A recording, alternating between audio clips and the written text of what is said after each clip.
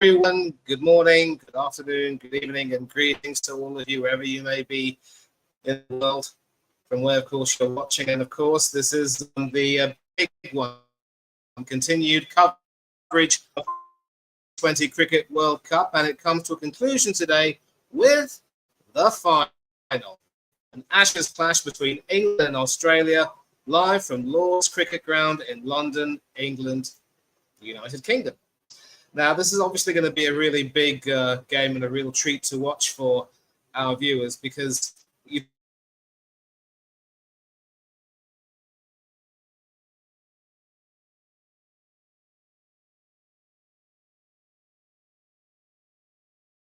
records. And we see right now that the captains list of the brothers going out to the field, and they will be having the toss very soon. And there was a huge delay in proceedings because Rita Ora, the British musician, I should say, was actually performing on the hallowed turf while the warm-ups for both teams were taking place at the nursery ground. And might be fair to say, of course, that both teams will be expected to go unchanged from their semi-final wins. There was some doubt about the prospect of Elise Perry in her 10th T20 World Cup for Australia turning out for the final, but she seemed to have had no issues while training. So all goes well. She should be quite fine. Now, we will, of course, find out what's going on with the toss in just a few minutes, and they are getting ready as we speak.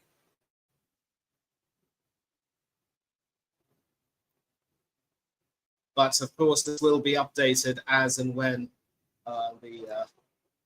as when it happens. And of course, we are sort of coming on about half an hour before the final starts, and we'll be starting about 3:30 UK time, which will be 4:30 in South Africa. 8 o'clock over here in my neck of the woods, which is a pretty decent time. It means I'll probably have to, once again, have a very late dinner and have someone just, take up my slack when it comes to preparing food for my old man. At the moment, though, we see Mel Jones with the microphone. I believe the match referee, GS Lakshmi, has the coin. We standing out here, so this is actually the first time that we are going to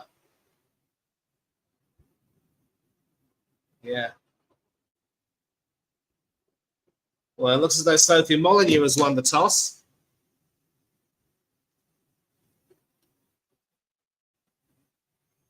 and they've elected to field first.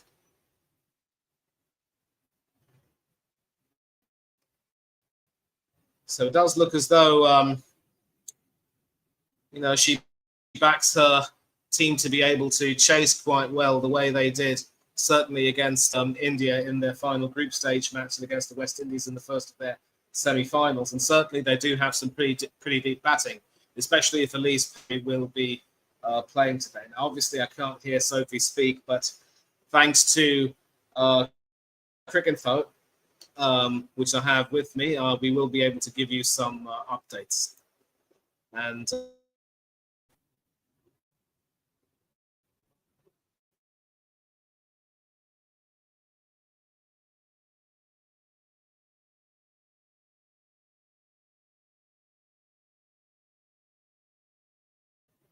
bowl first.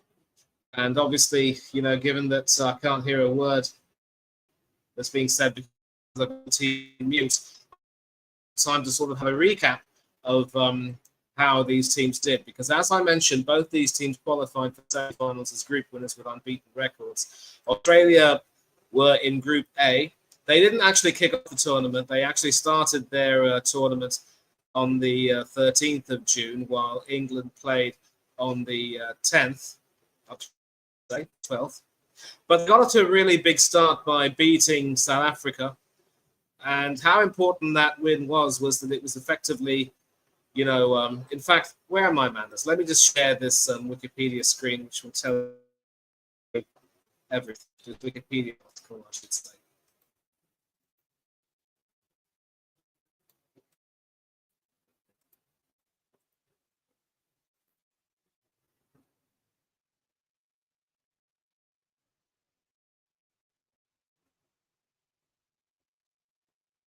For some reason, it's not letting me share. So, right. So it does seem to be working now, belatedly. I think my connection is not really my best friend as of yet. But I can tell you, just starting, that it was Australia who got to a good start, beating South Africa by 65 runs. Of course, this group was a group of South Africa, India, this group. Phoebe Litchfield top scoring with 50, and North taking 2 for 22. In the South Africa, the best scores of the tournament with 44 at the top. It was leg spinner Georgia Wareham, who played a big part in skittling them out for a paltry 107 in 16.4 overs. They then went on to pretty okay.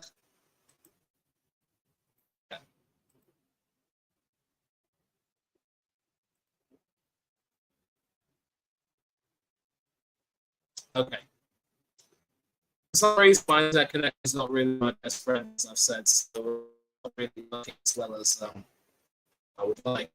You should have the screen coming up again in due course, so hopefully it'll work. Then, as mentioned in the banner, they beat Bangladesh by 9 wickets. Pretty easy, really. I mean, they sort of restricted Bangladesh to a very paltry 77 off 28 with Elise Perry, the standout bowler, with 2 for 14 off 3. Captain Nigger Sultana top scoring with a very slow 27. And it was easy for Australia, sort of knocking off the runs even before the midway stage. Georgia Volt scoring with an unbeaten 45. And despite coming for Akhtar's sole wicket, then, of course, a very heavy victory over the Netherlands, who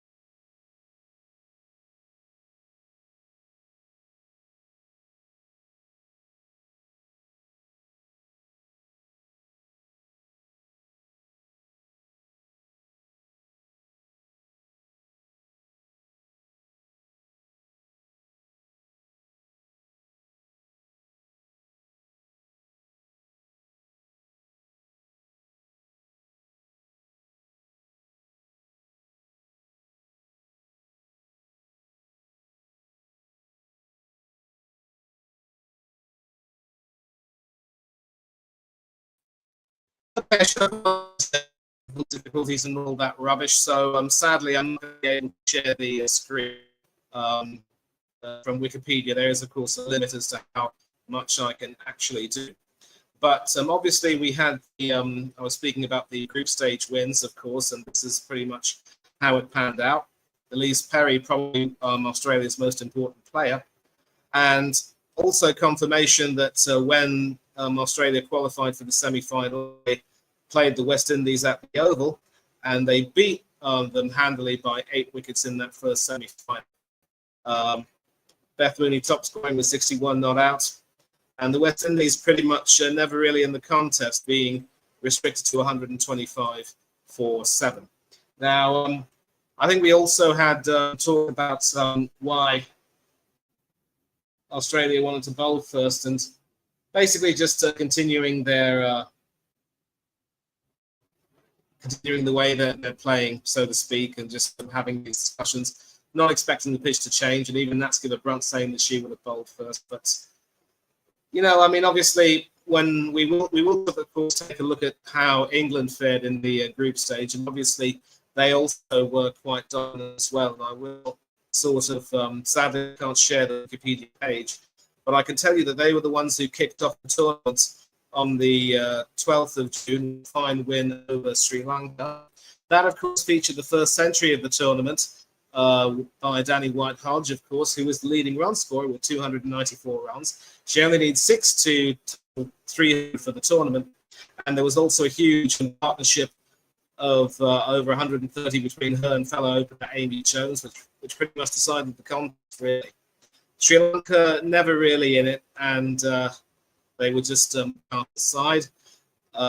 England's next match was against Ireland, and I tell you what, this was one match where England were really made to struggle, despite restricting Ireland to 118 for 9 with Sophie Eccleston taking 3 for 22. England were in a bit of a spot of bother, and that's given Brunt guiding them, more or less home with 48 of 37 before she had to retire hurt and missed the next 3 games, the remaining group stage games, with calf injury. And Ireland were never really looking like winners, but certainly the loss of wickets from an England perspective was not really that good. They got back to winning ways against Scotland, more dominant ways, I should say, by posting 200 for 5 from their 20. Sophia Dunkley top scoring with 57 before a huge burst near the end of the innings from Freya Kemp and Danny Gibson made sure that England had an imposable. And Scotland, of course, put up a fine fight in the tournament, but they were never really threatening to overhaul England's total and ended up being short by 38 runs. Sophie Eccleston once again with 2 for 23. And then against the West Indies, England batted well enough to make sure they got a good total of 186 for 7, despite Ashwini Munisa and the other spinners threatening to derail England's charge. In the end, it was England's own spinners and other bowlers who pretty much tied a little knot around the West Indies. So despite them losing a few less wickets, I should say, they couldn't get the runs they needed, ended up losing by 38 runs. And in England's final game against New Zealand, which New Zealand had to win in order to keep the defence of their title alive, New Zealand started their way to 163 for 6 with Amelia Kerr top scoring with 42 and Danny Gibson taking 2 wickets. But once again, it was effectively absolute domination with Danny White-Hodge finishing on 89 not out. And England just proved that they were more or less worthy winners. And they went on to play South Africa in the second semi-final, which was also at the Oval. And despite having a very bad start, where at one stage they were 35 for 6 at the end of the power play, and they're 35 for 3, I should say, at the end of the power play, and then 23 for 3 after 4 overs. It was a huge partnership between Natskiva Brunt and Heather Knight.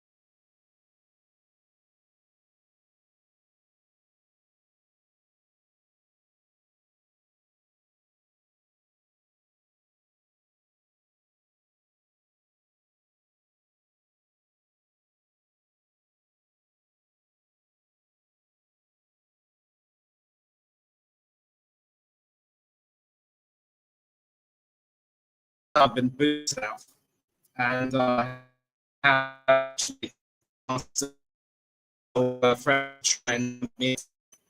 And of course, just a reminder, of course, that England ended up being exceptionally dominant during the group stage with 5 wins, and in semi-final they put South Africa to the sword in the second innings. Just to remember, this is continued coverage of the World Cup, ending today with the final, of course. An Ashes clash between England and Australia, and both teams, of course, qualifying for the semi-finals as group winners with unbeaten records. And also a reminder that Australia won the toss and elected to field, so both teams are going to be unchanged from the semi-finals. It'll be Mooney and Volter open the batting with Litchfield and Elise Perry to come in, followed by Gardner, Wareham, Sutherland, Carey, Captain Molyneux, Hamilton, and Garth. And England, of course, are going to be batting first, so it'll be Danny White-Hodge, Amy Jones to open, captain skipper at number 3, Capsey at number 4, Heather Knight, the former skipper, at number 5, Kemp Gibson, the all-rounders, at 6 and 7, and then the bowlers, Charlie Dean at 8, Sophie Eccleston at 9, Lindsay Smith at 10, and Lauren Bell at number 11. And sadly, as a result, I think people are a bit angry with the way I've just been going in and coming out, and I do apologise. And hopefully, we will have some people coming in and providing some support. And I have actually taken the liberty of coming up with my all-star team from the tournament based on certain select performances and what I believe would be the best balance for the team. So it would obviously be tournament leading scorer Danny White-Hodge, and she'd be opening the batting with Smriti Mandhana. Of course, I do have Tasman at number 3 because I think that she would also do pretty well at one drop. But with Mandhana and White-Hodge, you get that left-right combination at the top, which I think would probably be a nice way to, start everything. Nat Skipper-Brunt comes in at number 4, and she will be my captain for the team, followed by India captain Harmanpreet Kaur, Ashley Gardner of Australia, followed by Beth Mooney. And for some stupid reason, I've put Elise Perry as South African when she is not South African. She is Australian. So I originally did have Marizanne Kapp in the team, but then obviously when you take a look at the impact of Perry's performances for Australia throughout the tournament, you not pick her. And then obviously the strategy of having 2 left-arm spinners would be quite good. One opening the bowling and one coming in the middle. I've gone for Molyneux instead of Lindsay Smith, although I realise maybe Smith would be a decent option. But Molyneux obviously is the Aussies leading wicket taker for the tournament, so she comes in. And then Eccleston is here, and followed by Ismail from South Africa. So you've got some seamers, you've got some left-arm spinners, an off-spinner in Ashley Gardner. Looks pretty decent. And I will, of course, recap this during the mid-innings break, or maybe when some people will come in. And hopefully we've got some people watching.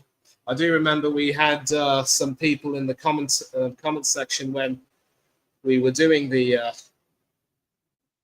semi-final between England and South Africa. And hopefully we'll have some more people joining in. This time around, I've realized that I can't afford to, have some screens running in tandem, because that pretty much, mucks up the connection. I'm on a hotspot right now, so you're going to have to bear with me, I'm afraid. But anyway, I'm back for now, and hopefully there'll be no more glitches as we see the flags being unfurled. So it won't be long now before we get things underway. And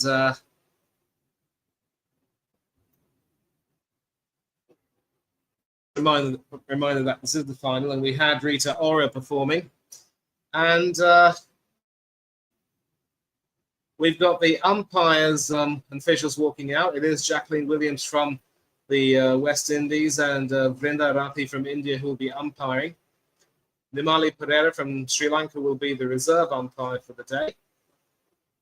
And G.S. Lakshmi will be taking care of proceedings as the match referee.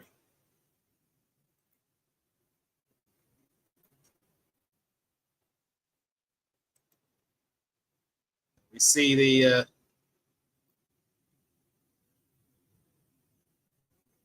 no, I apologize. It's actually going to be Kim Cotton from New Zealand who will be the TV umpire. Nimali Perez in reserve, and GS Lakshmi will be the match referee. So, thank you. I've cleared that up just to make sure that everything is above board. We see Nats give a brunt walking out with a child. A rather lovely human touch there. And it won't be long before we start with the anthem. So, very soon you will, as usual, see me stand up and mute my screen so that the anthems can be played.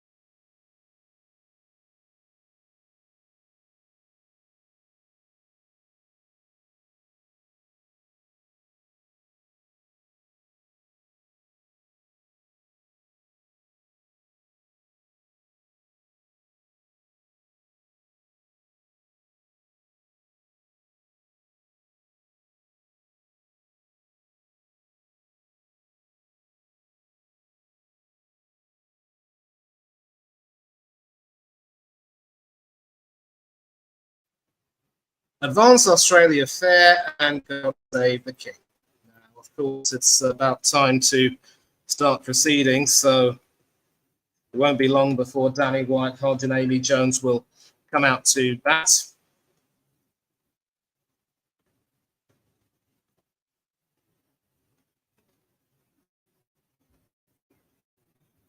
And this is, of course, going to be the scoreboard. Just ready. And still no people joining in live, but hopefully as the match progresses, we will have people joining in. And I've learnt my lesson. There's no way that with my hotspot connection I can afford to have two screens on at the same time. So, yeah, pretty much the way it goes. If you're also interested in the tennis from Wimbledon, we have had some interesting action over the past few days. We have a British qualifier, Arthur Ferry, who's through to the fourth round, I should say, so that's quite wonderful. Novak Djokovic is playing today against the qualifier and not having it all too easy, but we've also had some big shocks, of course, with the likes of Elena Rybakina being knocked out from the women's side. Serena Williams' tournament is, of course, now over. She won't be taking part in the doubles with her sister Venus due to a knee injury. And, of course, from the Football World Cup, yesterday's game saw Canada, one of the host nations, losing 3-0 to Morocco in Houston. Unahi scoring a brace in a dominant second-half performance. And in the other one, a Kylian Mbappe 70th-minute penalty got France through against Paraguay, so it will be a France-Morocco matchup in the last 16. Not last 16, the quarterfinals, I should say, because this was, of course, these were, of course, last 16 clashes. And we will have some pretty mouth-watering clashes with Brazil taking on Norway. The last time Norway played Brazil was in 1998 in the World Cup, and they actually beat Brazil 2-1 to secure their spot in the next round at the expense of Morocco, who had beaten Scotland 3-0 in their final game. And the Norwegian manager, Ståle Solbakken, was actually a part of the Norwegian squad that year. He might have played that game. I don't quite remember. We can look that up. And then, of course, from the Azteca Stadium, it will be Mexico against England. So Mexico are side favourites for that, but England are going in with a lot of hope. And it will be interesting to see what sort of lineup Tommy Tuchel puts out later on when England play. But for now, it's cricket time. And as I've said, this is the conclusion of the Women's T20 Cricket World Cup with the final today. England against Australia, an Ashes clash live from Lord's. Australia winning the toss and electing to field first, so England are batting first. And both teams, of course, are unchanged. It does look as though it'll be Kim Garth to open the bowling for Australia. Danny White-Hodge and Amy Jones walking out to the middle. White-Hodge, of course, the tournament's leading run scorer, only needs 6 runs to total 300 for the tournament. A big century in her first game and 2 very important half centuries in the group stage as well. All part of England's juggernaut into the semis and now the final. Didn't exactly capitalise in the semi, but then neither did Amy Jones. And it was left to current skipper and former skipper Nat Skipper-Brunt and Heather Knight to take England home. Here's Kim Garth, who will be opening the bowling. Right arm, medium fastish. There's no sign of Megan Schutt in the starting lineup. I believe the veteran did play a couple of group games, but she's made it clear that this is her last tournament for Australia and she will be retiring at the very end. And the vice captain is also not there. So it's like there's a saying, when you think of the players who've been left out of the starting 11 and just how great they are, you can just imagine how outstanding this Australian team has played. And it is Kim Garth, right arm over the wicket, to the right-handed Amy Jones. And it's a gentle delivery, but with some hint of swing. So you can see that the early swing conditions might be what prompted Sophie to opt to bowl first. Confirmation that it is Vrindar Rathi standing in her 61st T20 International. And for Jacqueline Williams, this is her 96th. 4 away from the Magic 100. It will be Kim Cotton from New Zealand who will be in the TV studio. And the second ball from Kim Garth is played all the way down to the fine leg boundary. And despite the amazing attempts there of the fielders, I think it was Georgia Wareham there who pulled it back in. I did see the ball touch the boundary rope, so that should be called. And a bit of a loosener of a shot there. I mean, sort of played it behind her, really, but no real protection there in the fine leg area. And Georgia Wareham, I think Phoebe Litchfield ended up coming in, but that was, in fact, signalled a four. So great effort, but not really worth it in the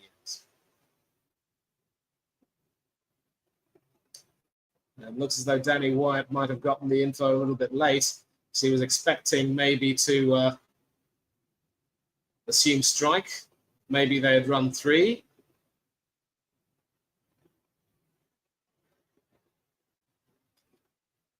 But you can see there it did in fact touch the rope before Litchfield sort of dived a little bit. So again, it's a great effort, but there are some times when the effort isn't really worthwhile.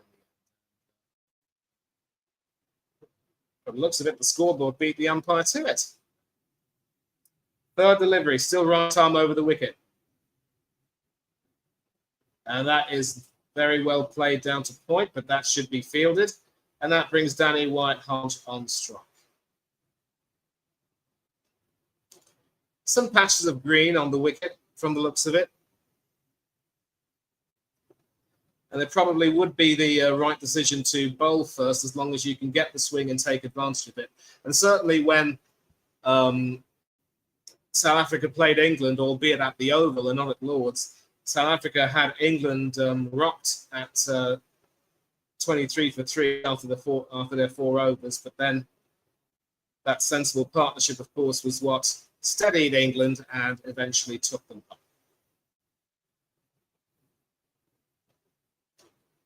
So Kim Garth, right arm over the wicket to the right-handed Danny White-Hodge.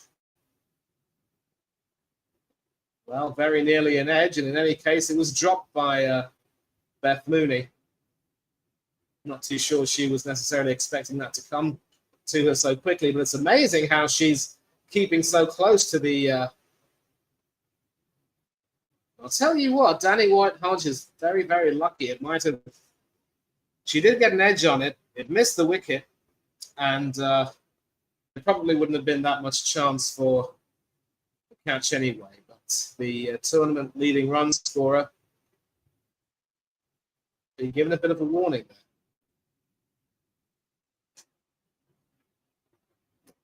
there. And she gets off the mark with a fine shot to deep backward point.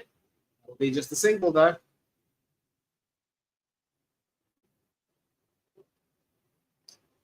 Yeah, there wasn't a catch. I think it was you can see here, it was just played onto her pad. Fortunately for her, it missed the wicket. I'm not too sure why Beth Mooney didn't go to catch that.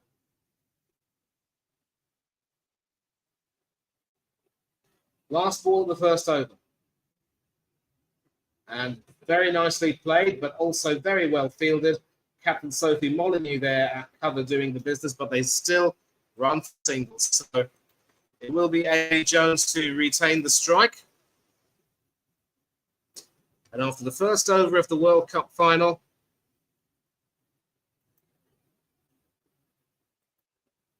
England are set for no loss.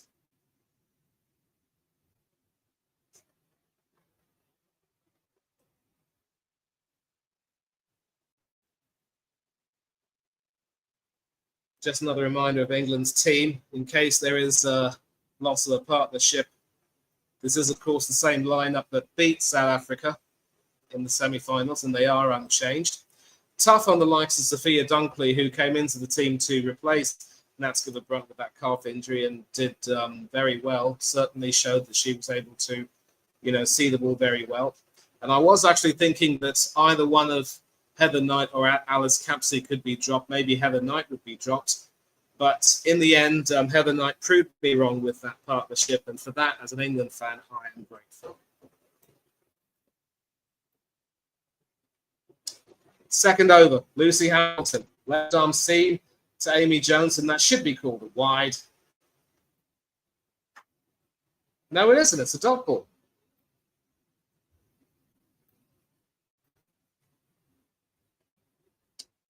That's a bit odd. Maybe it must have landed between the permitted lines and then deviated away, but and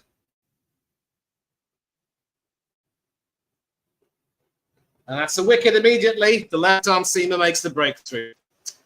Another poor shot there from Amy Jones, and just like in the semi-final, he's given some room outside the off stump, but the Aussies pretty much did their homework and certainly tried to tempt Jones with something wide, and that's a fine catch taken down there by Georgia Boll. That's a brilliant breakthrough for Australia. Dreadful shot, it has to be said, and Amy Jones's mixed tournament with the bats has come to its conclusion.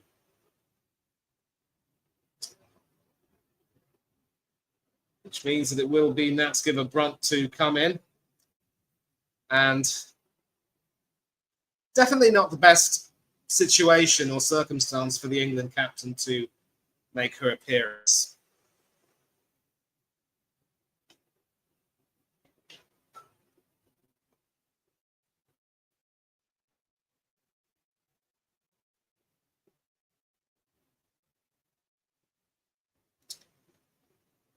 So once again, as in the semi-final, they find themselves sort of bother with wicket down.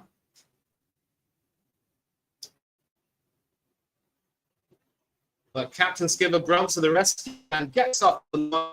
Brilliant. Guessing the field.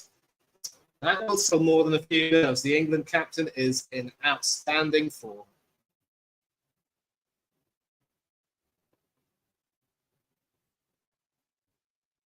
That's the type of shot you'd really want to play. And you can see there that Sophie Molyneux and extra coverage, where at cover, had no real chance of being able to cut that off.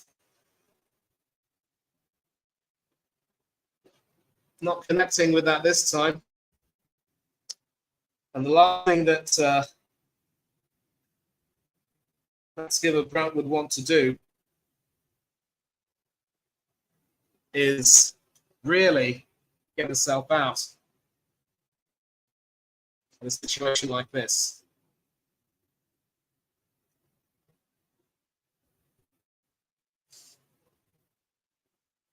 Left arm over the wicket to the right-handed Skipper Brunt. And that is sort of defended all the way to cover. Dot ball.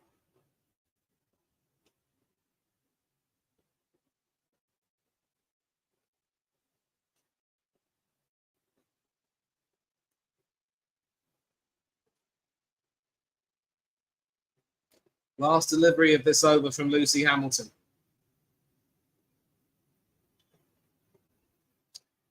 And sort of playing and missing there.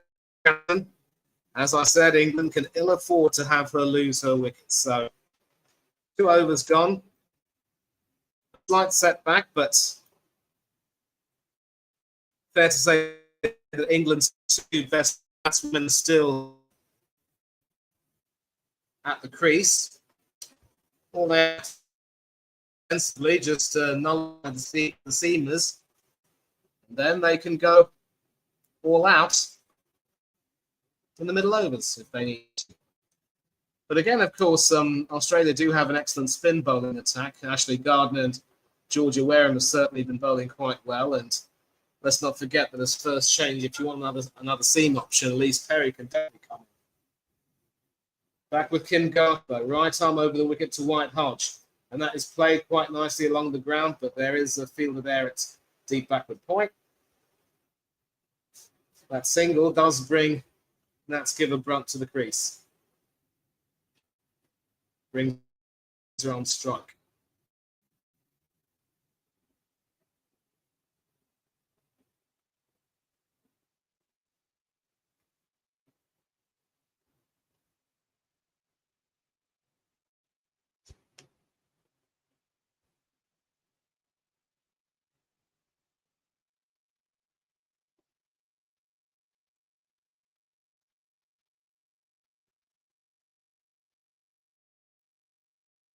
Second delivery from Kim Garth.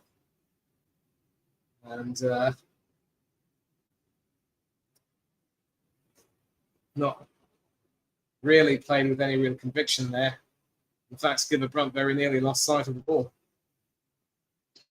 Well, in addition to her upcoming 300 runs for the tournament, if Danny White Hodge gets 3 sixes, she'll have 50 sixes in T20s. And Annabelle Sutherland just needs 1 wicket for her 50th wicket in T20 internationals.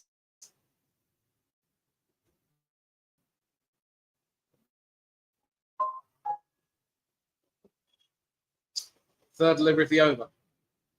It's good stuff from the Aussies. Keeping the line tight, not giving the batswomen any room to play their shots. Certainly Kim Garth has been, you could say, more threatening of the 2 bowlers, notwithstanding the fact that it was Lucy Hamilton who took the wicket. It was a poor shot more than anything from Amy Jones. An absolutely poor shot.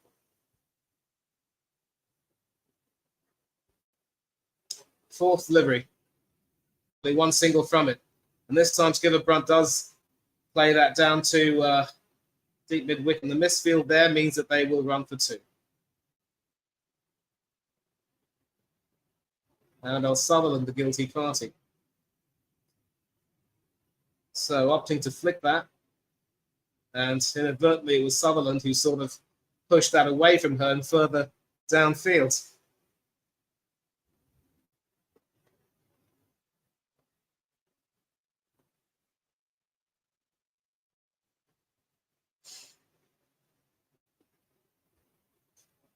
It would have certainly been the better batting side in this tournament. But Australia also have some excellent depth. And it's another dot ball played to mid-wicket.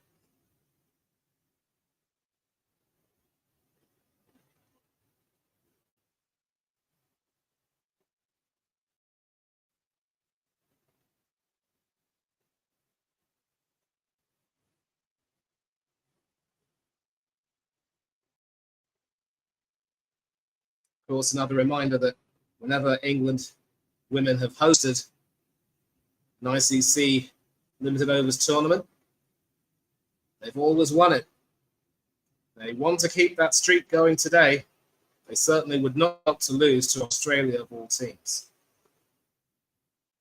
And after the pain of losing 2 consecutive semi-finals in the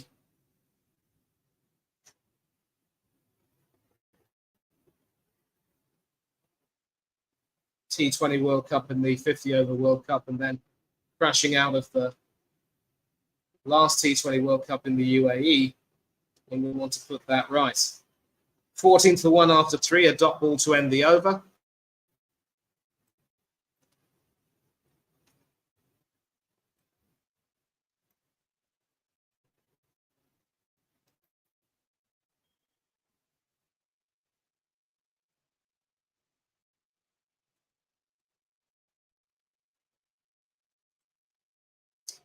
I have to put up with the fact that this connection will be a little bit slow for the time being, but we do have some people watching live now, so thank you all very much for coming in. And if any of you were here when we had the glitches and I was being kicked out of StreamYard, I do apologize.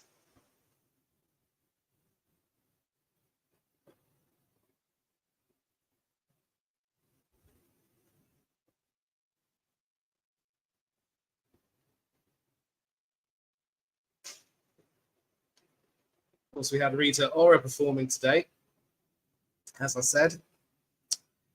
Quite well received, I would say. Certainly a great deal of PR was put into this tournament, and I'll tell you, it has been comparatively well received. And interestingly, it will be Sophie Molyneux to come into the attack, Australia's leading wicket taker in the tournament with 10.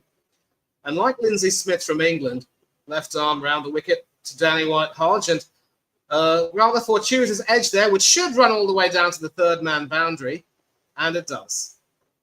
So the thing about Sophie Molyneux is that she either begins her spell with a wicket or she ends up getting hit for a boundary. But Danny White-Hodge will know. You see the arm ball there pitching and going on straight up, and just as well that it was along the ground and not an aerial shot, and it bisected the field there between short third man and backward point. Single off the next ball, and that will take White-Hodge 299 runs for the tournament.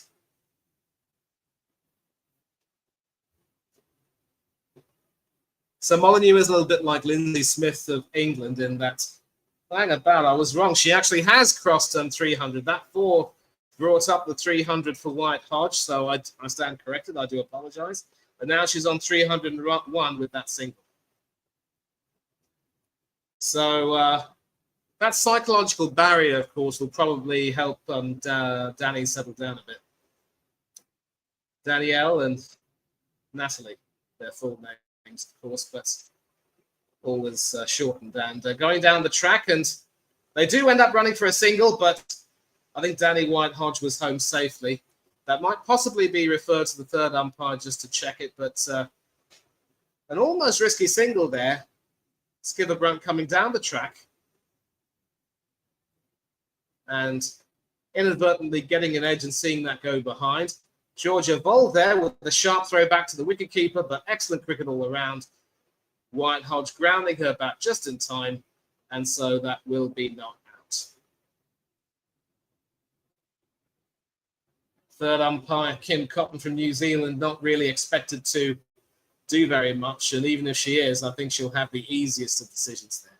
And that is what you want to do. Whenever you sort of have to cross the crease and ground your bat, make sure it's always on the ground. Do not let it be raised. Just take it along the ground and you're pretty much good to go. 2 balls left. It's all happening. Still round the wicket, and this time White Hodge trying to play the sweep down fine leg, but not really able to get that. And that is what makes Molyneux a quite effective bowler in the opening overs. White Hodge, of course, is one of the choices for the play of the tournament, along with Smriti Mandana from India, Marizan Kapp of South Africa, and Elise Perry of Australia, who is, of course, fit to play today. And hoping to get a single off the last ball, but sent back. 6 off the over, 20 for 1 after 4. So ironically, it's fair to say that in conditions such as what we're seeing now in England, you probably aren't really able to have a very big start in the power play unless you get the unless the bowling is not really up to scratch, the batswomen or batsmen are in form. But it could very well be, of course, that once the middle overs start, you know, the pitch will start to die down a little bit, and the batsmen can sort of get themselves settled. The batswomen, in this case, get settled down, sort of have their say.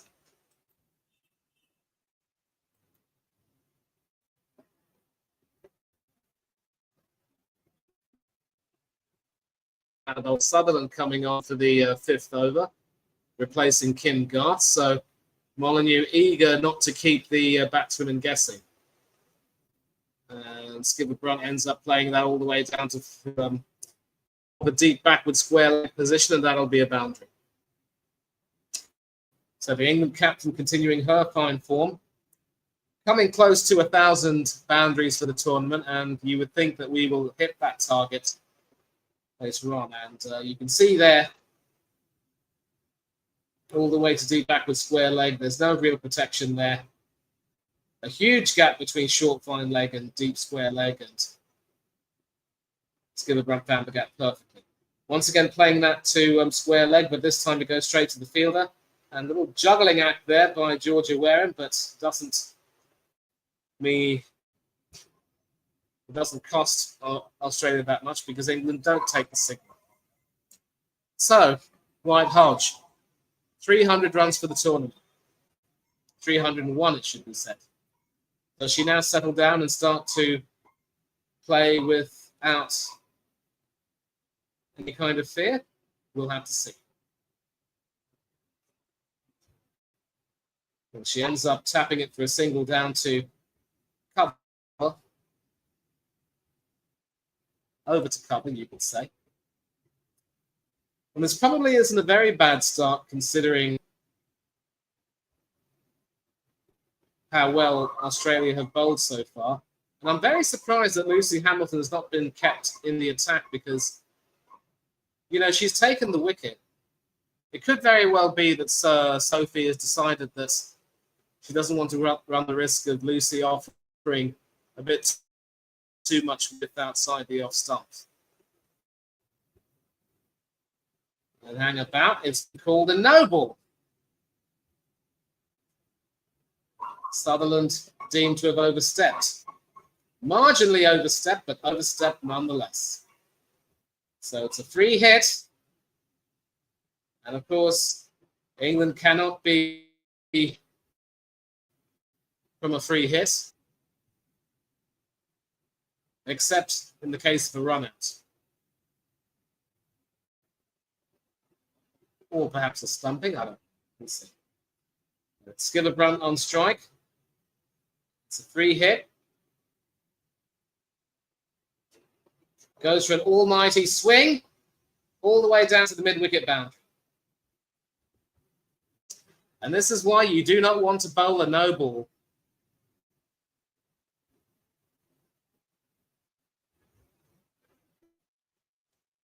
Sensing the opportunity to, really swing, sort of played that slightly across the line, but still had enough face of the bat on that to send that where she wanted. 3 balls left.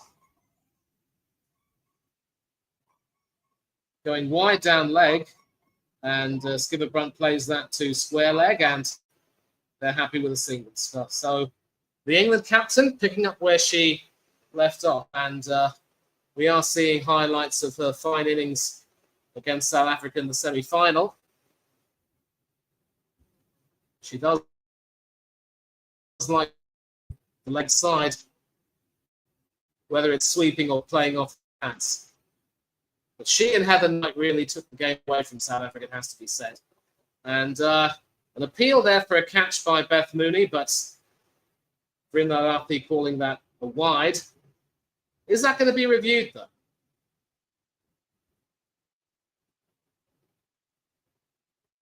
Sophie has a choice to make, and she makes it with 2 seconds left. And once again, captains wasting their reviews has been a common theme throughout this tournament, it has to be said. I think Mooney probably felt that the ball did go off White Hodge's hand while her hand was holding the bat. We're seeing here, did it touch her glove?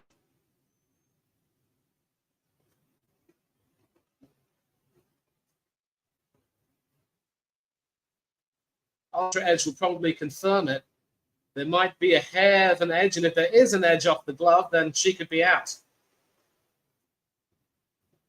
Well, I'll tell you what, that's a fine review because Ultra Edge has confirmed that there is an edge, and you can see there that Danny White Hodge is now making the long walk back.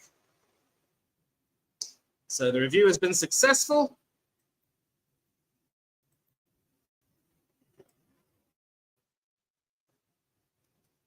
And I'll tell you what, I did have a big fear that that would potentially end up being out, and my fears were confirmed.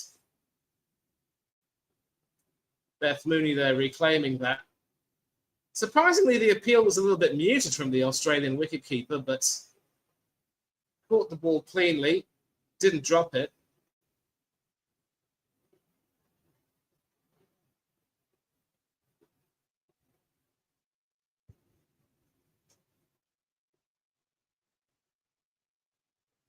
And it's confirmed the decision has been changed to out. So, just when you thought that England was starting to recover, they lose their other opener. Danny White Hodge, 8 from 8. And more crucially, England, after 4.4 overs, are 32 for 2. So we'll see you come in. And captain will definitely have a big role to play alongside her captain. White Hodge at least has been able to total 300 runs for the tournament, but that won't be of any consolation to her. Didn't really get much of a start in the semi-final, and in the final she's also come up a little bit short. But it is Alice Capsey. She faces the last ball from Annabelle Sutherland's over. Right arm over the wicket to the right-handed Capsey. Capsey gets off the mark with a single down to backward point, and that will end the over. So England are slightly better than when they were against South Africa, but once again, it's no consolation. A run rate of 6.6. They definitely need more than that. More to give them hope of putting up a competitive score. And the reason why there is cause to worry is that you think that later on the likes of Ash Gardner and Georgia Wareham will come on to bowl some spin, and they will be expected to tie the batswomen down.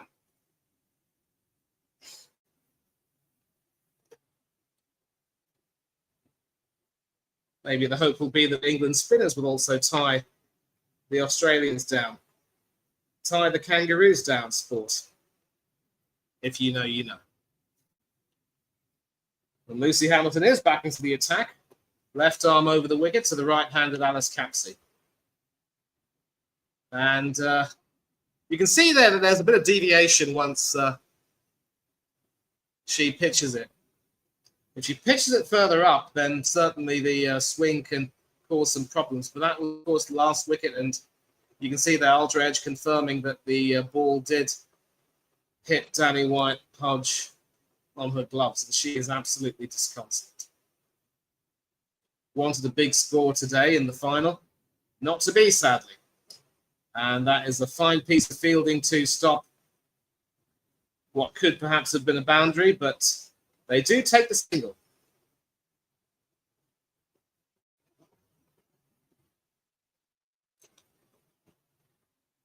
Charlotte Edwards there, the former England captain and current England coach, not very happy. Third delivery from Hamilton, still left arm over the wicket. And Skipper Brunt walks through offside and plays that, you could say, almost behind her legs down to backward square leg. This is, of course, the first wicket of Amy Jones, a reaction time of less than a second to take that by Georgia. Oh, brilliant catch. Brilliant catch.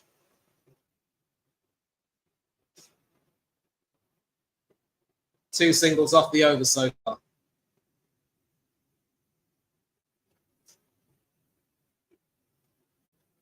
And this is, of course, the last over in the power play.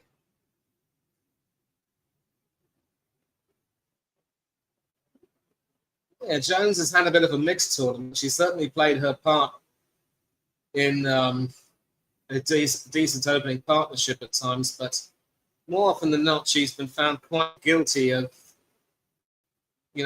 sort of trying to fish off stump. But that's also called a no ball by Jackie Williams. So it's another free hit. And Alice Capsey's on strike. How does she deal with this? And you can see here, there's definitely no doubt that Lucy Hamilton overstepped. A nice little slower ball there using her right middle finger. But the overstepping being the problem means that now England have another free hit. Sophie Molyneux won't be happy. She doesn't want to see extras being conceded, much less no balls. She goes round the wicket to Capsey. Capsey ends up playing that to mid-wicket, and there was very nearly a run-out chance, but a throw there from Ashley Gardner was a bit too hot for Hamilton to handle.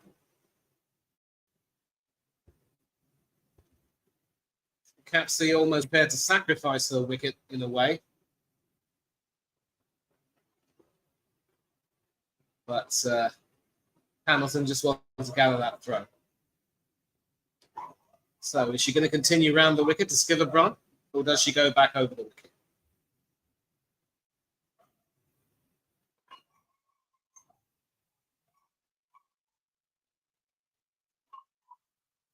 Yeah, she is, in fact, round the wicket.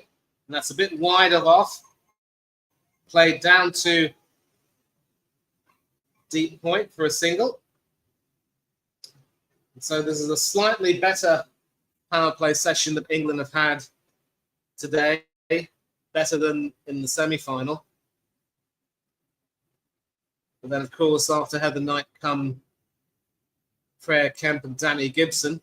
Freya Kemp with a strike rate of 140 odd. Really good stuff if you want someone to provide some hits down the order. Last ball from Lucy Hamilton. Left arm round the wicket to the right-handed Capsey. That's played along the ground. That should be another single. Deep cover should take care of that. And so 6 runs from the over, England are 39 for 2. And that's the first drinks break. So a run rate of exactly 6.5.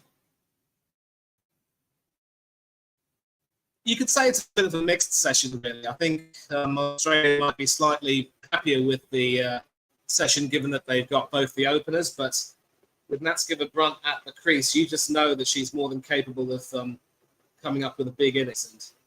And Alice Capsey's come in ahead of Heather Knight, so she's going to have to provide her skipper a great deal of support. Now, depending on who comes into bowl, England are going to have to play very, very circumspectly.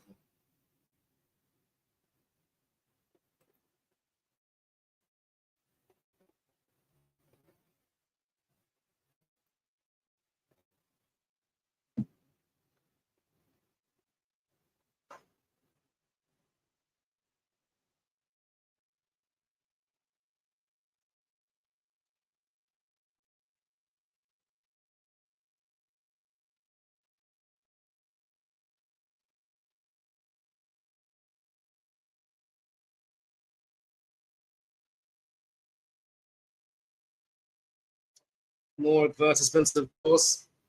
They have to wait a bit of time.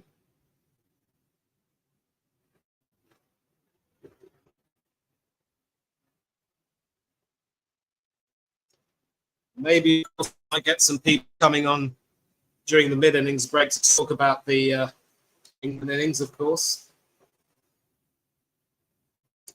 Just another reminder that I have picked a dream team based on play.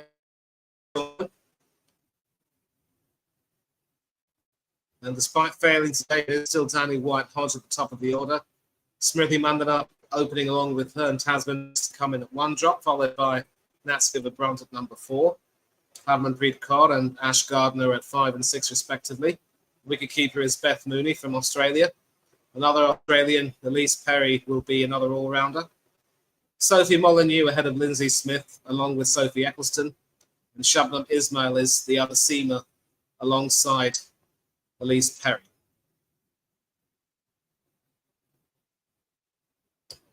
And Australia have brought some more spin into proceedings.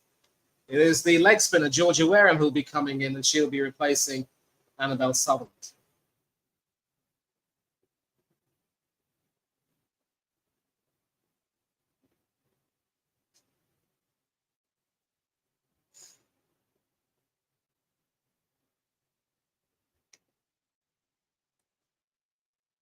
Wareham's taken 7 wickets this tournament, economy rate of 4.5. She will have a big role to play in terms of keeping the scoring down. Right arm over the wicket to the right-handed Alice Capsey. And the first ball is played past a diving mid-wicket fielder there for a single. Capsey doing her bit to keep the scoreboard ticking, and that means the England captain is back on strike.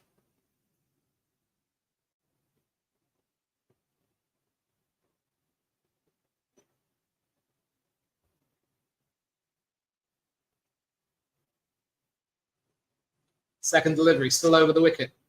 And you could see what Skipper-Brunt was trying to do, trying to play the scoop, sending it down to fine leg, and that is, in fact, 2 runs. Didn't quite get the get what she wanted. It was, I think she obviously wanted to try to play that behind the wicketkeeper, ending up getting an edge, and that sent it down to fine leg.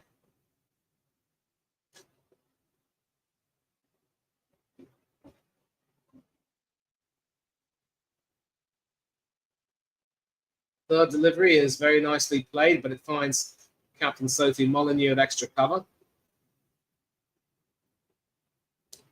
And of course, another reminder that she's scored more than 800 runs with the sweeps, the scoops and reverse hits since 2023, a defining feature of her batting. This time it's a more orthodox single played down to deep mid-wicket. 4 runs off the over so far, so not necessarily a bad start by England, but if they can get maybe a few more runs from these last two balls, I think they'll be quite happy. But Wareham started to bowl quite well. If she pitches it up a little bit further, she causes a lot of problems. That's a fine delivery. For a leg spin, obviously, you want to make sure you pitch a little bit fuller and make sure you get the drift comes more into play.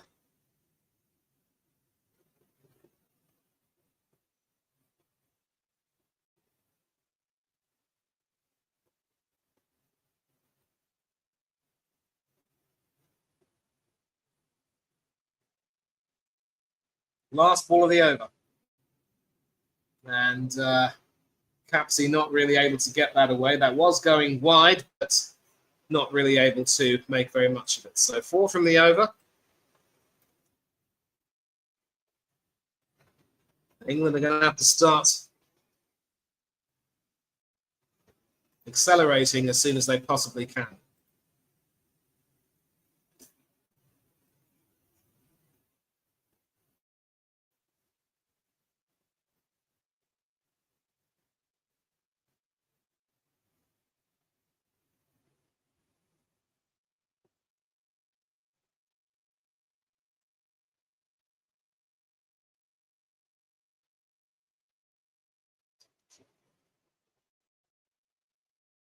As I said, the Australian spinners are expected to really tie down the English women. Certainly bowling a lot better than South Africa did in the semi-final when England played. Sophie Molyneux is, of course, very lucky to have so much experience to call on. It is Annabelle Sutherland who comes back as the attack, right arm over the wicket, and that's give a brunt on strike. Not really able to connect with that either.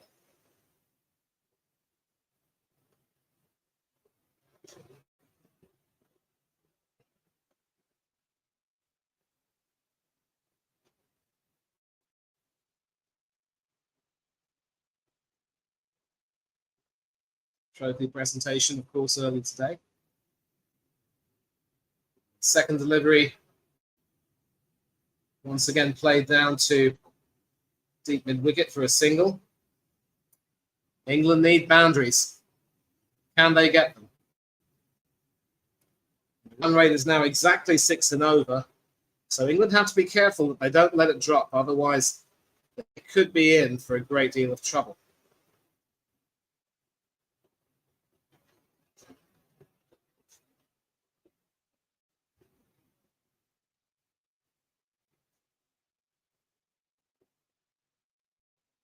Third delivery of the over. And that might go down as a leg by, and these are going to be important runs. Actually, just the one. And it is signaled a leg by umpire Williams.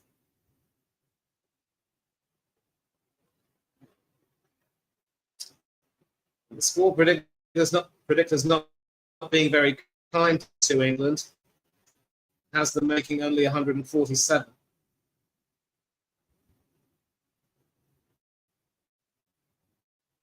That is nicely guided down to mid-wicket. Do they run for 2? No, they're stuck with 1. Nice flat throw there from the deep mid-wicket fielder. I think that might have been, that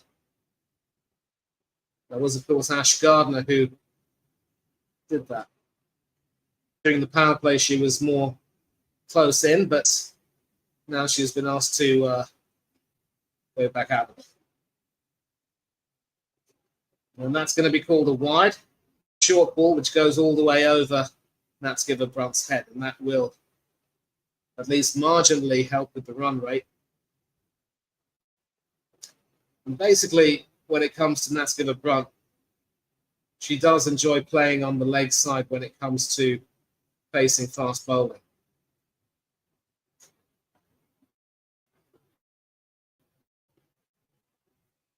And Capsey.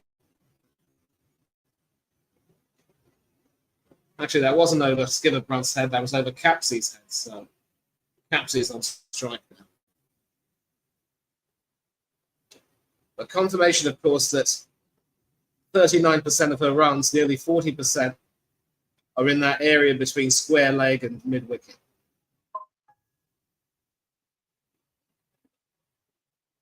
Last ball of the over played all the way down to the point for a single. 5 from the over. England are going on an exactly 6 and over. You sense that they're trying to play a bit of a patient game. In Alice Capsey's case, I don't think the ball's really coming on as well as it should be.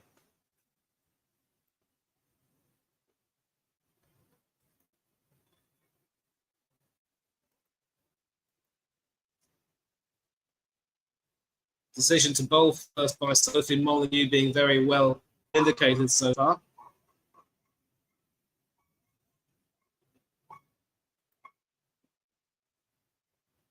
Much better. And it is, of course, Ash Gardner who comes into the attack. So out with the leg spinner, in with the off spinner. She's taken 3 wickets this tournament and certainly has a knack of keeping things very economical as well.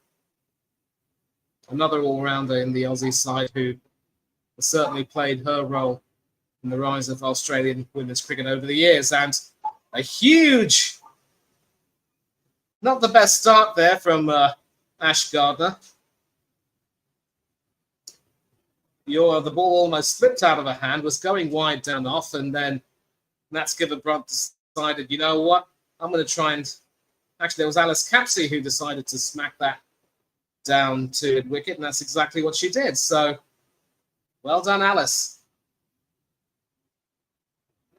And now nobody's going to ask who the heck is Alice. Again, if you know, you know.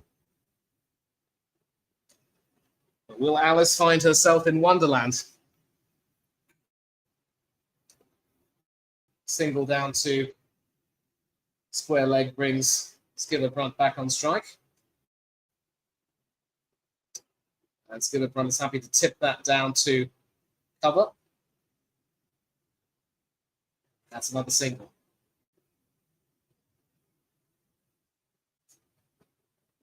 So singles and an occasional boundary could be a good strategy for England. It might help them get to maybe 160 odd if they can do it.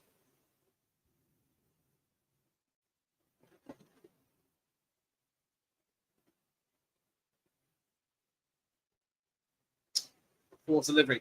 Capsey coming down the track, and that is huge. Huge. Huge 6 down to mid-wicket, and that really ends up providing a lot of cheer to the fans. 109 sixes for the tournament. Deciding to come down the track, and I think they pretty much decided that any opportunity they can get to attack the off-spinner, they can do so. 87 metres. That's a biggie. 12 off the over so far with 2 balls left. And there's a short fine leg for that reason. An attempted sweep down to fine leg doesn't bring any dividends.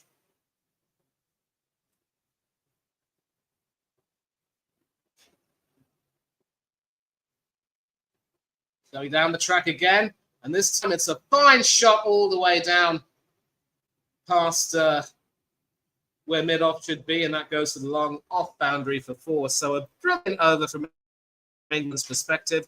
16 from it. And that increases the run rate just above 7. So that is exactly what it needed. Now, the big question is, does Sophie Molyneux persist with her experienced off-spinning all-rounder, or does she take her out of the attack?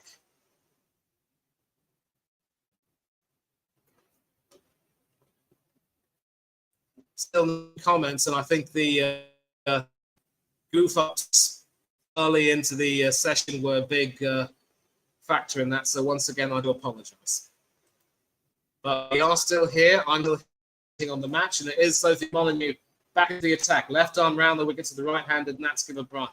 And that is played down, more or less down to mid-wicket for a single. They were thinking of 2, but in the end deciding not to do so. Alice Capsey coming into the groove at the best possible time. 2 4s and a 6 off Ashley Gardner.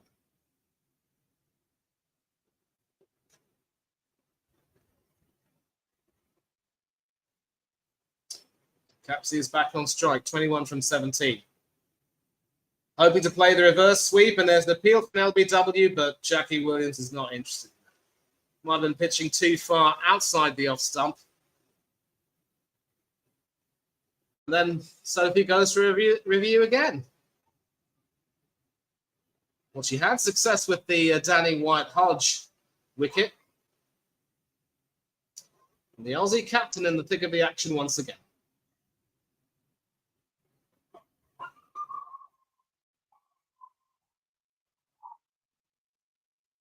Just taking a look at this.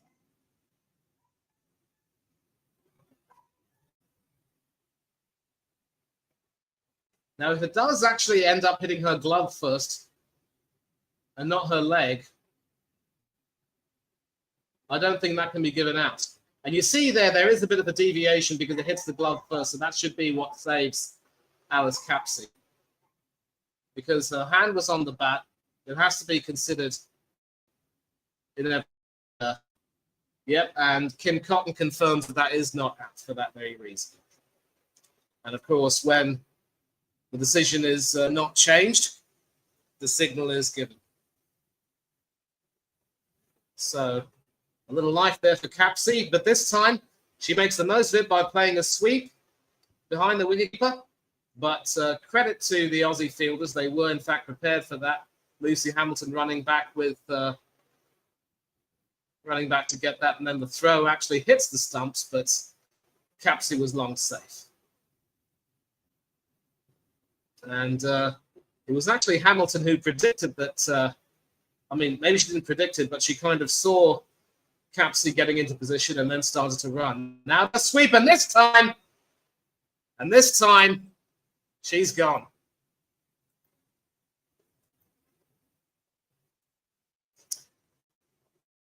You're given the second chance after making a mistake.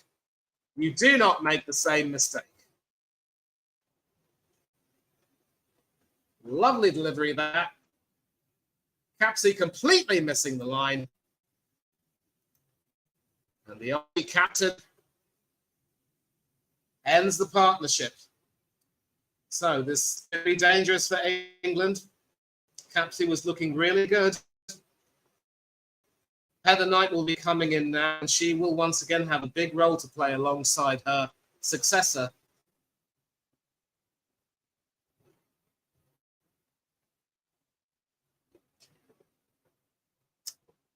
Again,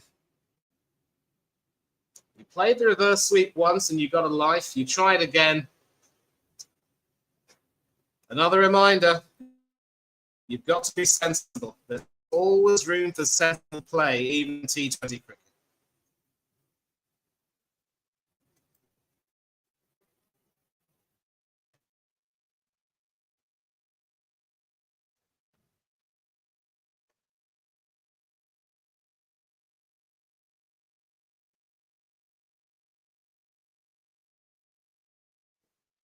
Carrying another banner would be useful a little bit later on.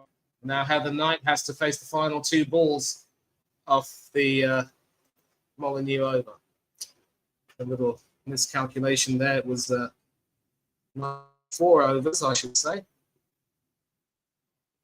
But you see there, Molyneux likes bowling that arm ball, and definitely that ball was sort of either keeps on straight. And Heather Knight gets off the mark with a single down to mid-on, so she will keep the strike. Fine over for Australia under the circumstances, recovering after the carnage of the Ashley Gardner over.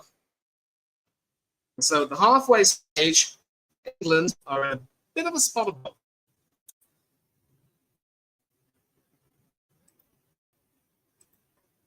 The 8-4-3. Amy Jones, Danny White-Hodge, and now Alice Capsey.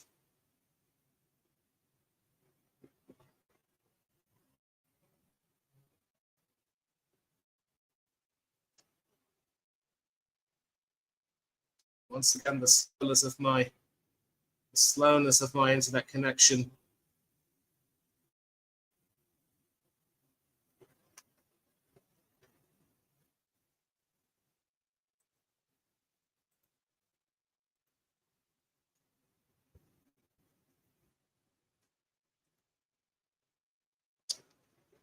Much better.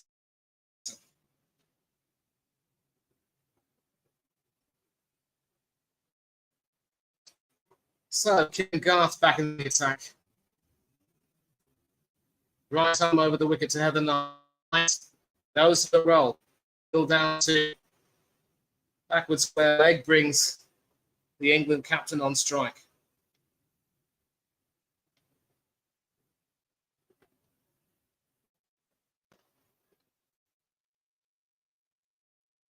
Wonderful view. Wonderful.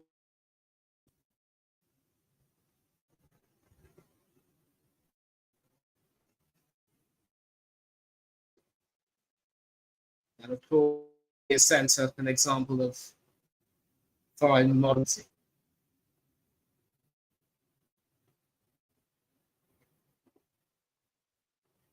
The score predictor once again suggesting that England will struggle to make 149 as the best they can hope for at this rate, unless they really start turning it on. Second delivery. And Skipper Brunt plays that down to square leg, but again, it's only a single. Phoebe Litchfield cleaning up. Completely missing the line there, Alice Capsey. Poor choice shot. She did that one. Fatal mistake.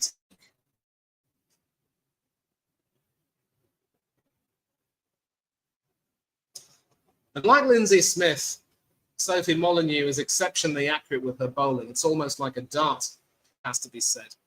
Aimed right at the stumps there.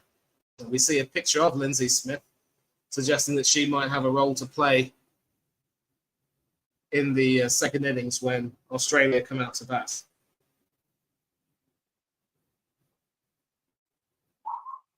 Kim Garth continuing, still right arm over the wicket. And Heather Knight not quite able to get that away. So will it be another rest back between these two experienced servants?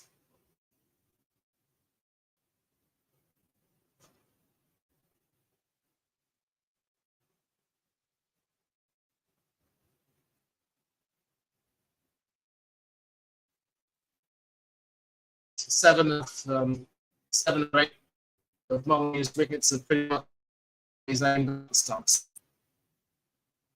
Two deliveries left from Garth. Shout for an LBW! And England are now in a crisis.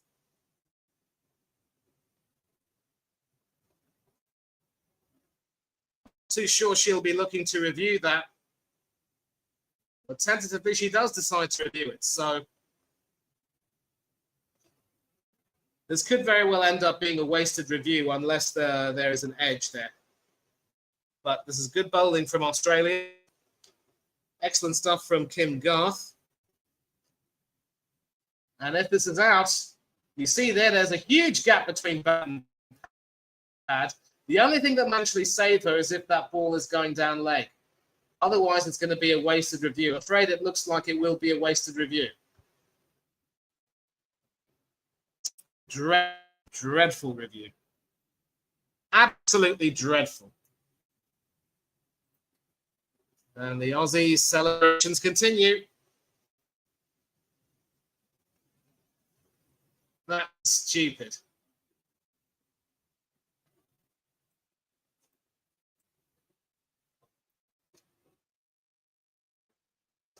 So playing her partner, brilliant partnership against South Africa in the semi-final. The former departs for 2 off 6, and England are now in huge trouble. 70 for 4.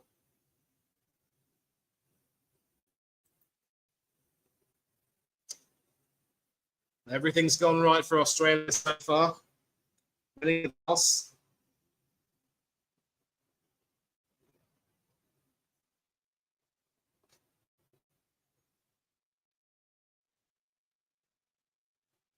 Opting to bowl first. They've certainly done a better job of taking advantage of the conditions than South Africa did in the semi-final.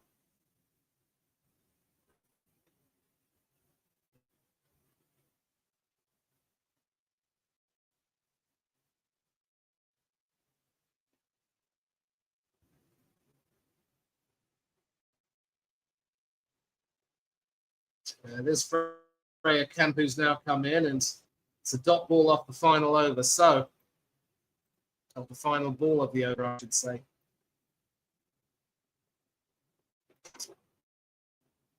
'70 for 4 after 11.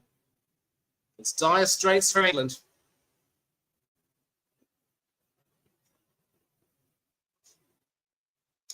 Of course, Freya Kemp being left-handed offers a different proposition.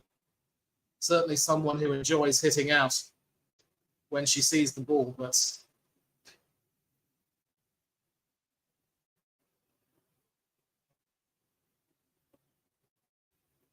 Morley has done a brilliant job rotating her bowlers, not letting the batswomen get comfortable, keeping them guessing.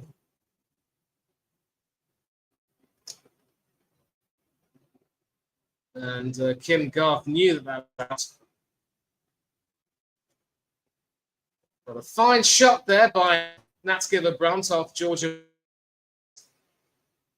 First ball from the second over, going to the boundary, but very well fielded indeed. Straight back past the bowler, and Skiver-Brunt recognised that now she's got to do it all on her own.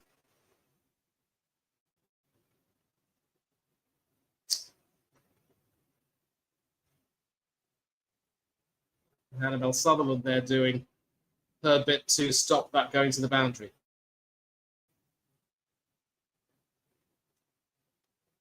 Georgia Wareham, right arm over the to Natsgiver-Brunt, who pats that back towards the bowl.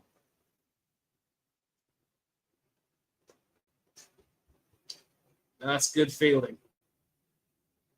Just stopping the ball and making sure your momentum doesn't make you move it. And that might very well end up being a leg bye.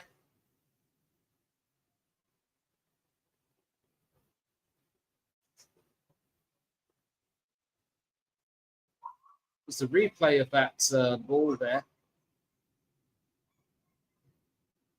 Very nearly a run-out chance at the non-striker's end because it actually hit Wareham's arm first, but I think Freya Kemp got her bat back just in time.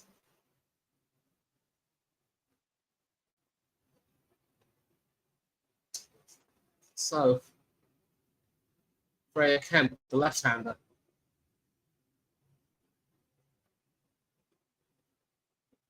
Faces this ball. And that is played all the way down to deep backward square leg, and that's just a single.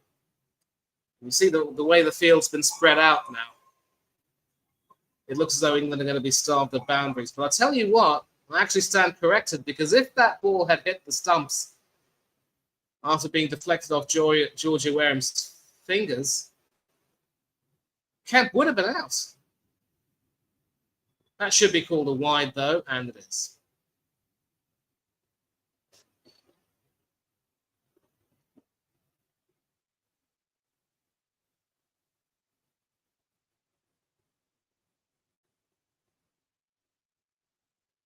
And Skiver-Brunt obviously deciding that it's time to get aggressive, going down the track and sweeping that all the way to short fine leg. Just a single, though.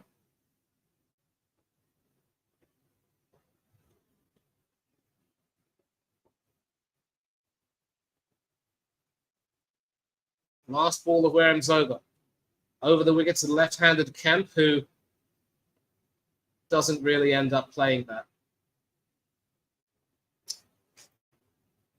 6 runs off the over. 76 for 4 after 12.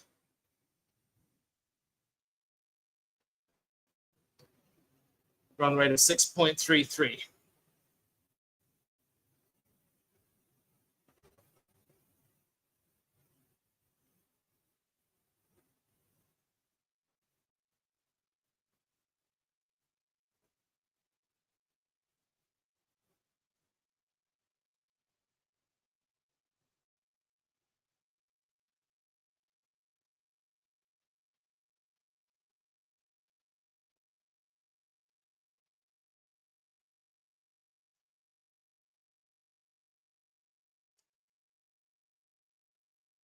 A rather depressing period this, as far as England are concerned, and now you see the rotation of bowlers obviously not wanting to keep England comfortable. Lucy Hamilton back as the attack, left arm round the wicket to Skipper Brunt, and this is tipped and easily run for a single.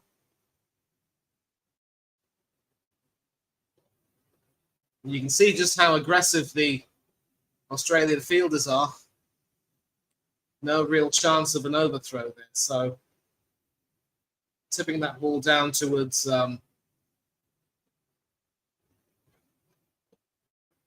what you'd call a silly point or maybe a silly cover, and quickly running that single. So that brings Camp on strike. And aside from that display against Scotland, I don't think she's done very much with the bat all tournament. And that pops in the air, and that goes all the way past point, and they end up running for two. So certainly, I wouldn't necessarily say a gift, but definitely much needed. Leading edge there, saving her from getting out LBW, and Phoebe Litchfield at point, not quite able to retrieve that. Goes down to deep point for two. That's a fine shot, that by Kemp, and now she's up and running. Back across the bowler, who ended up switching her angle to over the wicket for the left-hander, and sent that back down the track.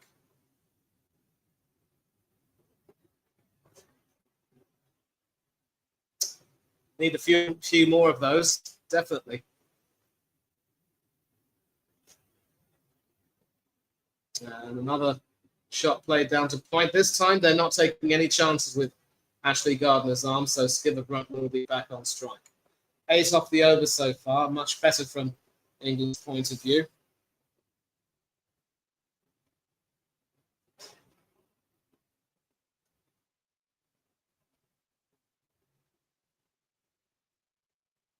Doesn't look as though she has a very strong defense, but very deceptive, in terms of the power with which she hits. And now Hamilton has to change her angle back round the wicket, but the shot was hit a bit too well down to mid-on, and it's a dot ball.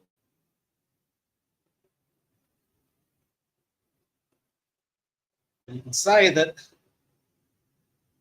when it comes to the way they've bowled, the Aussie seamers have been quite spot on with their lengths. Not too many short balls. Some deliveries at length and in the slot, and there was a Yorker too. And a somewhat fortuitous signal, really, to end it, but England are not going to complain one bit. 9 runs from the over, 85 for 4 after 13. With Skipper Brunt still at the crease, England do have a chance of at least making a competitive total. But then Australia did pull off the highest chase in T20 World Cup history against India. You would think that chasing would not be a problem. So England are going to have to bowl exceptionally well to make sure that this match remains a contest.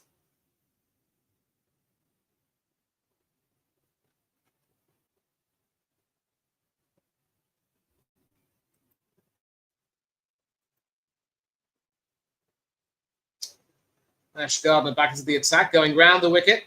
And Skipper Brunt on strike ends up edging that quite high behind the wicketkeeper, and they do run for 2.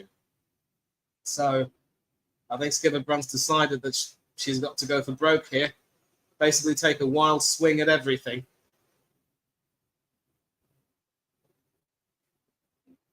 So because the ball isn't really onto the bat as well as either batsman would like, all they can do now is just deal in singles and twos, and if they're lucky, they can possibly get a boundary or 2 with that second ball being played down to mid-on there for a single.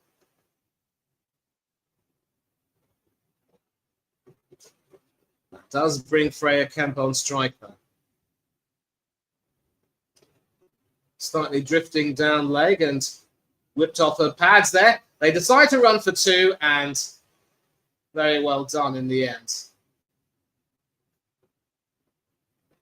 Nicola Carey there, the fielder at deep square leg, just failing to gather that in time. Quick decision to run for 2. And very nearly, mind you, it would have been costly because Kemp was dawdling. So Skipper Brunt could potentially have been in all sorts of trouble there. Down the track, and that's past the bowler. It's not going to go to the boundary. It'll be just a single. Elise Perry there, fielding it long on. Boundaries have definitely been hard to come by in this innings so far. Still round the wicket from Ashley Gardner. And Skipper Brunt sweeps that down to deep mid wicket, with the fielder running in from deep square leg to cover that. So 7 runs off the over, mostly 1s and 2s. A boundary would be welcome for England at this point, but you just wonder where it's coming from. Still around the wicket. Drifting down leg again, and Kemp is able to play that over to short fine leg for a single.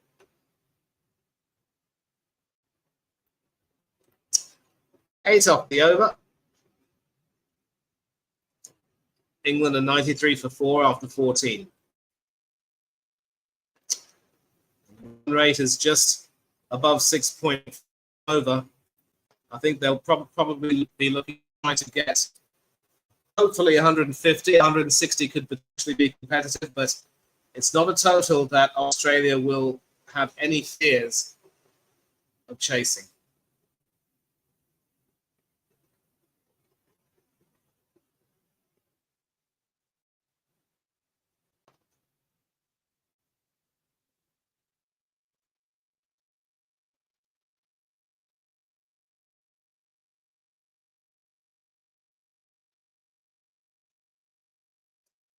So this clash, of course, was between the only 2 unbeaten teams in the tournament. One team is going to lose that unbeaten record in the final. And if there were the win predictor active right now, it looks as though Australia might be winning it.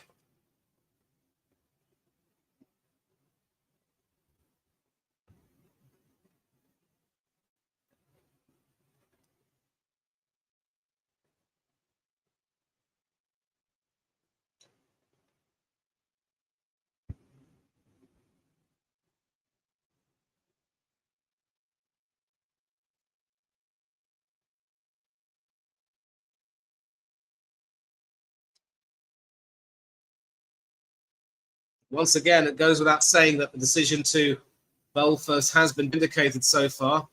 This is, of course, going to be the last 6 overs when England will be expected to try and start hitting a bit. And so Freya Kemp, in the company of Nat Skipper Brunt, will be expected to try and either keep the scoreboard ticking or maybe look for opportunities to hit. Maybe both.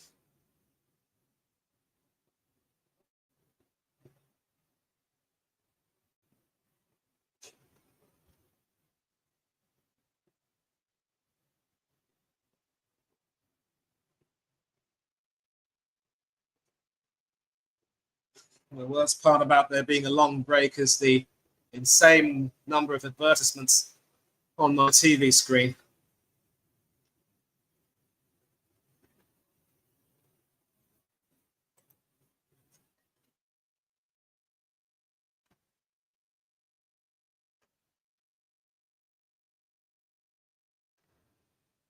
Basically, if you take a look at everything, it's the bowlers that have really starred. No one picking up more than a wicket, but more than the wickets taken, it's the effect they've had on the seamers, as we see Annabelle Sutherland coming back to bowl her third over. This time it'll be right arm over the wicket to the left-handed Freya Kemp, hoping to cramp her for room.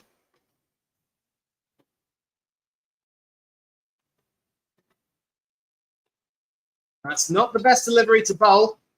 A little wide of leg, and Kemp flicking that off her hips right down to the deep backward square leg area for 4. So a useful boundary for England.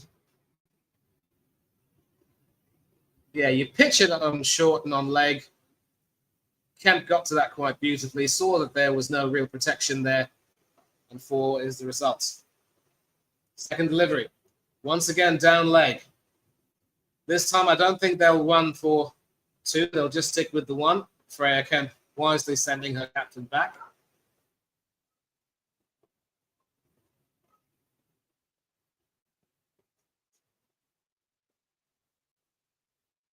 Maybe with a bit more in terms of power and timing, that could have gone for 6, but there's an important partnership for England developing.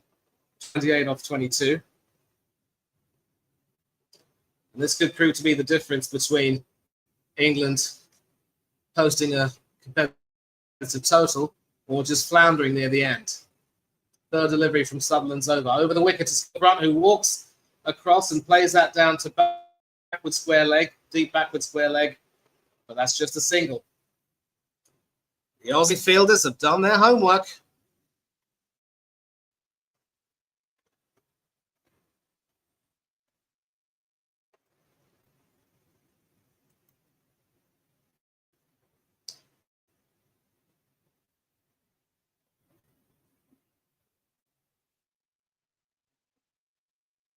So the field for Kemp is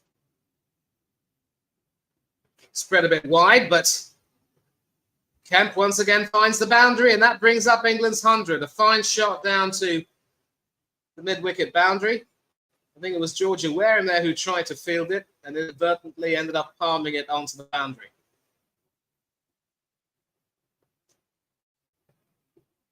Actually, that was more, mid-wicket definitely, and a fine effort from Georgia Wareham there, but inadvertently just pushing it back onto the boundary. So 10 runs off the over so far, and that could potentially be, was well back beyond the bowler, but that's just a single. But this is a fine over from England. 11 from it so far. And that brings the run rate to just above 7. A single will keep it at exactly 7.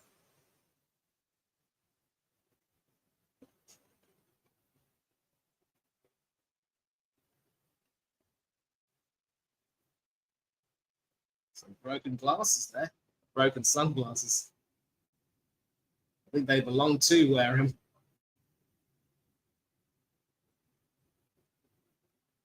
Sadly, Georgina will never wear them again. A single down to mid-wicket from Skipper Brunt means that she will keep the strike. 12 runs off the over.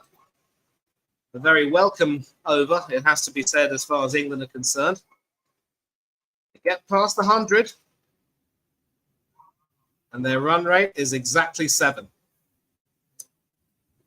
So with this base, with 5 overs to go, they could aim for 150. 160 would be a very welcome bonus at this point.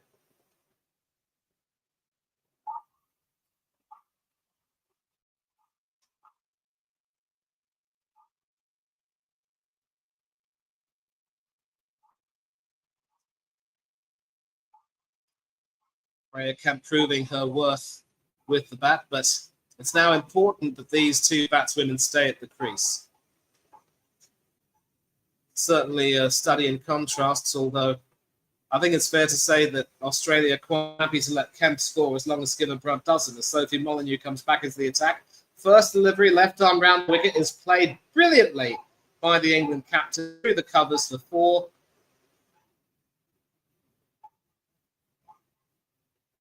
And that takes Skinner Brunt to 41.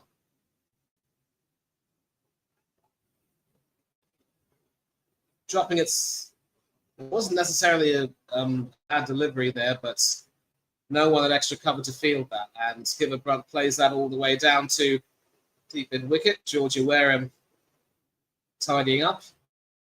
That brings Freya Kemp back on strike. So, will Sophie Molyneux change her angle and go over the wicket to the left-hander?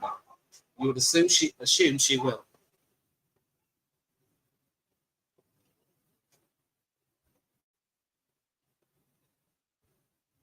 No, she goes round the wicket still. And Freya Kemp is able to try and cut that, but she only finds the extra cover fielder, Georgia Wareham. So Molyneux obviously hoping to try to cramp Kemp for room, not allow her to score down the leg. But she ends up finding an edge, takes that down to third man, and Kim Garth is able to field that. They run for 2. That keeps the 7-run and over thing going, but showing them will want a little bit more. And I'll tell you what, had there been a short third man or a slip or whatever, that would have been snapped up.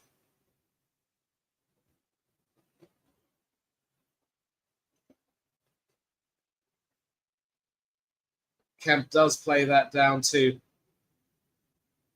mid-on for a single. So the batswomen are now smart. They realise that any which way, just keep the scoreboard ticking. The Aussie bowlers have all been very economical. And this final ball is played down to square leg. It'll be just a single, so Nat Skinner Brunt will keep the strike.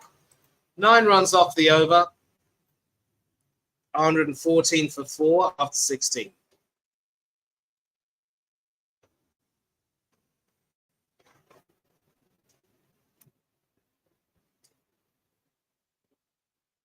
And of course, if they maintain that 9-run and over thing until the end, they will get to exactly 150, but they need a competitive total. They need a competitive total.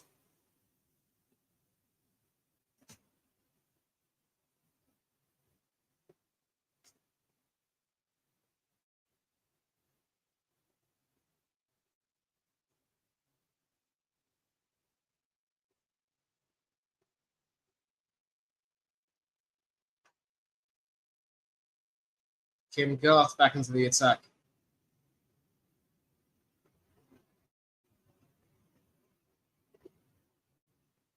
Nat Skinner Brunt is 43 not out. And those are some excellent figures for Kim Garth. 10 dot balls, 12 runs conceded off her 3 overs so far. Brilliant economy. Right arm over wicket. That should be a wide. And it is. So any extras will definitely add more to the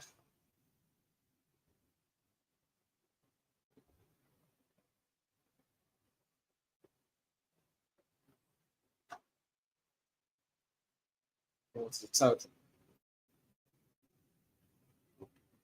And that's an awkwardly played shot there down to mid wicket, but it's a single. Any and all runs are welcome. We just saw a graphic there of how well Helen Knight was able to play against the faster bowlers in the semi-final, but today I think she just completely missed the line and ended up getting out LBW. Wasted a review in the process. So with the exception of Ash Gardner and Annabelle Sutherland, the Aussie bowlers have done a fine job sort of stopping the flow of runs.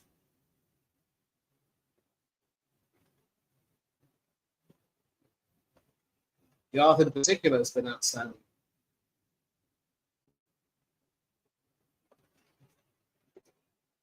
Still over the wicket, this time to the left-handed Freya cap.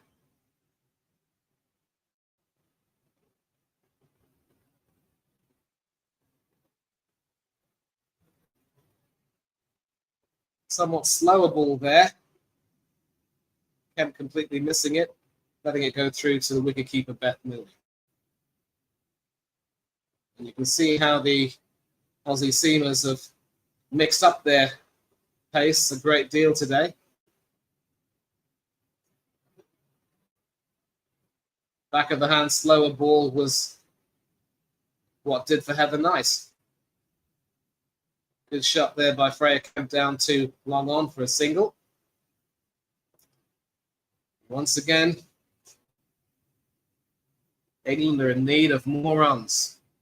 It's still going at slightly over 7 and over, but it's not going to be enough if they want to post a competitive total.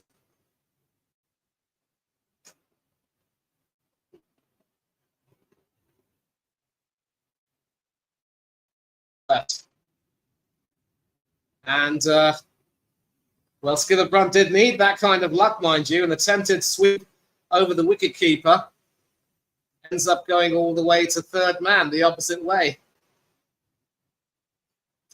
And certainly the Aussie fielder who was there at, getting a leading edge, which did send it over the wicketkeeper, but in the opposite direction. Instead of going down to its fine leg, it went down to third man. And that boundary brings up the 51 partnership between these batswomen. Skipper Brunt's on 48 or 43. Will she get the 50? No, she won't. She'll have to wait until the next over. Of course, some highlights from earlier today when Rita Ora was performing to the Lord's crowd, and a lot of people were certainly enjoying that. Maybe not so much the players who had to warm up on the nursery grounds away from the main stadium. Dot ball to end the over. 8 runs from it. 122 for 4 after 17. So once again, England finds some good fortune, but can't really capitalize on it.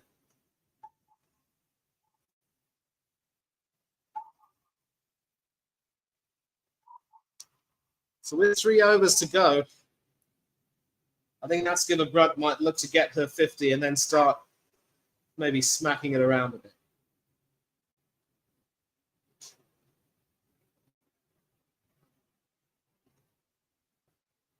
Ash Gardner back into the attack. Round the wicket to the England captain. And the England captain gets her 50 with a sweep down to deep backward square leg. Well played, Skipper. Just a short raise of the bat with her left hand there. 50 not out of 45 deliveries. Strike rate of 111.1111 to infinity. 5 fours in her knock. And Skipper, who's hoping to guide England through to a somewhat competitive total. Still round the wicket, this time to the left-handed Freya Kemp. And that is played for a single as well. Just stopping short of the square leg fielder.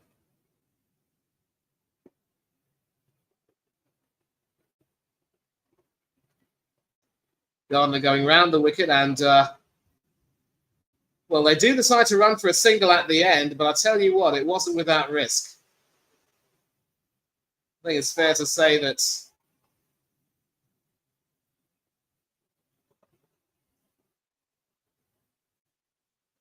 I think Mooney's throw at the end was completely wild and off target. Had it hit the target, Kemp would have been gone. And that's a fine shot by Freya Kemp all the way down to the long-on boundary. almost cross-batted in a way, but definitely taking her toll on the off-spinner. Gardner still going around the wicket, but definitely a lot of bottom hand and open face in that shot there. And no protection at mid-wicket. Guess the treatment it deserves. 7 runs from this over. She backs away and smacks that through the covers, but Annabelle Sutherland limits that to just the 1. Once again, the Aussie fielding has been outstanding, certainly along the ground. Positioning spot on, restricting the batswomen to singles and twos. And of course, that risky single was actually a leg high because Skipper didn't play at it. She does play at this one, though. It sends that down to the deep mid-wicket for a single. So she will retain the strike. 9 runs off the over. 131 for 1. 1 for 4, I should say. With 2 overs remaining.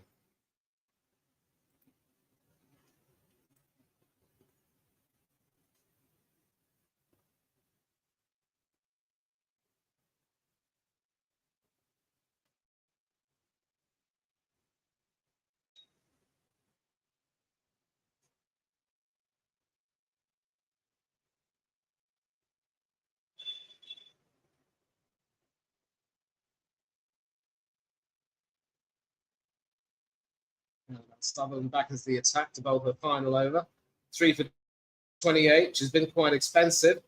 Her first delivery is swept all the way to deep square leg, but Nicola Carey is able to field that.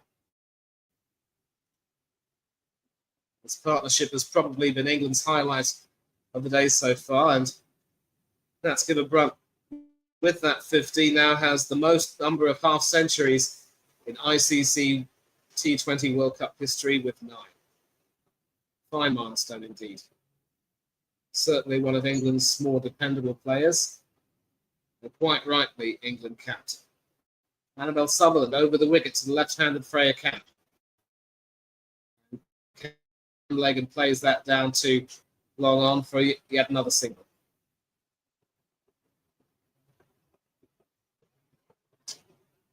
And of course, these last few overs are supposed to be the finish phase.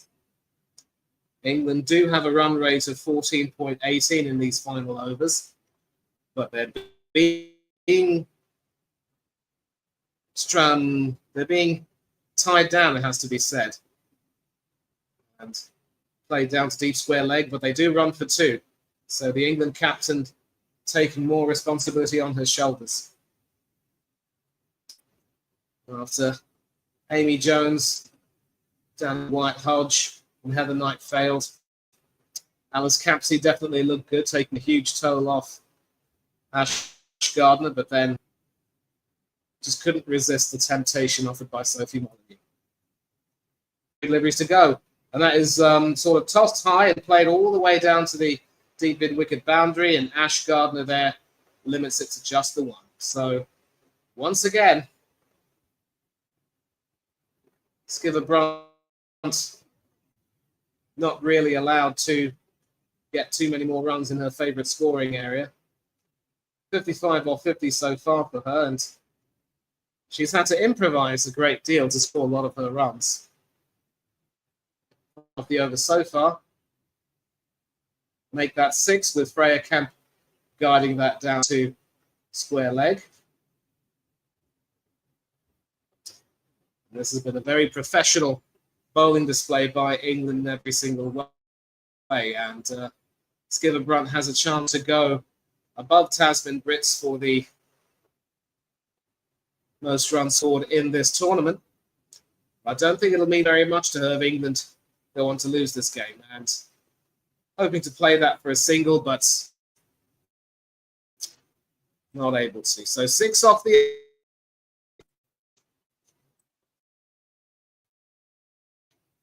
You've got to say that they have been pretty disciplined with the back innings, but more than England being disappointing, Australia...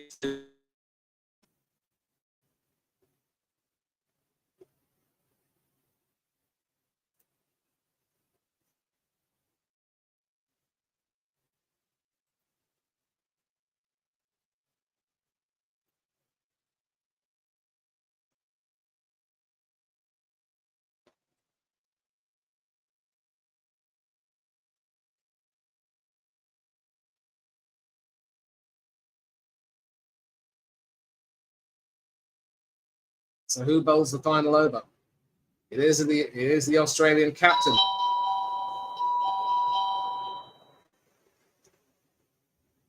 And the first ball is played down to mid-on for a single. Score predictor once again not very kind to England, so they'll be hoping to try to get 149 if they possibly can.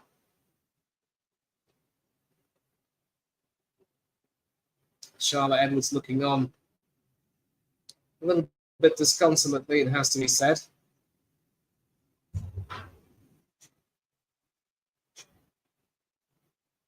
Second delivery from Molyneux, round the wicket. And once again, only a single for Skibbert. No, they do run for two. Lofted drive over the covers. That is very well fielded. Partnership worth 70 off 53. That's half of the runs that England have scored. And that pretty much tells the story.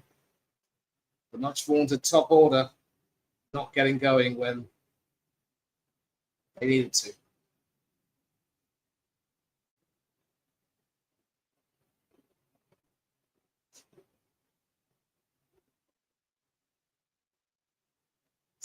Still strike.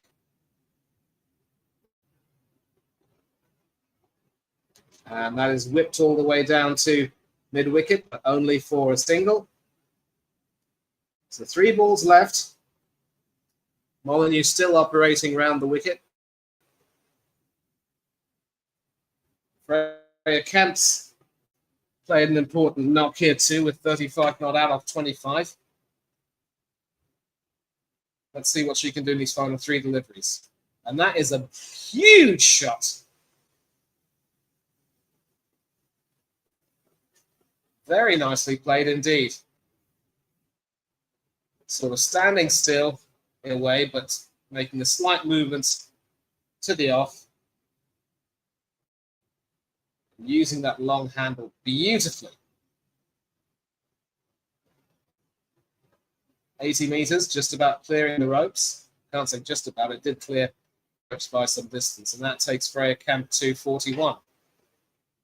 6 and a 4 will get her to a very well-deserved 50 herself, but I don't think she'll be focused on that one bit. But can England get to 150?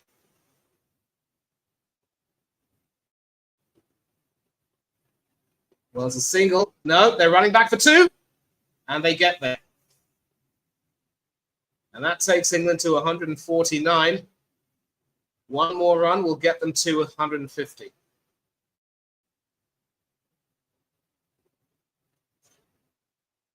And in the end, Sophie Molyneux unable to gather the throw in time. Last delivery. And that'll be a single down to mid-arm. Thinking of running for a second, but they don't. And that means that England do manage to get to the psychological barrier of 150. Not that it's of any real consolation, but as things stand, Australia will need 151 runs to win from 20 overs at a rate of exactly 7.55 and over. And the reason why is because of a fine partnership between Nat Skipper-Brunt and Freya Kemp, which gets them to 150 for 4. I don't think it's going to be necessarily a par total. It's slightly below par in many ways, and England will feel as though they should have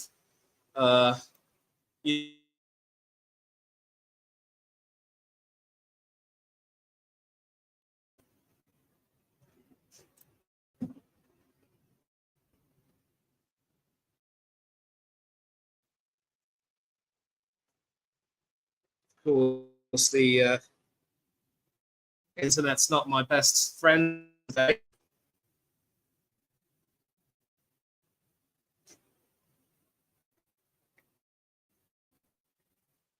It's literally been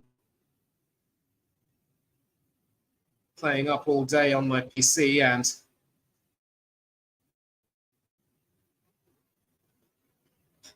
giving me all sorts of problems. But I was given the horrible start I had England can perhaps be satisfied with 150, but in their hearts, I think they know they were at least 15 or 20 runs too short. So they're going to have to bowl as Australia, of course, run back into the pavilion. They will be very satisfied with their efforts, and there should be a midway, and we will find out who will be on microphone duty at this point.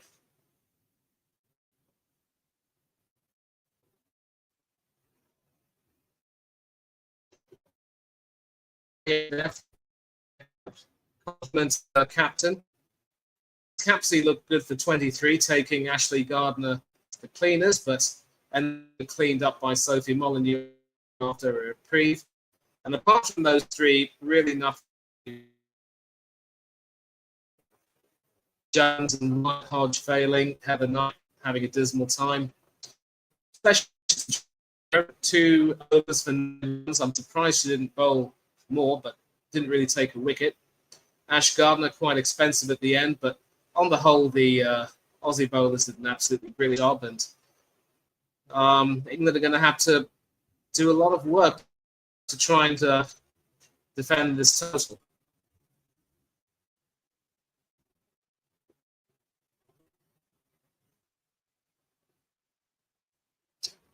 Now, the worst part is, once again, on my television screen, there doesn't seem to be any sign of the player interviews. We will have to wait if it does develop.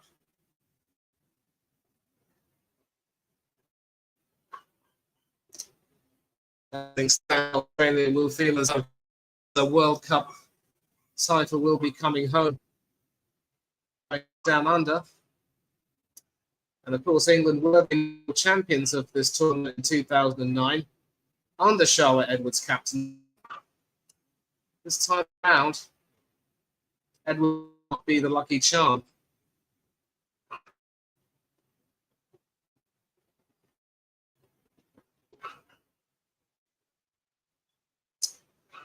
Just going to recap the England wickets there. A loose, ugly shot that by Amy Jones. Danny White-Hodge gloving that to Beth Mooney behind. Alice Capsey falling to another poor, and another poor choice of shot there from Heather Knight. So England ended up losing only 4 wickets, but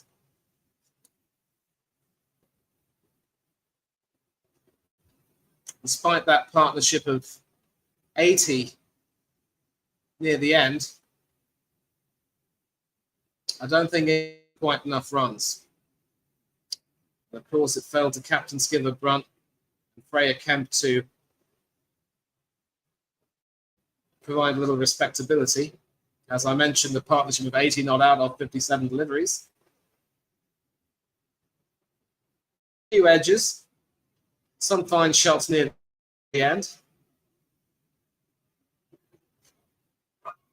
So England do have something with which they can work, but given the relative lack of success that England have had in the opening overs with the bowling, I just don't know if England can really make any inroads.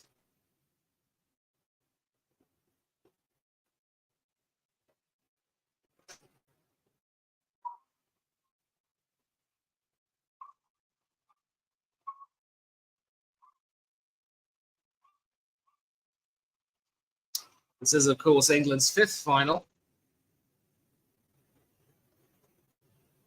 They've only won 1 so far. So things that might not be their 2nd.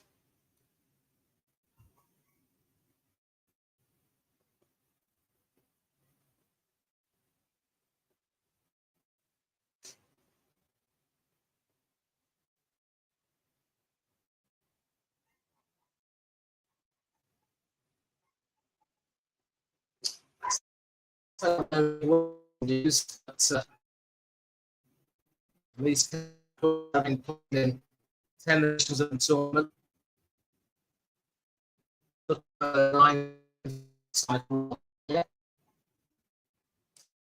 And of course, this is the fourth time that Australia have final.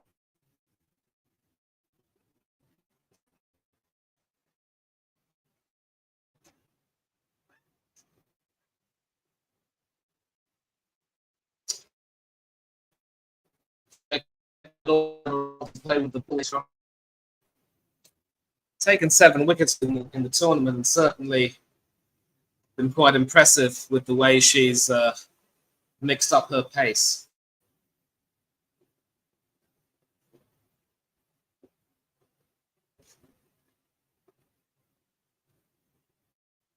In fact, all of Freya Kemp's wickets have come in the middle overs, and that's when she normally bowls. She doesn't open the bowling for England. Lindsay Smith and to, of course, take that up and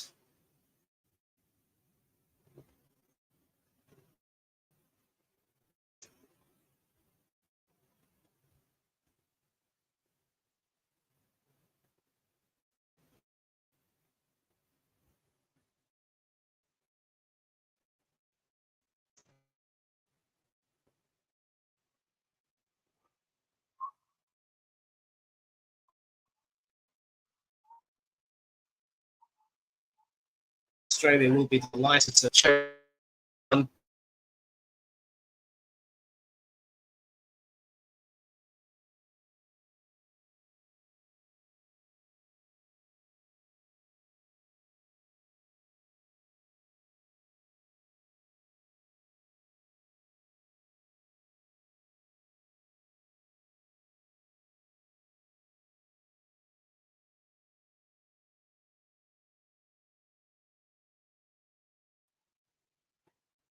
Yeah, as I've said, the onus will be on England's bowlers because Australia will be very happy chasing 151. Delighted, I would say.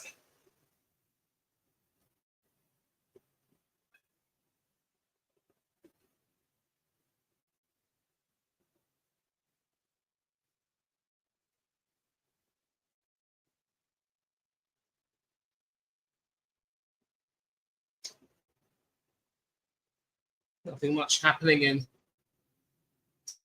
the World Cup, but there is, of course, still some tennis being played from Wimbledon, and I will use if and when I can possibly get them.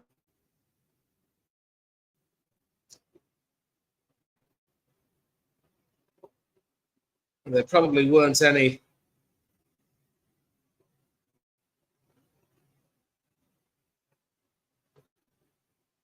real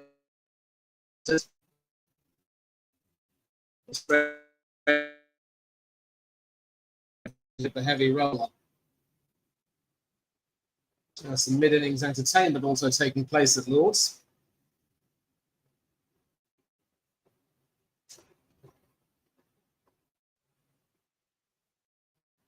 Just another reminder of the scorecard. It was really that partnership of 80 not out from 57 which gave the total a veneer of respectability. Apart from that, pretty disappointing all around from England's batswomen. Australia's bowlers in stark contrast.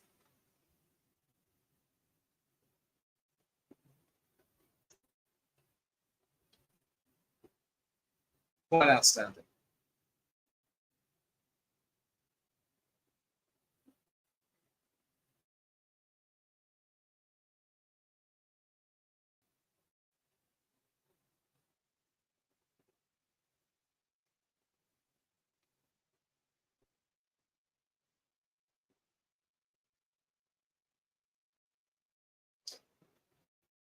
Kim Garth with 1 for 12. Lucy Hamilton.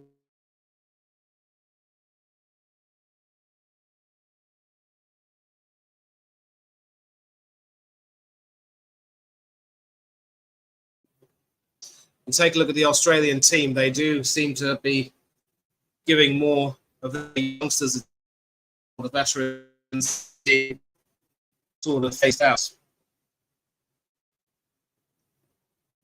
And certainly like at least Perry, a few others, they went around to the very top.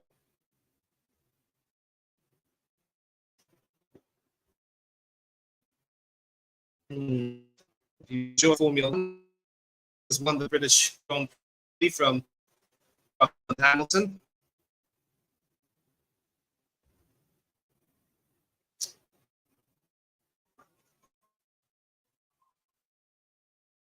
From Wimbledon, Novak Djokovic has won his match against Fuli in 4 sets. And Jessica Pegula beating either of the other three to quarterfinals. But another big shock in the 20 by Karolina Muchova.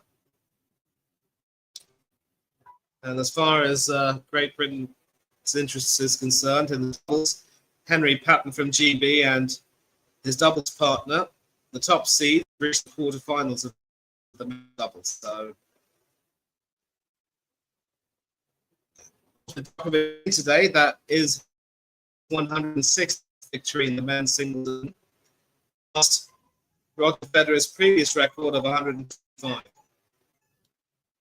And both have played 119 matches, so Djokovic 120th will be in the quarterfinals.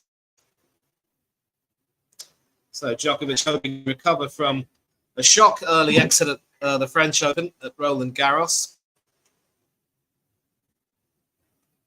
But he is going to have it tough against some very sprightly youngsters as England come out to bat. England come out to field and Australia come out to bat. So Australia needing 151 runs from 20 overs at 7.55 and over. I think, as much as I would love to see him win,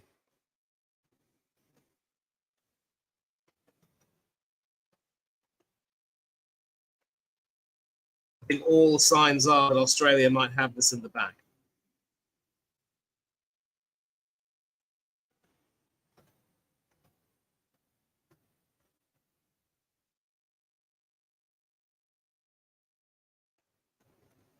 So we see Georgia Voll and Beth Mooney coming out to bat.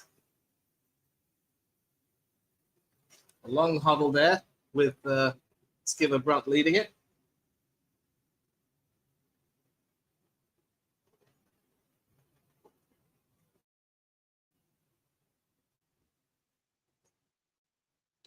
Ever since winning in 2009, England have not had the best of luck in T20 finals.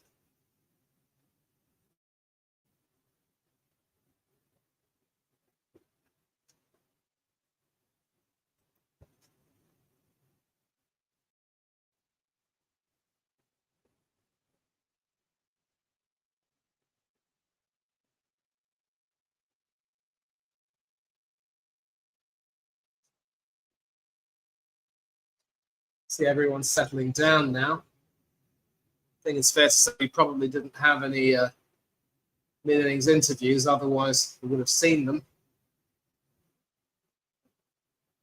Another reminder that it's Georgia Voll and the experienced Beth Mooney opening.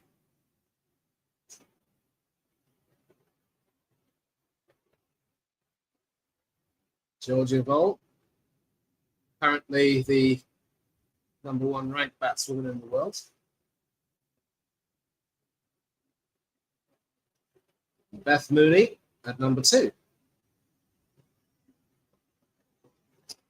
So, we will be opening with some spin. The vice captain, Charlie D.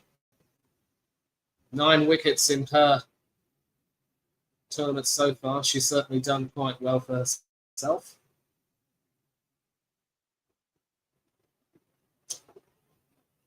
She's also stood in as captain for the last 3 group games when Nat Skipper-Brunt was injured, and she opens the innings, bowling right arm round the wicket to Georgia Voll, who starts by smacking that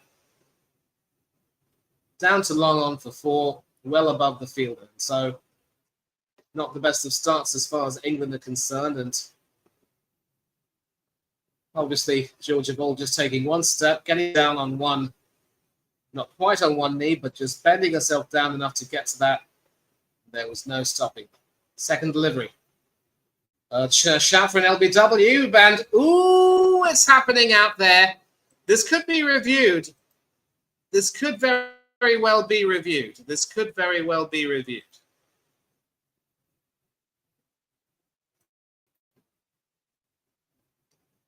And she does decide to review it. Jackie Williams had no hesitation in signaling that out, but for me, it looks as though it could have pitched just outside leg.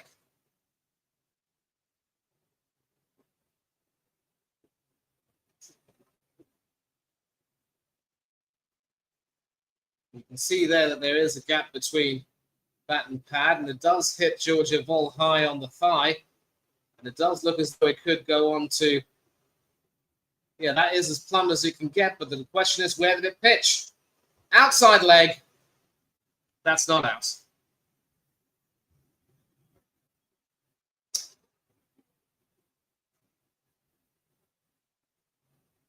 And that is, in fact, a dot ball as well. So very nearly a wonderful recovery, but you can see there that the Aussies on the balcony were quite pleased to see that decision overturned. Still bowling round the wicket. And Dean taps that down to mid-wicket for a single.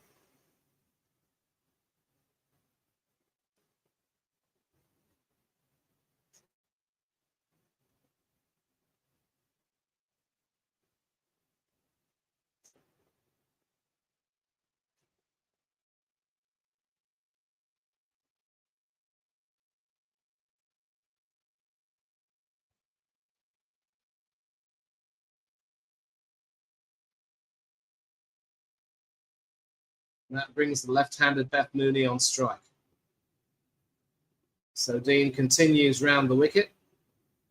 She'll probably look to try and attack Mooney on her off stump, if she can.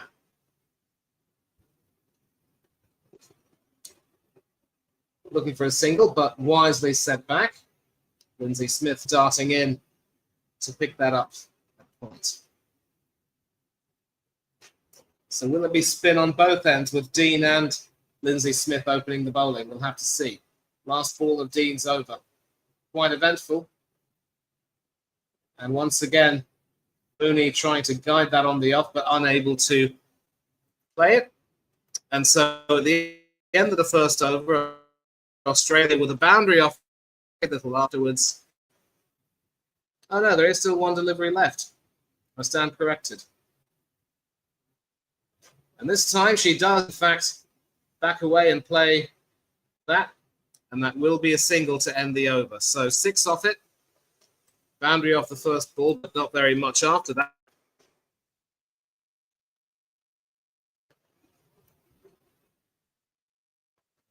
And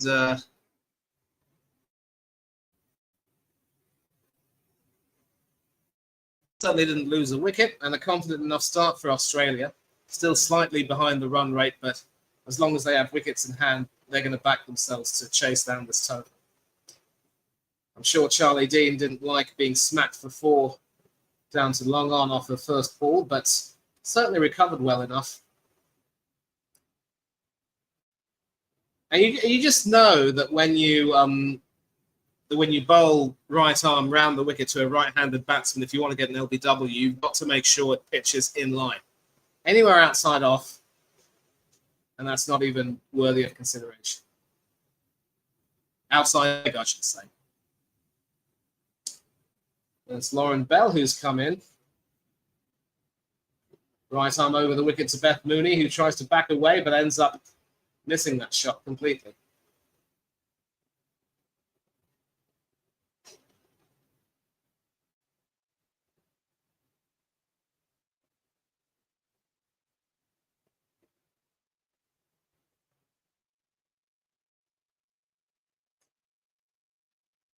Second delivery from Lauren Bell. Over the wicket to the left-handed Mooney. And once again, looking for a single, but England have to be careful with their overthrows there. I think Georgia Ball got back in time.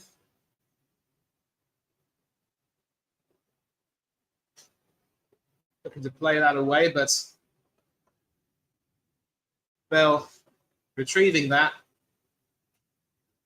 And you know what? Had she hit the wicket, ball would have been gone.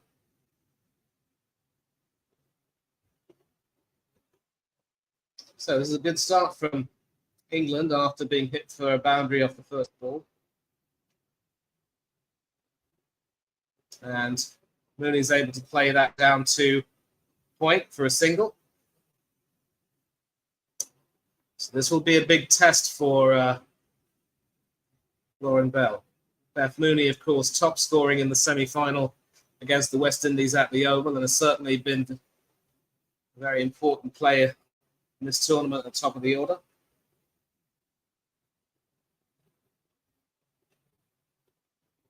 And has the third highest strike rate in the launch phase, 149.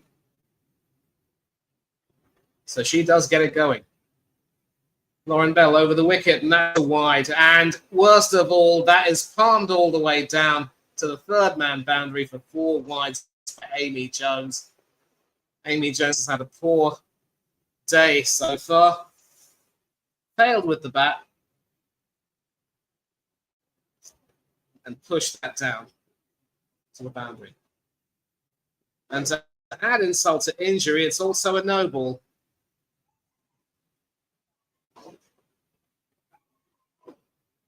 That was well wide. So that will be a free hit. And that's the biggest problem with Lauren Bell. As a lot of people have said, she's definitely scattergun with her bowling approach. Miss Molina, hello to you, all the way from Toronto. Let me just offer you my commiserations for Canada's exit from the World Cup. But if I can say so, you've definitely provided a great deal of entertainment this tournament, and Georgia Voll there taking a huge toll on that smacking that all the way for 4 down to mid wicket. And this could prove to be a very expensive, damaging over as far as England are concerned. Bell might have overstepped, and Ball has taken her toll on Bell. 2 deliveries left. And that's another wide. Down the leg side this time. And this will cost England very badly. I would have expected Lindsay Smith to be given the second over after Charlie Dean, but this is depressing if you're an England fan.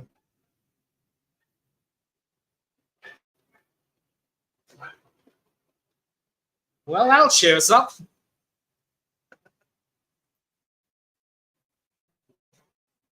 Finally, Bell gets a wicket in the early overs. And I'll tell you what, this is something England really would want. Georgia Voll hoping to sort of play that square, but plays that onto her stumps.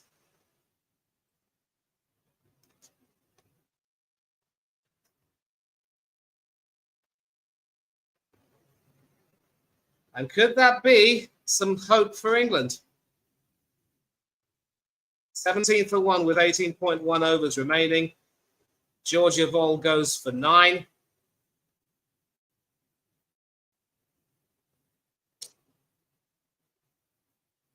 Could this be some hope, or will it just be delaying the inevitable?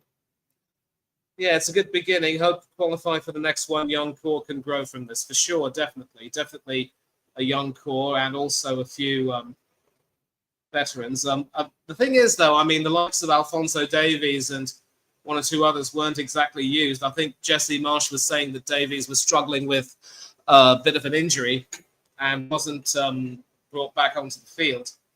Maybe he'll have a role to play later on. And Phoebe Litchfield, the new batswoman, plays that back past the bowler for 4 to end it. So what could have been a fine over for England ends up being absolutely rotten in every single way possible.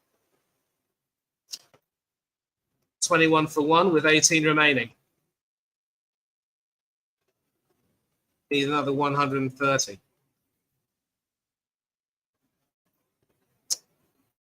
So if Natskiver-Brunt is in the equation, I mean, if Natskiver-Brunt is on the spot, I should say, she's going to have to make a decision.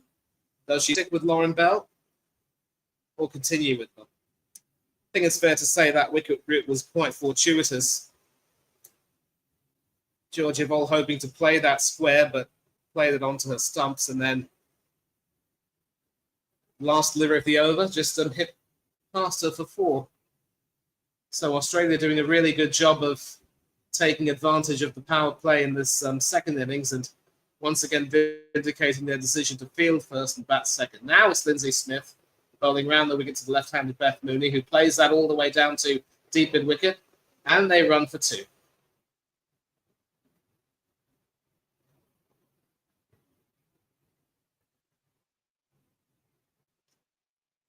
Economy rate of 7.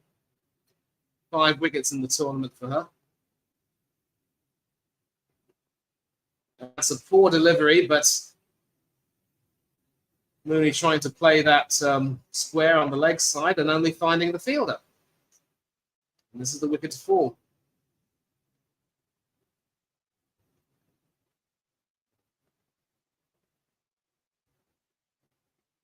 Top shot that by Mooney, and pretty poor fielding effort, it has to be said, at deep mid-wicket. That goes for 4.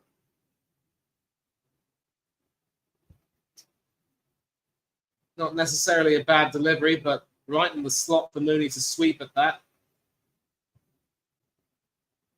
And it goes all the way to deep extra cover, and it's Danny Gibson, from the looks of it, who ends up completely mistiming her dive. Another attempted single, but no dice.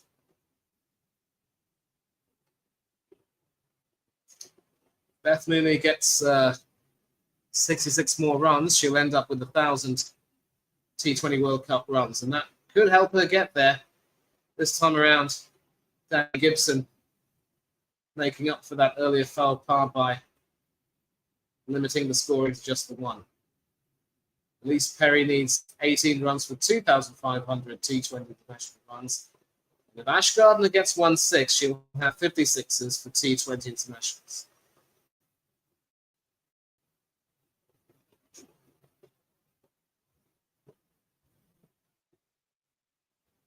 So England are now going to have to start taking wickets, because I don't think they're going to stop the flow of runs here. And that's 2 left-handed batswomen. They're certainly going to look to try to take advantage of any loose deliveries.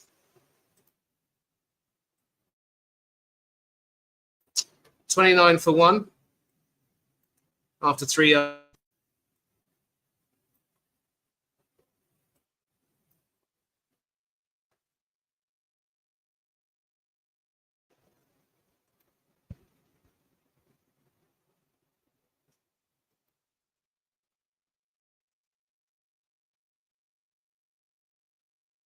And I think you will make the next World Cup, definitely. Just keep doing what you do.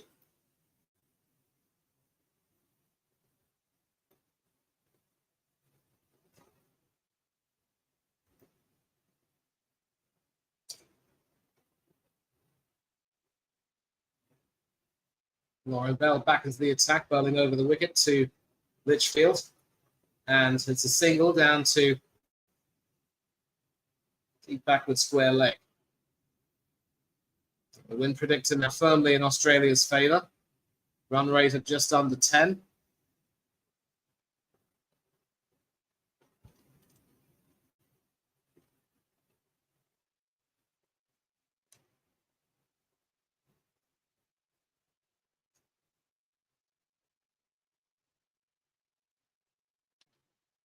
This is played past the mid-on fielder by Beth Mooney, and that goes all the way for 4. Mid-off fielder, I should say. We've already had 1,000 boundaries in this tournament so far. And on the ground is always the best way to do it. Over the wicket, Backing away is Beth Mooney. And the Aussie fans are delighted.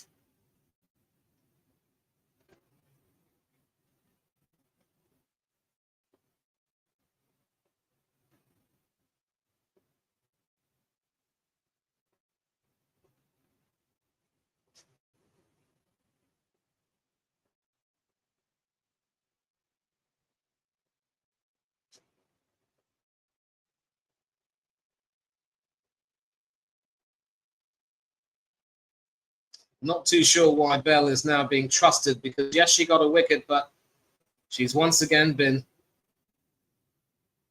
completely wayward with her line.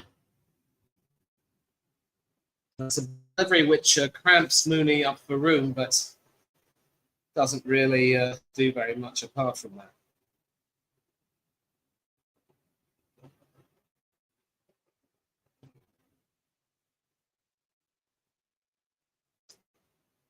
Basically, mid-innings, Dinesh Karthik was saying that the pitch didn't really change very much, and Australia will try to look to play with the straight bats as much as possible, just avoid those fan shots. And of course, the shots definitely help, and that has a double bounce all the way to the boundary. Beth Mooney playing that back beyond the bowler. It did go high, but it had enough in terms of distance. So again, this is absolutely depressing, but you can't really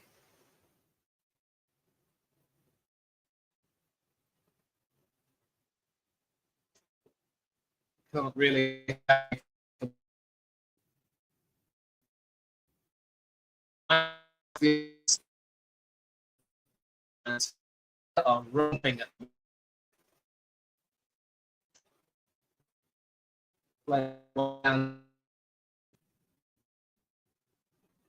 for a single.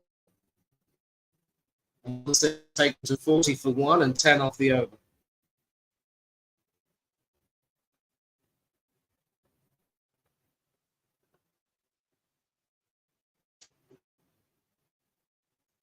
Some encouragement from that skipper Brunt, but I think that sinking feeling is now there that this isn't going to be England's day, and it continues with wide down leg and another run, another few runs here.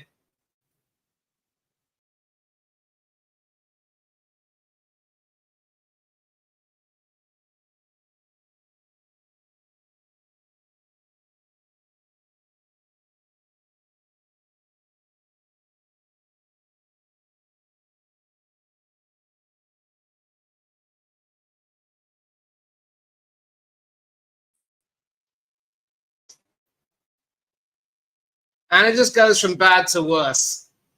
Final delivery is guided all the way down to deep backward point for 4. And Lauren Bell is absolutely distraught.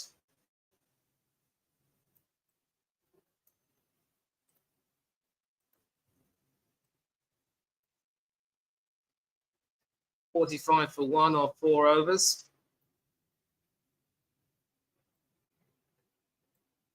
It really will be all over bar the shouting. Everything that could possibly go right for Australia has gone right today. Whether it's their outstanding bowling to limit England to a paltry 150, or their brilliant start with the ball as Charlie Dean comes back as the attack. I think Lauren Bell has got to be taken out, and it is time to bring Sophie Molyneux in. Charlie Dean, her second over. Round the wicket to the left-handed Litchfield. That's a dot ball.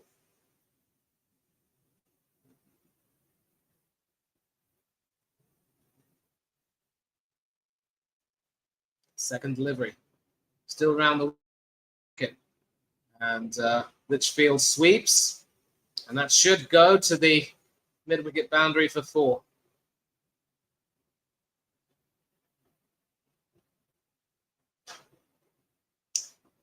There's a depressing viewing if you're an England fan, but if you're an Aussie fan, enjoy it. Enjoy it.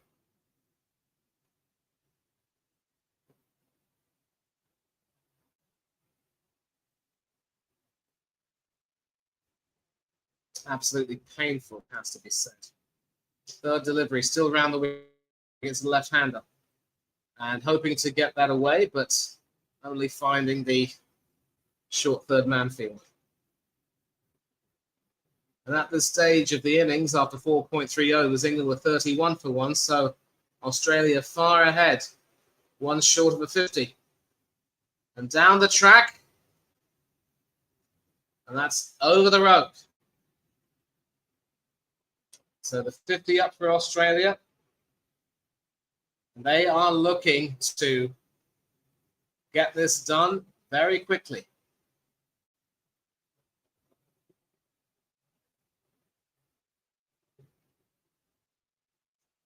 Absolutely professional performance. Terrific start so far. And it's just one of those days for England. It's just one of those days.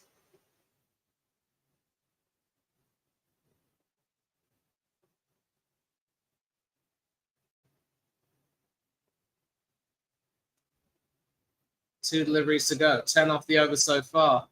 That's a better delivery from Charlie Dean. Sort of climbing back onto Litchfield, who's taken a toll off us so far already. For this 6, it's a thing of beauty. Coming down the track, open face of the bat, only one result.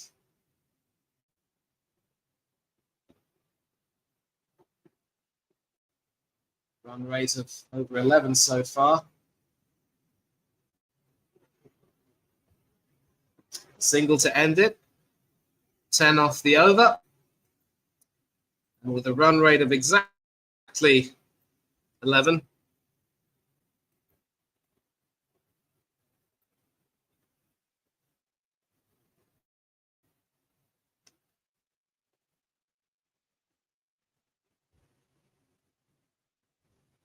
Australia are almost home and dry.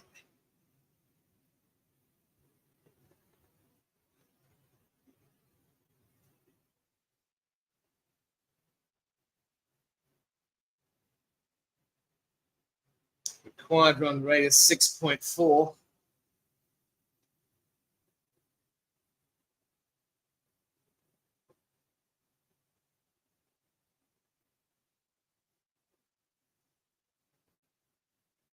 Lindsay Smith back to the attack. Round the wicket to the left-hander. Mooney plays that down to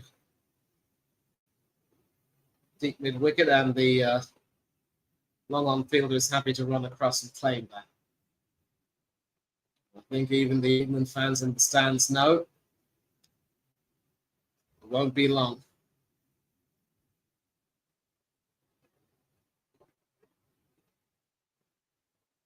Still round the wicket, Lindsay Smith. And muted appeal there for an LBW, and I think they realised from the Charlie Dean incident that there's no way that they're going to have any chance of getting an LBW shout with the ball pitching outside the off stump. And Nats Giver-Brunt, in fact, decides against reviewing that.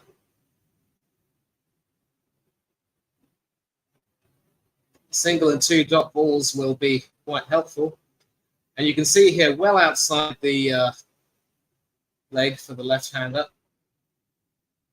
No chance of an LBW shot. And that is played all the way down to mid-wicket for another single. So a bit of a recovery of sorts. So Nats Giver-Brunt has a tough decision to make. Who does she bring on to bowl? Smacked all the way down to deep mid wicket for the boundary. And you just know that Australia have come in with a plan. Take advantage of any bad balls. Boundary and over will do it. It's how they beat India. It's how they beat West Indies in the semi-final. It's how they're about to break English hearts today.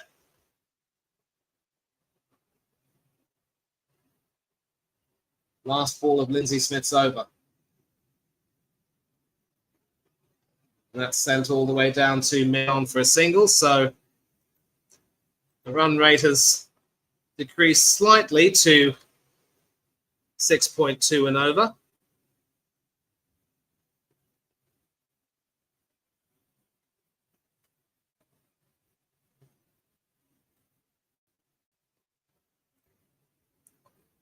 But this makes for grim reading.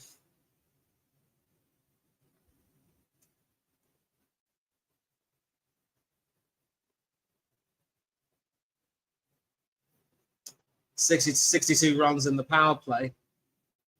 England's only real hope of winning is to now start taking wickets.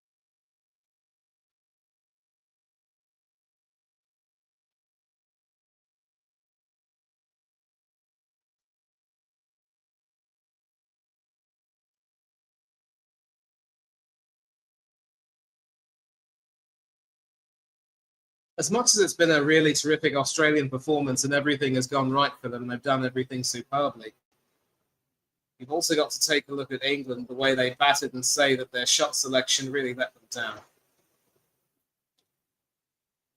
Of course, when it comes to Lords, when it comes to these limited overs finals, you bowl first and then you chase.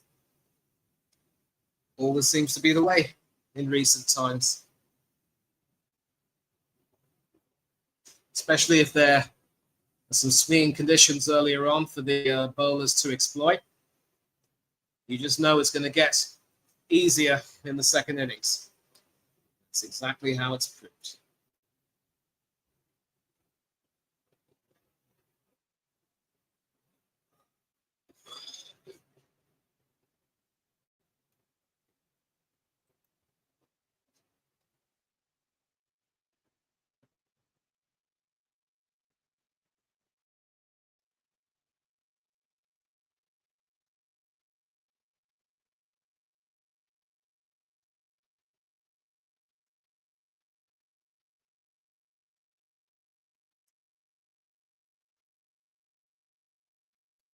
More and more advertisements.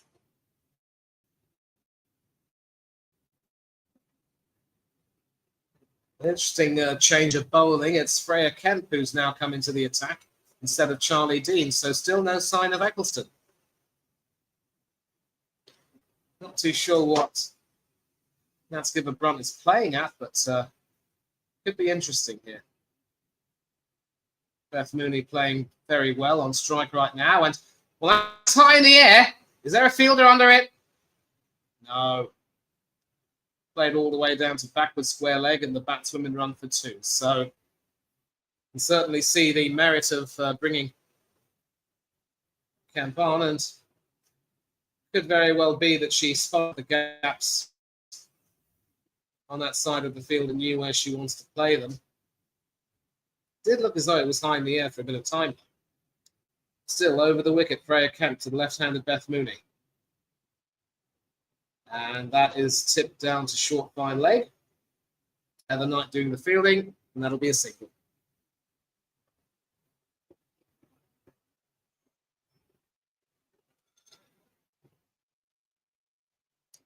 So in this launch phase, Australia's run rate has been 9.53 throughout the tournament.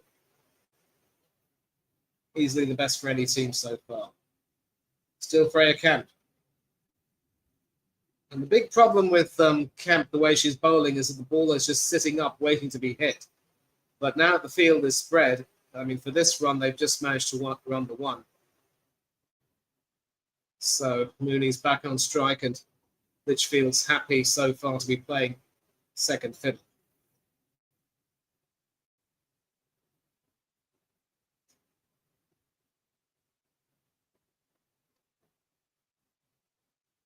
Three deliveries left. And it's just one of those days. I'm not too sure that will go down. No, that is a. I'm not too sure that was a deliberately played shot there by Beth Mooney, but got some bat on it, and it ends up getting a bottom edge behind the wicketkeeper, going down to third man for 4. And with that, Australia have a 50 partnership, 53 of 30 balls, with Beth Mooney very much the lead contributor.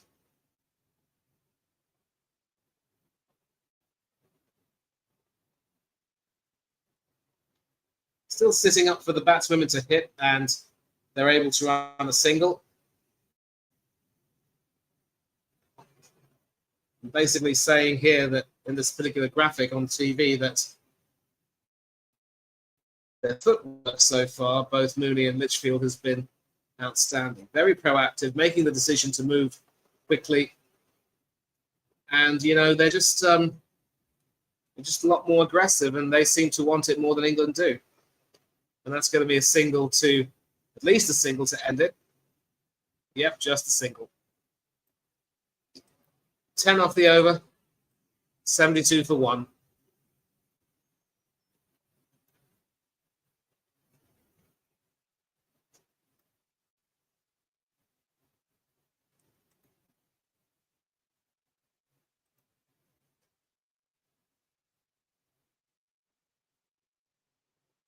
All over bar the shouting, it has to be said. Just another reminder. Today is, of course, the final between England and Australia.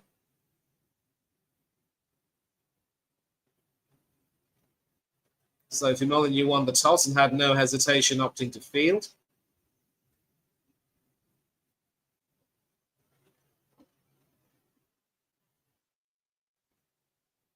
England stuttering their way to 150 for 4 after 20 overs, thanks to an unbeaten 80-run partnership near the end between Captain Skipper Brunt and Freya Camp. As Sophie Eccleston finally comes into the attack, over the wicket to Phoebe Litchfield. The left-hander guides that down to mid-wicket for a single. So with England getting 150 for 4, Australia need 151. They are almost halfway there, with not even 8 overs bowled.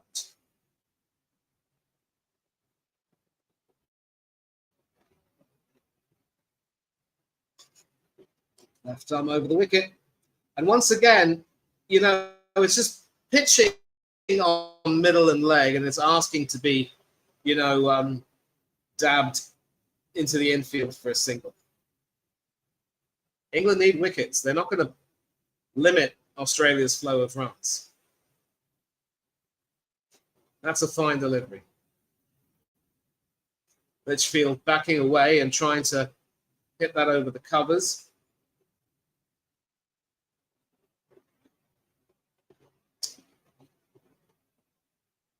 And another sweep shot played, and that goes down to fine leg for 4. So Australia just continuing. They're rampant.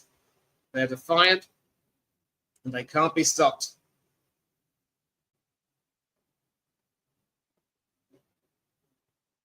And once again, pitched on middle, asking to be swept. But that's exactly what the batswoman did. This time is Phoebe Litchfield helping herself to runs. 2 balls left. Dancing down. That goes to deep point for a single. Australia's run rate is absolutely impressive. They don't even need a run a ball. And they're going very close to 10.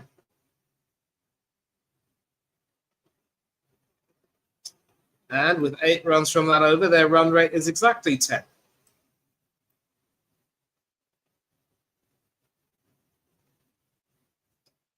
$80 for 1. 12 overs remaining. Needing another 71 from 30. It's just been Aussie domination all the way.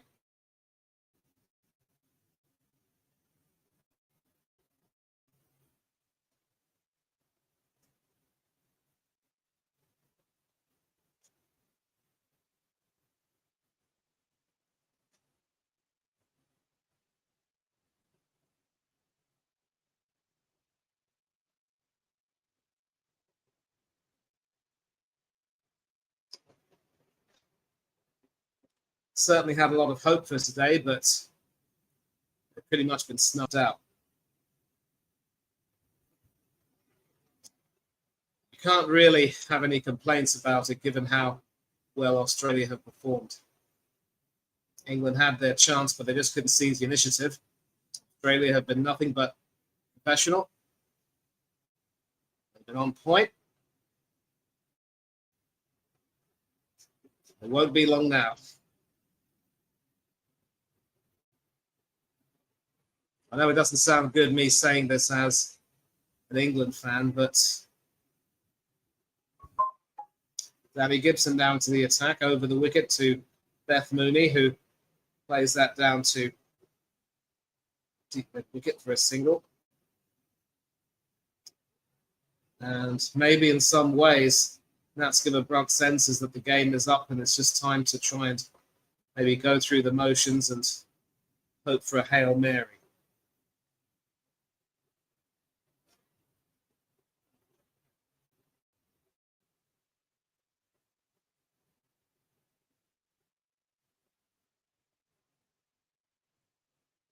Still over the wicket, two left-handers at the crease. This time, Litchfield hoping to guide that down leg, but only succeeding in finding Natskipper Brunt at mid-wicket.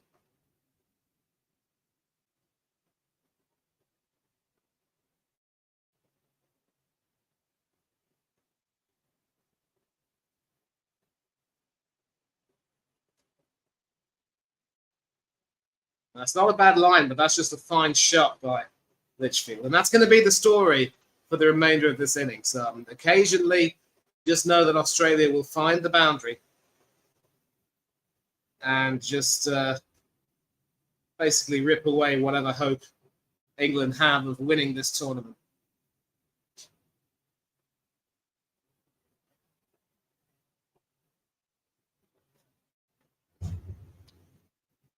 Three balls left. That's guided all the way down to deep point.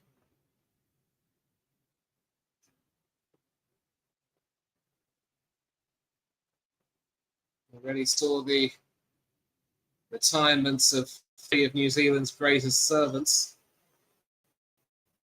Lizzie Bates, Sophie Devine and Leah Tahu.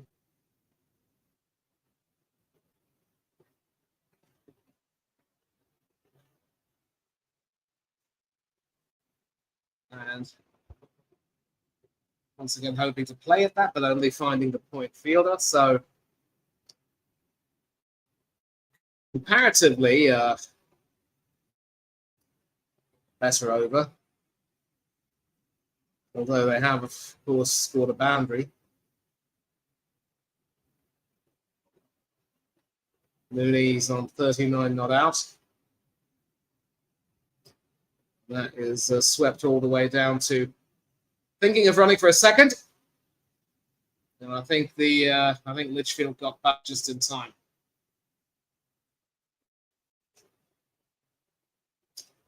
It has been referred to the third umpire, but I'm pretty sure that that's there's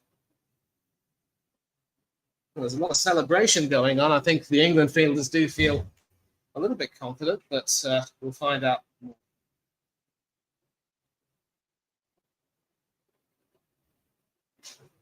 I think she could be gone. No, I think she's safe. She's safe. She's safe. She's safe. She's safe. Amy Jones not quite able to break the wicket in time, and Litchfield grounding her bat just in time.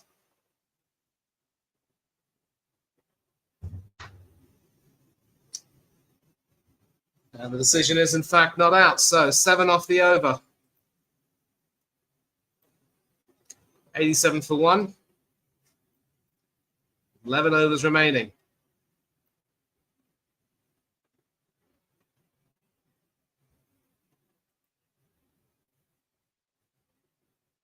England don't look like taking wickets. They don't look like stopping the flow of runs.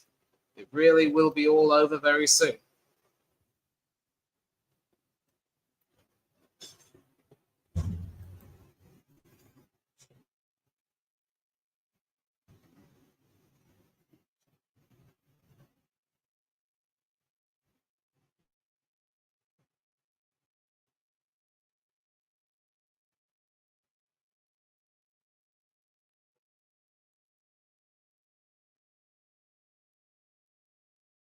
And Bell back into the attack, going round the wicket to Mooney. And that's played all the way down to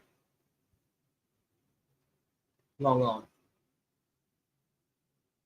It's an attempt for a run out there, not the best of glove work that from Amy Jones, it has to be said.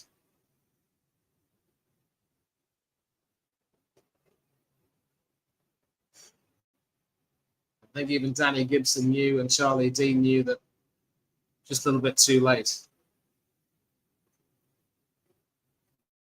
And that's back beyond the bowler, and there's no protection in that long off area, and that's another boundary, and Phoebe Litchfield is enjoying herself.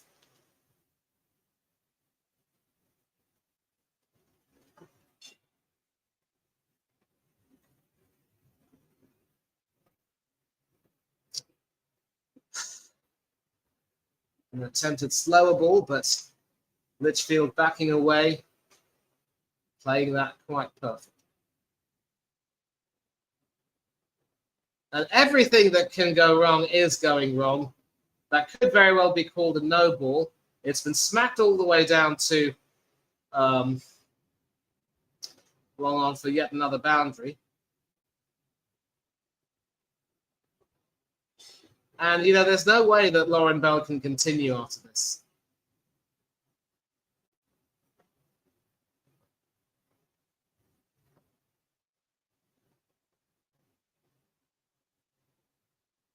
Well, fortunately for her, it wasn't called a no ball, but, I mean, she's just been too expensive today. Very, very expensive. 36 runs off 2.4 overs with 2 balls to go in her third over.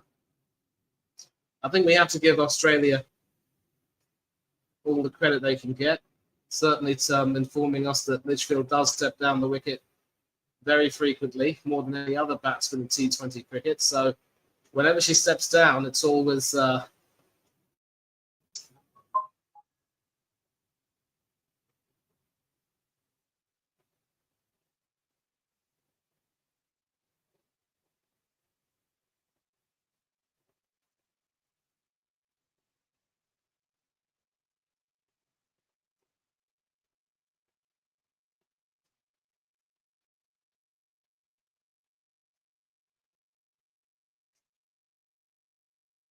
last ball from Lauren Bell's third over. I would be very surprised if she were brought back into the attack after this. That's played all the way down to deep cover for a single.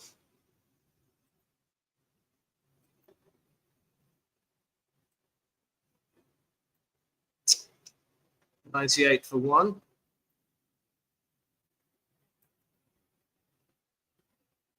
The 60 balls remaining. Another 53 runs required.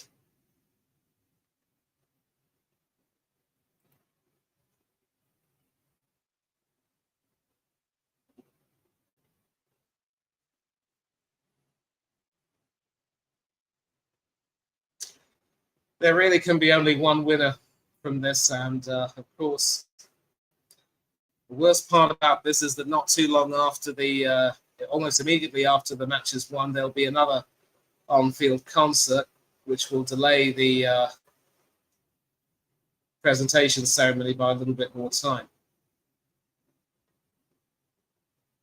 Lindsay Smith now back into the attack.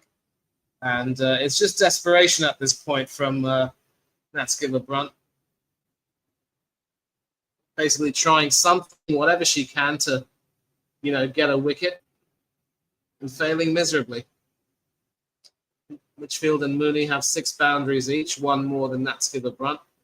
And that tells the story. England were just never able to get going. They were never able to find the boundaries. Australia have literally just ripped England a new one.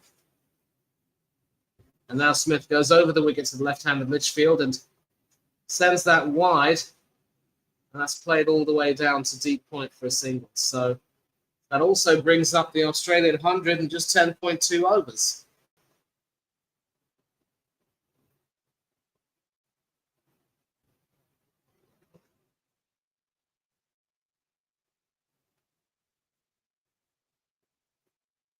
She goes back round the wicket to Beth Mooney.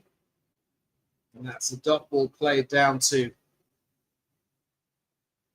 point.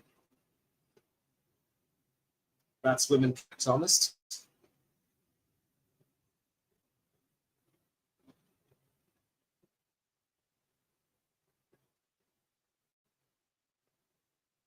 And that's played all the way down to deep mid wicket. A single.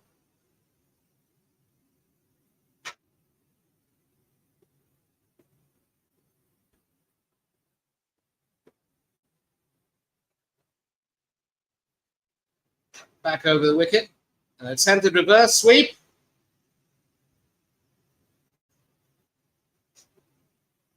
And I think that might have gone for 6. All the way down to the backward point. It is, in fact, a 6. A wonderful reverse swept shot. That.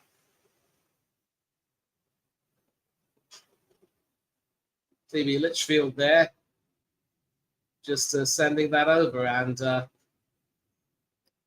all Lindsay Smith can do is just smile wryly. And I think she knows that the game is up. Last ball from the over. An attempted sweep from Litchfield, but doesn't yet yield any dividends. But 9 off the over. 107 for 1.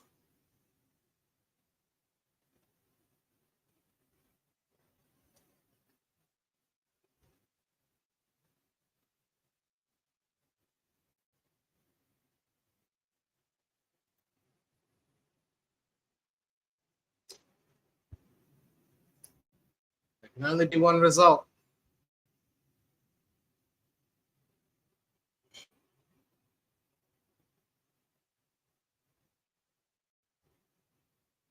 There can only be one result.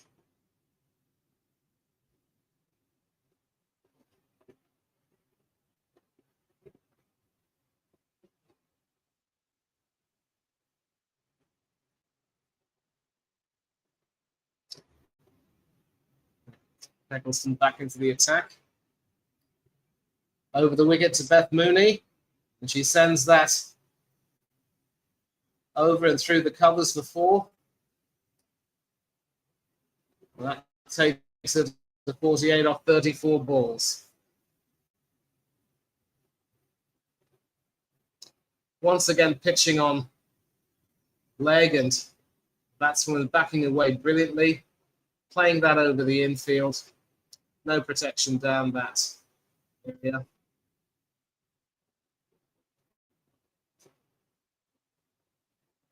It's another brilliant innings from the Aussie veteran.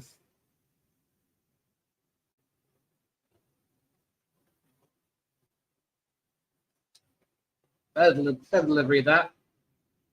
Attacking the off stump. Keeping Mooney honest. It almost moved away from her. Let's give a Brunt appealing for an edge. Not going to get it. Another dot ball.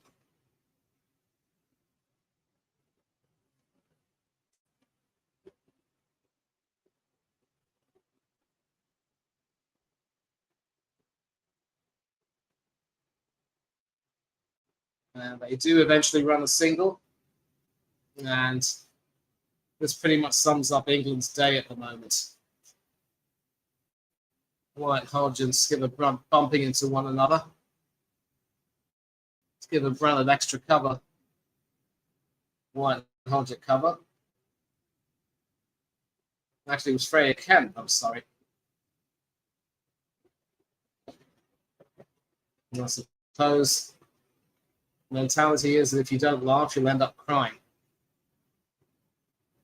Attempted reverse sweep by Litchfield, but she completely misses it. Goes through to the wicketkeeper Jones. 95 off 61, this partnership. What a partnership it's been. Definitely a match-winning partnership. And that's a poor delivery. That's going to go wide. Will be called a wide. Down leg.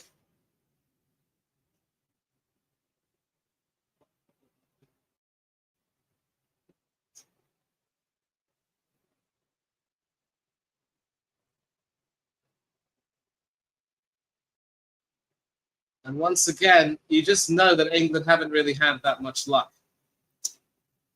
6 off the over, and Eccleston's bowled beautifully, but Litchfield missed the reverse sweep and just couldn't get the connection, but Eccleston deserved that wicket and wasn't able to get it.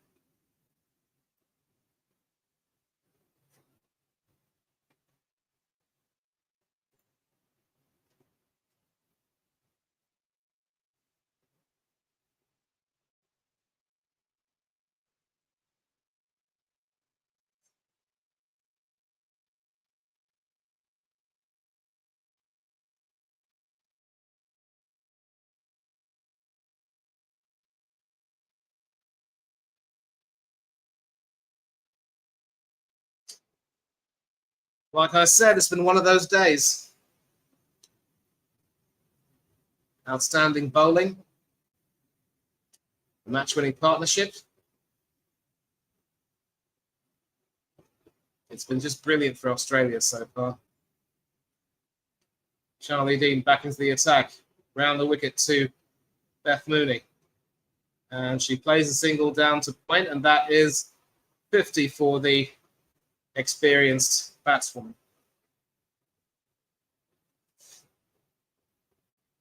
Raise of her bat. A claim from her teammates and the supporters. 50 not out from 38, strike rate of, I didn't quite get the strike rate there, but assume it'll be around 130 odd.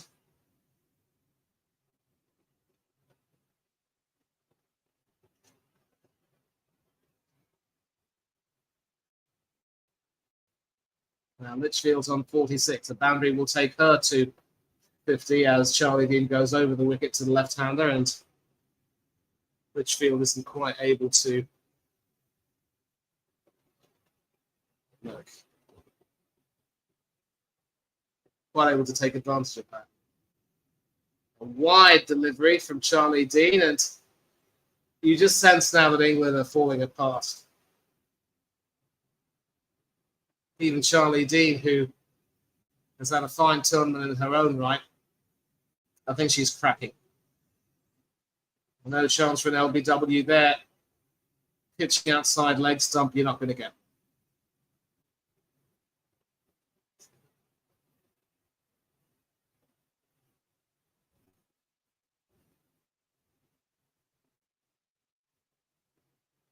Still over the wicket from Charlie Dean. And it's working, so some dot balls there.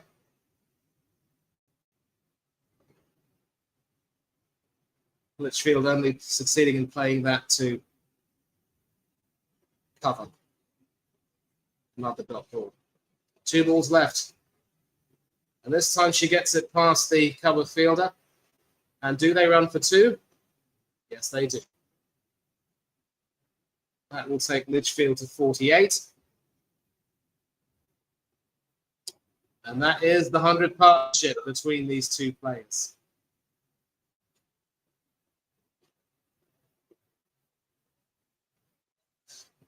$100 off 69.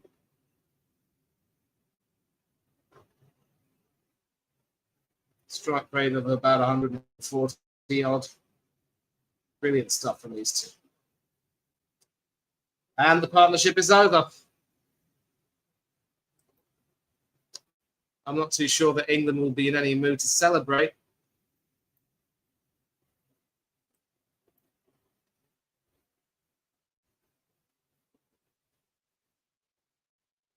That is, of course, the end of the over.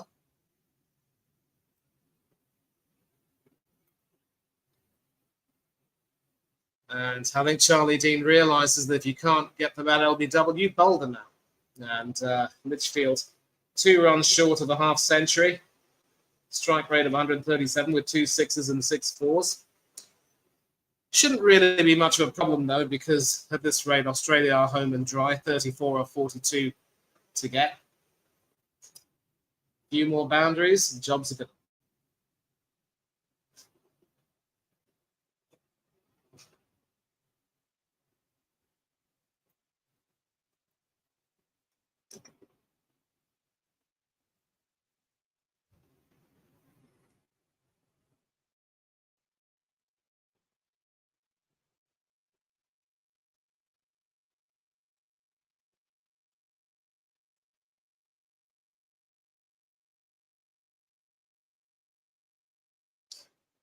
Apart from Australia, there have been 3 other champions: England, the West Indies, and New Zealand. Then comes Elise Perry.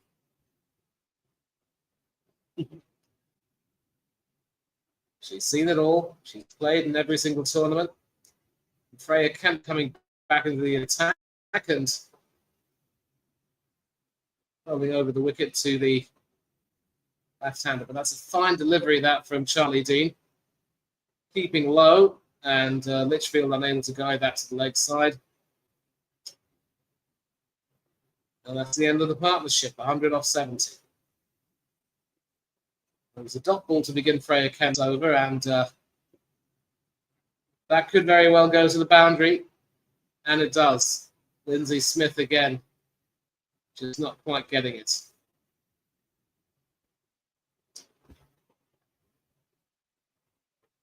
So Beth Mooney and Elise Perry, 2 of Australia's most experienced internationals. They've seen everything, they've done everything together. Actually comes off Lindsay Smith's boot and goes to the boundary. Just one of those days.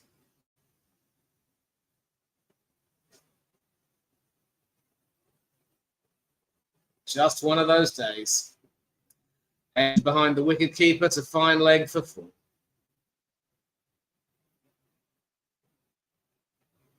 Australia want to get this done in a hurry.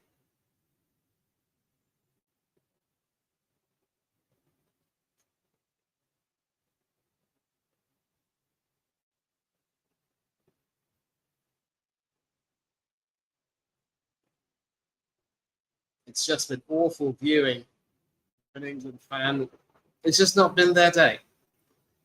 Just to accept that it's not been their day.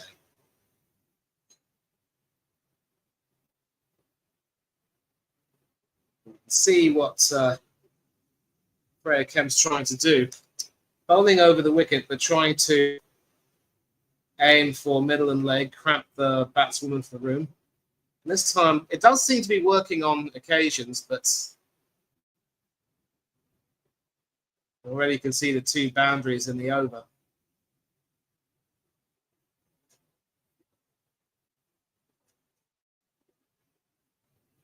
I don't think she got any finger onto that. Or did she?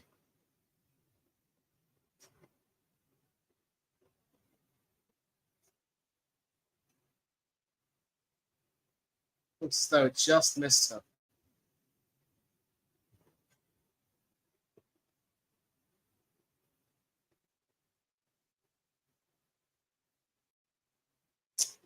Always the fine margins. Things just aren't going your way.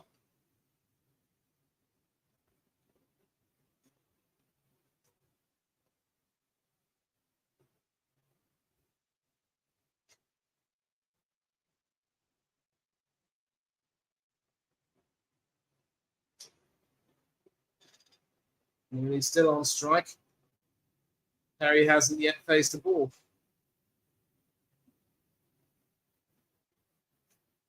Well, it's being sent to the third umpire. So it must be something a little concrete. I'm pretty sure that even if they do take this wicket, they really shouldn't be in any mood to celebrate.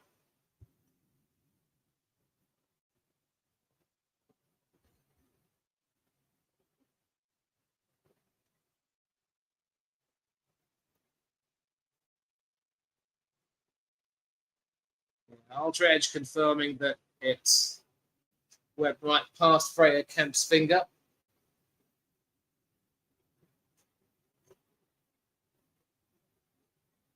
So the easy decision there for Kim Cotton. Not out.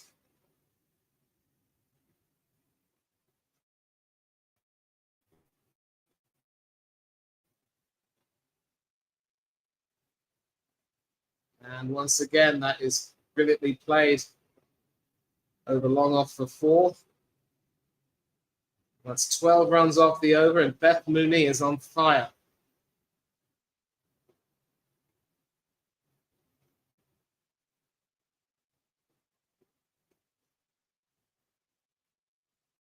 It's 3 4s off the over.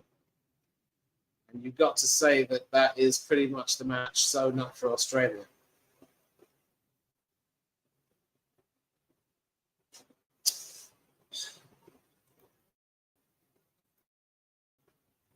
$129 for two.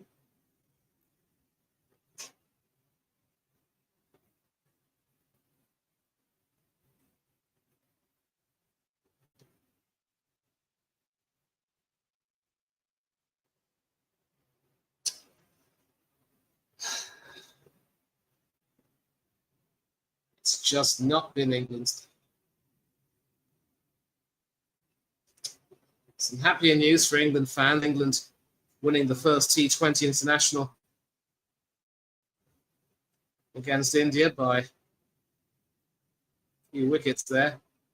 They lost Phil Salt and Joss Buttler very early in the chase, but inspired by Harry Brook blitz, Jacob Betham and company took England home. And that 15-year-old Vaibhav Suryavanshi made his debut.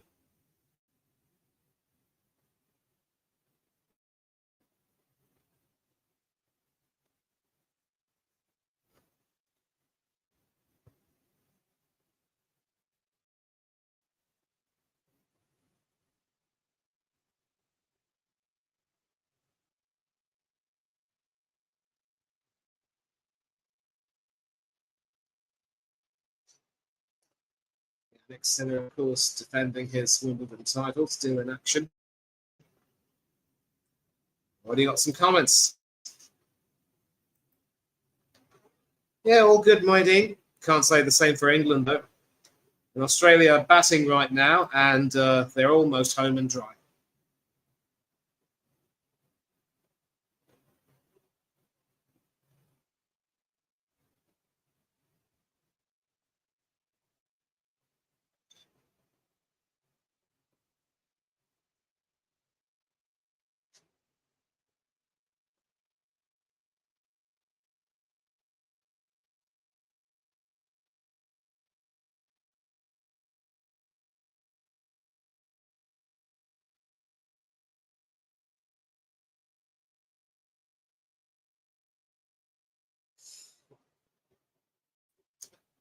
And of course, these final 36 balls are the pretty much the phase where we're expected to be set on the afterburners. What's disappointed me so much about England's bowling is that there have just been too many loose deliveries, and Australia have had no problems finding the boundary.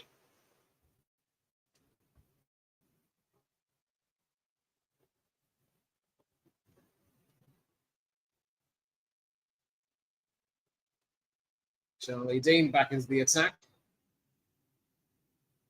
Over the wicket to the right-handed Perry. It was, of course, past fit to play today.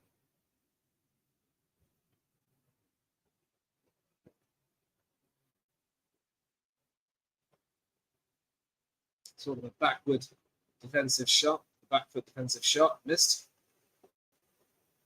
Now Perry gets off the mark with a little tip down to point.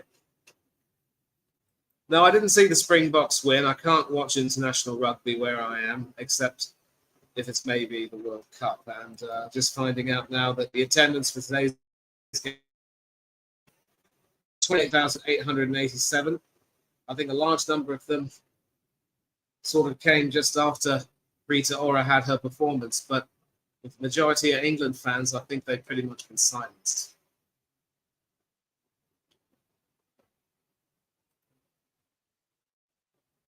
Still over the wicket, Charlie Dean. Mooney once again backing away. And a pretty impressive piece of fielding that from Lindsay Smith.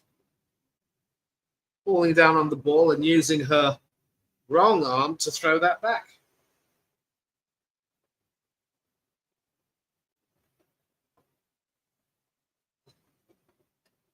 Not exactly a very accurate throw, but she does get it back to the bowler. Will that be called a wide? That's it.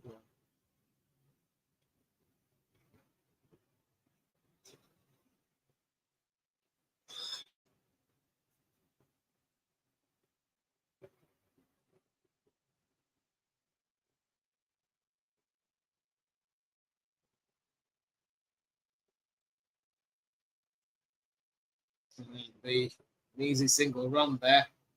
Single play by Beth Mooney to short third man. 10 fours in innings.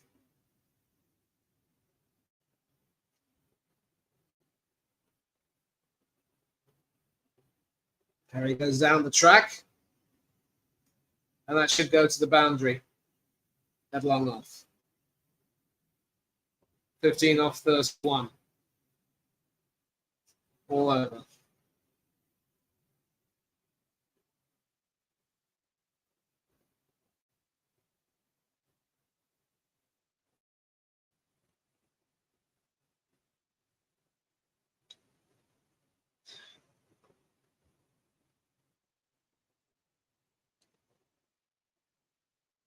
I mean, obviously the Aussie bowlers have been quite outstanding, but in the absence of a wicket taker, you've got to say that once again it'll be Beth Mooney who would be my choice for player of the match.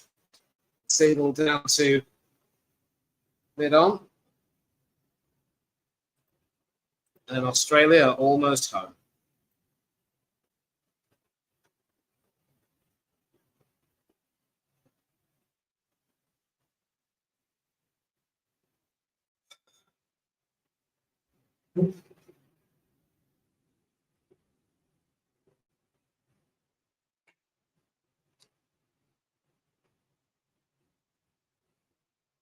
Hamilton, Garth, Molyneux and Sutherland taking a wicket each.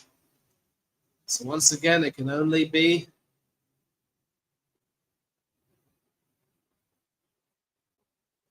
Beth Mooney. Kim Garth might be a choice for player of the match. Excellent economy rate. And the important wicket of Captain Heather Knight. Now Atkinson comes back into the attack.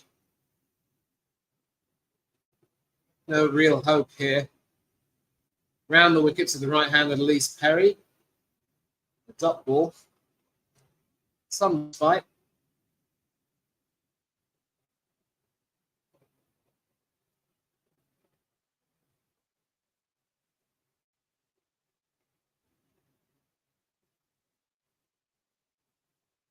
And that is played all the way down to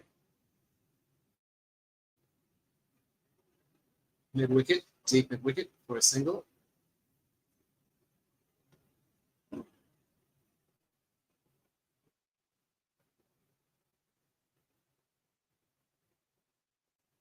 I'll definitely want to finish this with a few overs remaining.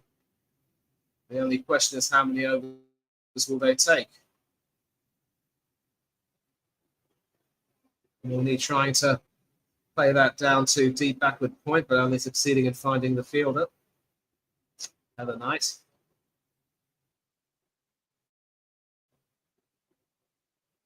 Charlotte Edwards there in deep discussion with the coaching staff.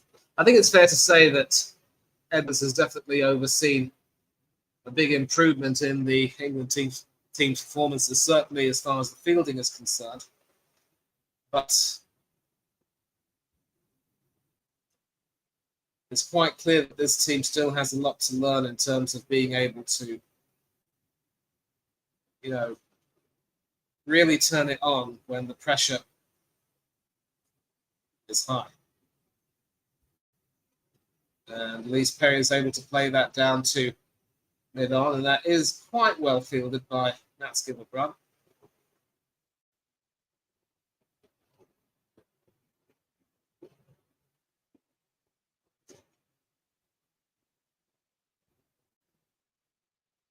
Basically, Elise Perry knows how to use the crease well. Over 50% off the back foot. And an appeal for LBW, but I think is probably more hopeful than anything. And they do run for a single, but they actually do opt for a review.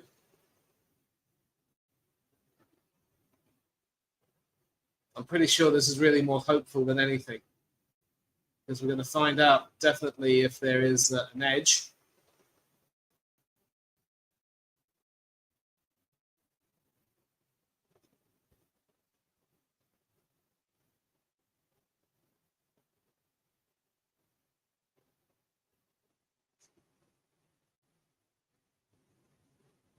think Sophie might end up disappointed because it does look as though it could be plumb, but if there is an edge, then that pretty much takes everything away.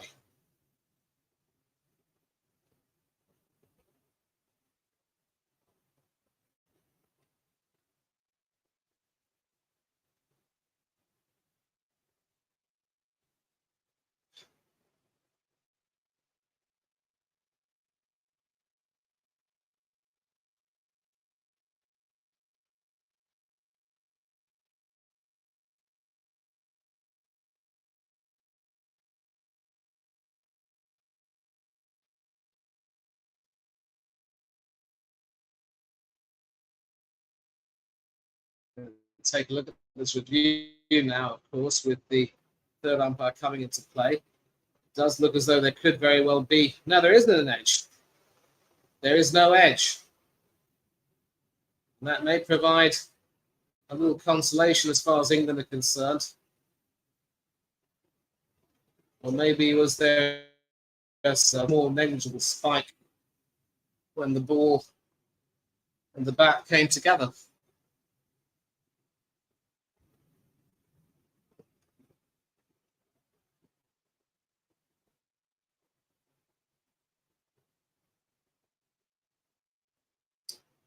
There is a very slight edge, a slight movement, and I think that could very well be what saves Beth Mooney.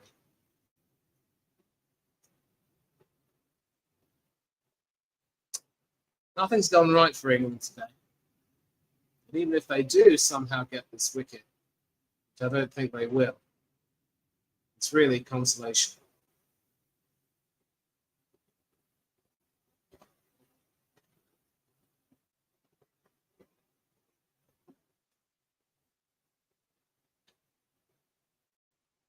Impact in line, pitching in line. Well, I'll tell you what, it is a wicket off the last ball.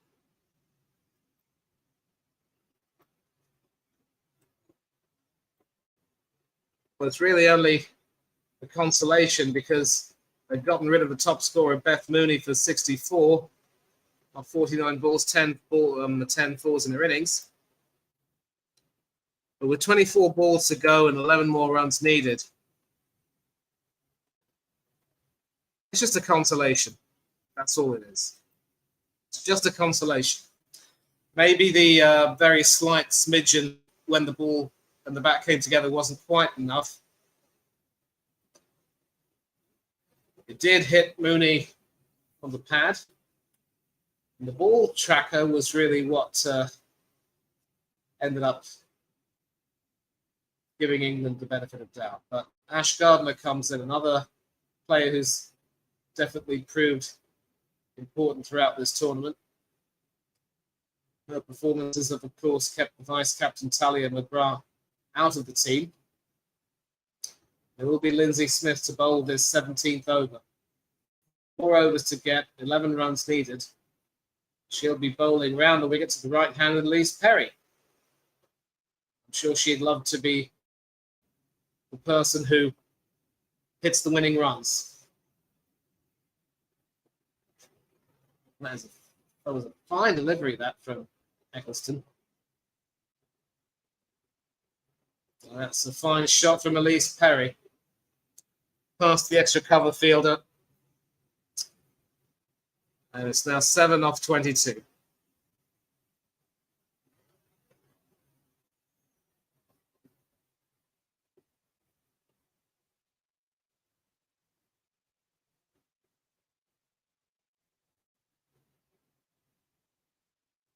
Third delivery. And once again down the track, and well, it looks like Perry won't be the person to hit the winning runs.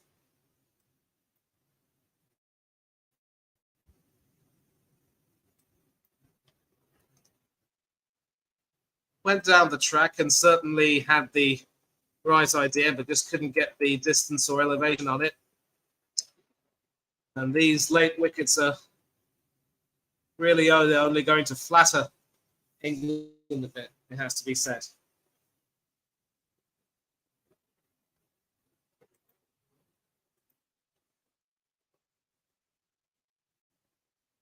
I think there is going to be some talk about whether or not the catch was clean, which is why the scoreboard hasn't reflected it. But nope, that is definitely a wicket. It was referred to Kim Cotton, but you can see here that Eccleston takes the catch quite cleanly. Wait. What does she?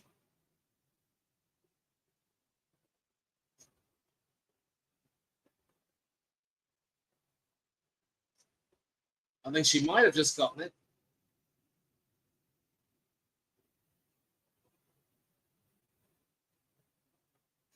Of course, it's always hard to tell if the ball does touch the ground, and I think from that angle you can see that she gets the fingers of her left hand underneath the ball just in time.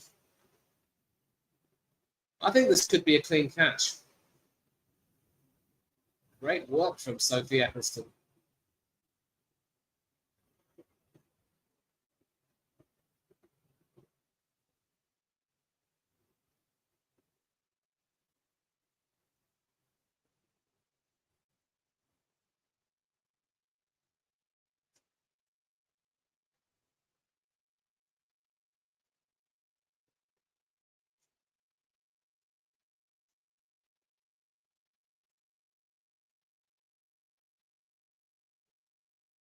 She was certainly convinced she took it. Decision pending. Sadly, Kim Cotton disagrees, saying that there was just a little too much doubt. Sophie Eccleston is not happy, but in all honesty, it won't make any difference.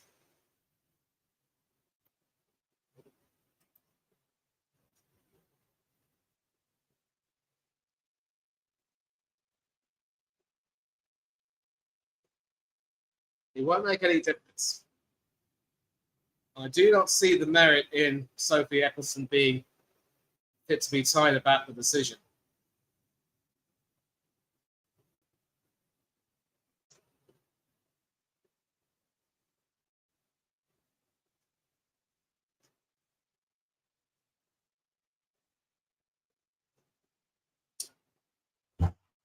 Perhaps if they're going to be angry with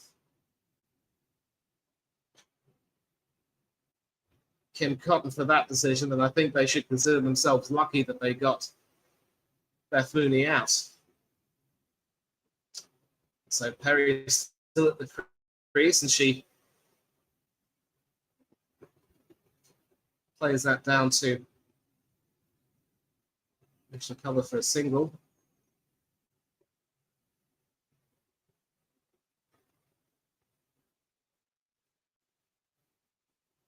You see that the vice captain Charlie Dean telling Eccleston to calm down.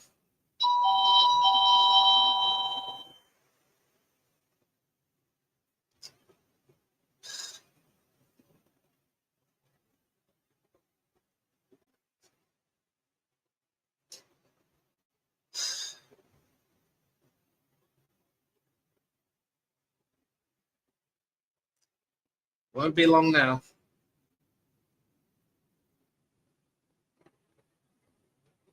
Was that a drop?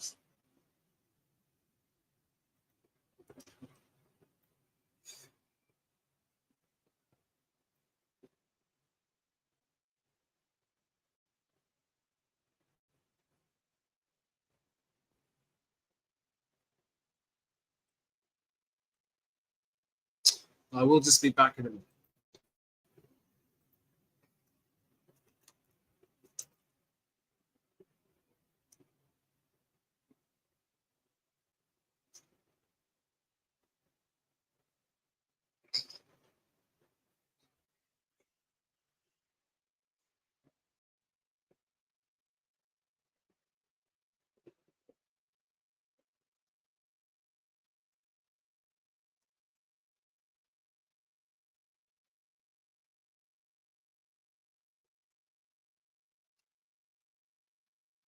Might as well get this over and done with. So the Eccleston bowled the 18th over. 18 balls left, in fact. Round the wicket to Ash Gardner.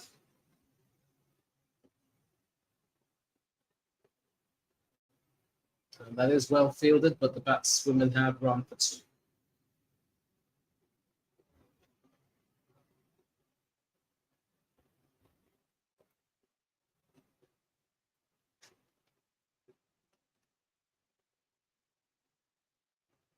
And that's going to be a wide. Should go all the way to the boundary.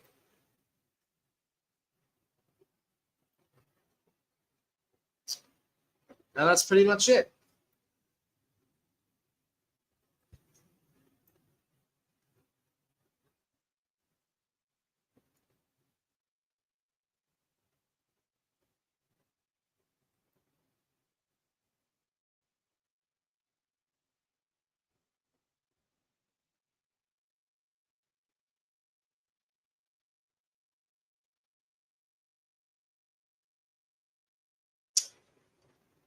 Down the leg side for 4 wides. Elise Perry is at the crease. And with this, Australia win by 7 wickets and win the T20 World Cup. Australia, Women's T20 World Cup champions for the year 2026. And you have to say, well deserved.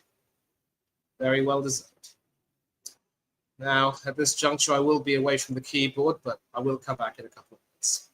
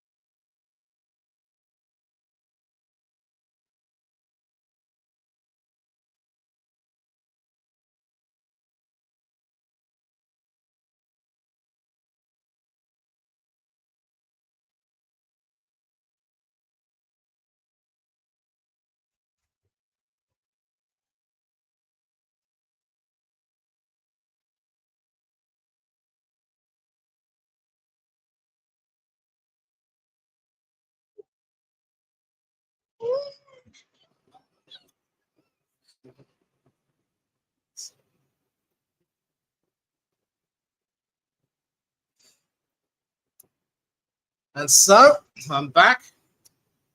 And you've just seen what happened. Wide down the leg side, sealing England's fate. Australia thrashing England by 7 wickets to win the T20 Cricket World Cup. You've got to say that, as I've said, it's been well deserved, and one of these teams had to lose their perfect unbeaten record, and in the end, it had to be England.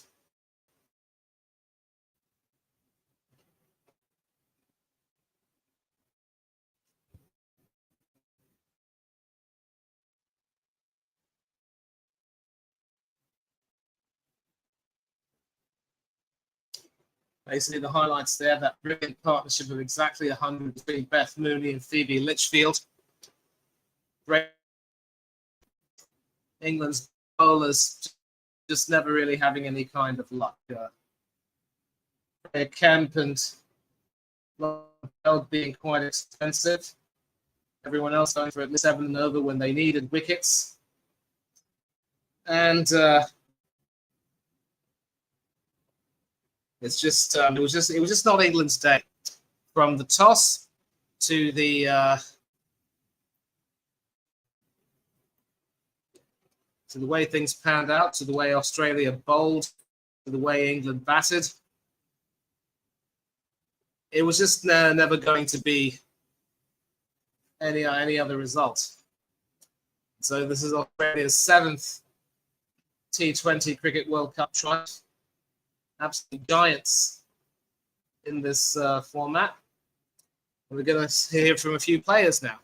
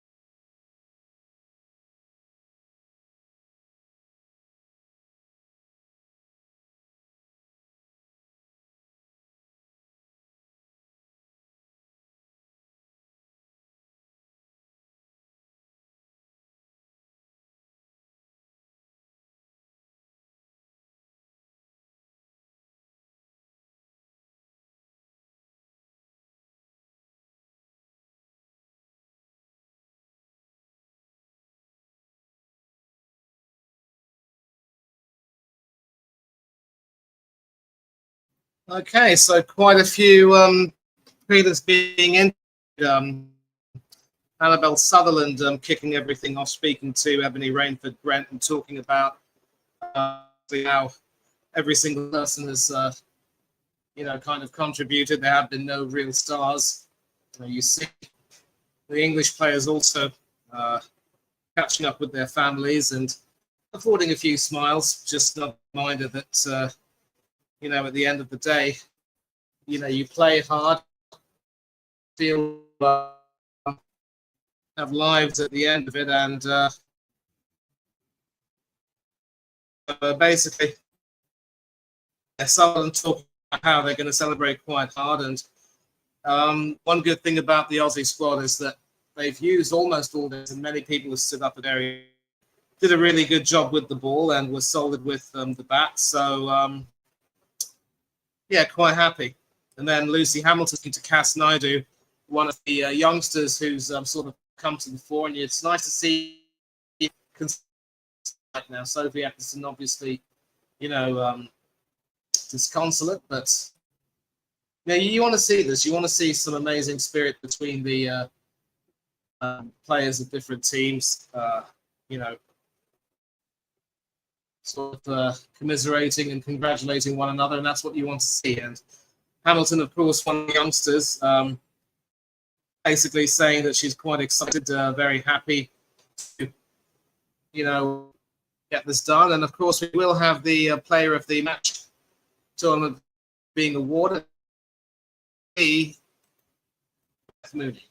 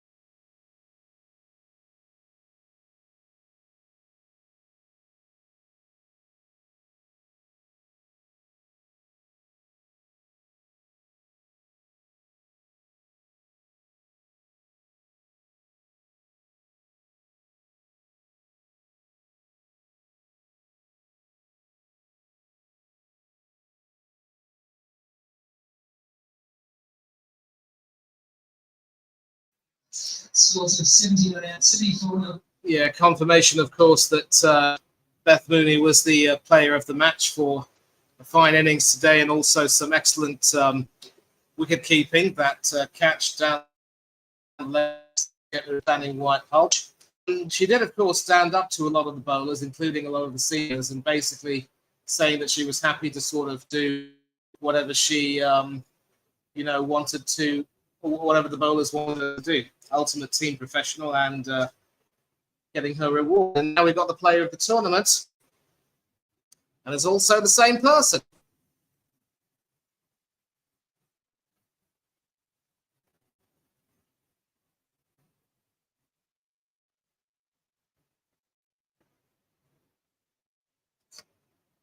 Another interview.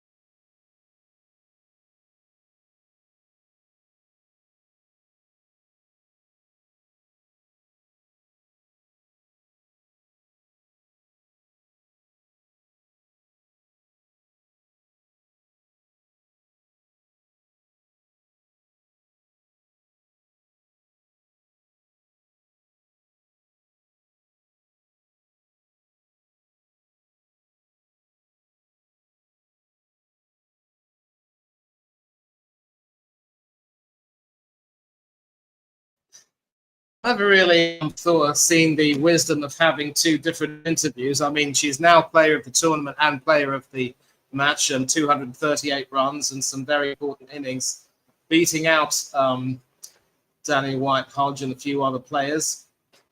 But sort of a left field candidate, not really what a lot of people might have voted for necessarily, but in the end, you've got to say that she was very well a perfectly worthy winner of the award, player of the match and player of the tournament.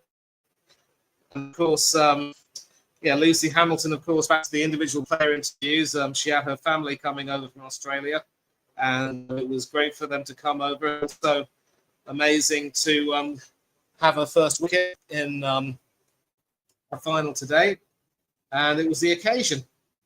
Just got to her.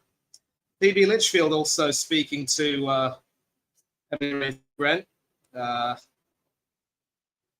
saying that if you'd said at the start of the month that we would have been winners, it would have been fantastic. And of course, we now have an impromptu, not impromptu, but a performance by Clean Bandit, who will be performing now before the presentation ceremony.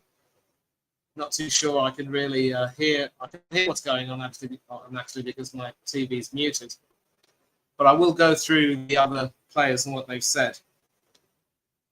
And Litchfield, of course, saying that it would have been, if you had said at the start of the month that they'd be champions, it would have been wonderful. Basically, when Litchfield came in to bat with the early loss of Georgia Bowl, they wanted to get the run down to under 6 and over. And so Beth Mooney helped take the pressure off. And it's a wonderful feeling to win the game, and obviously paying tribute to the Aussie fans in the stand. And then, of course, you had Elise Perry also talking, saying today's been quite special. She's had a fair share of tournaments as well, it has to be said. The occasion has been phenomenal, and everything's gone their way. Also, some respect to the England team for having a fine campaign, but also wonderful as a veteran to be a part of a young team with Sophie Molyneux leading the team in the first World Cup. Amazing people who want to get better.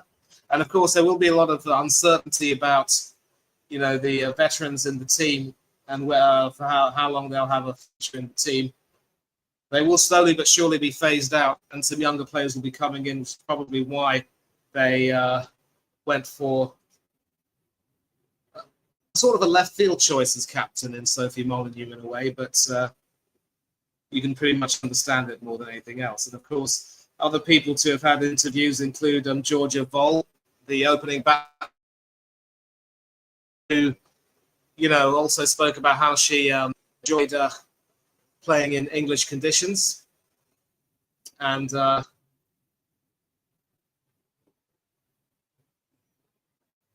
things were just sort of going on. And obviously, when you have a situation where there are so many interviews taking place, sometimes you don't remember who ends up speaking. And maybe we'll find out more from BBC Sport.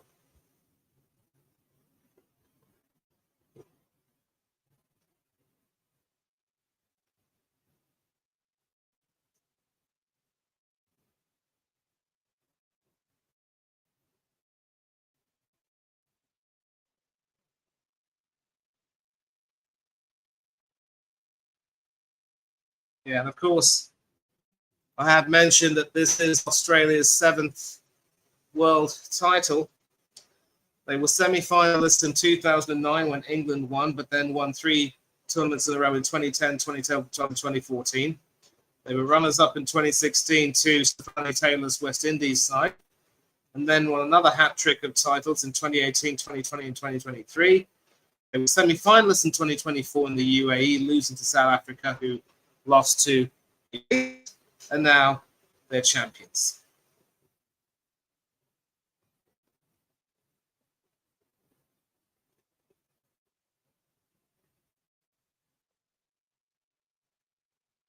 There were a few England players, obviously, in tears. Sophie Eccleston, of course, being one of them.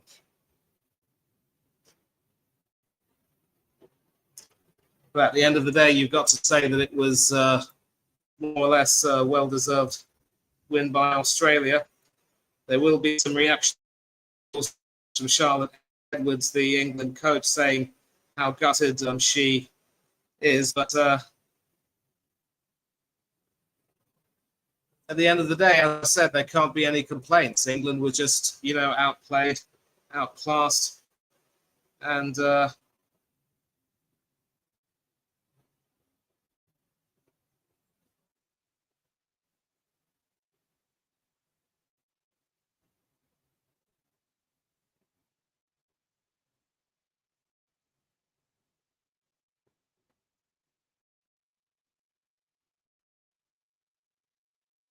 really nothing much that can be said. And yeah, Phoebe Litchfield also, I did mention that she had a chat with Cass Knight.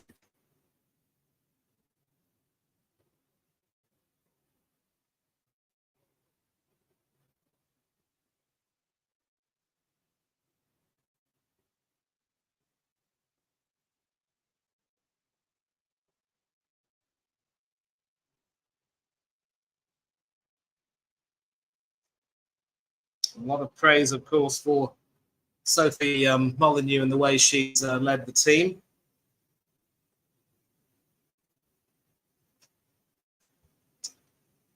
Certainly taken to captaincy like a duck to water, it must be said.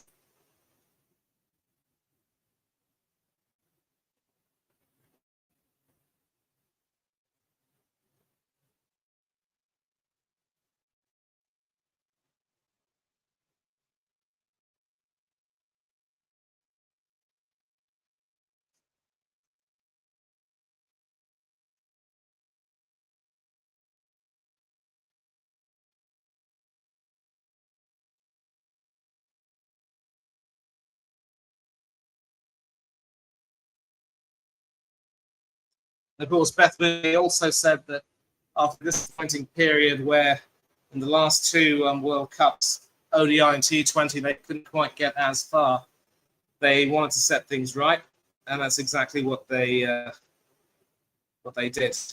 And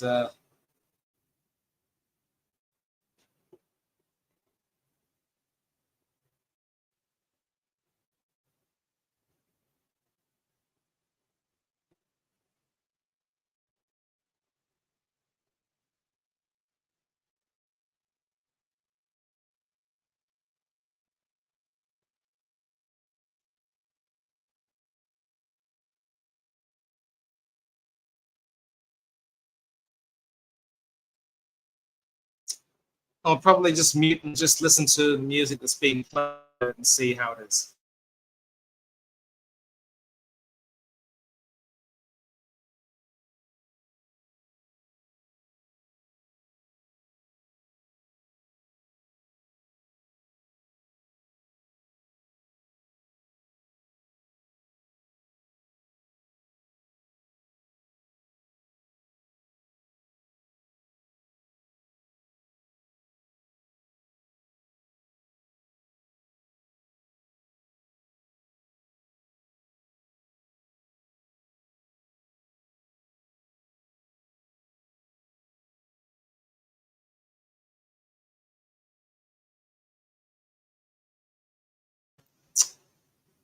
It's a group called Clean Bandit who are performing this final set before the presentation ceremony, and understandably, it is going to take quite a bit of time. And they're performing one of their hits right now, Rockabye, so that should be fun.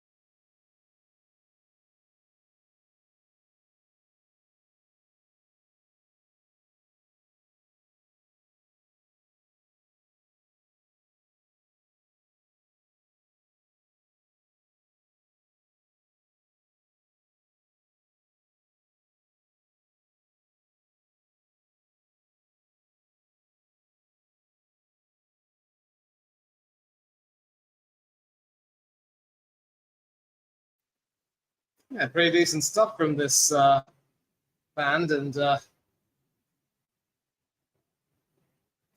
not too sure it's going to provide much in terms of consolation for the England fans who are hoping to see their team win, but at least they get some decent entertainment, and it is a decent Sunday out at Lord's.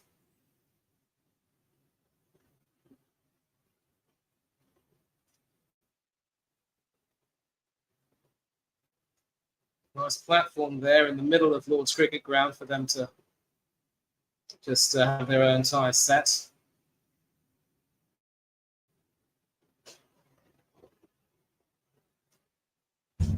Certainly no way that the players could miss this either.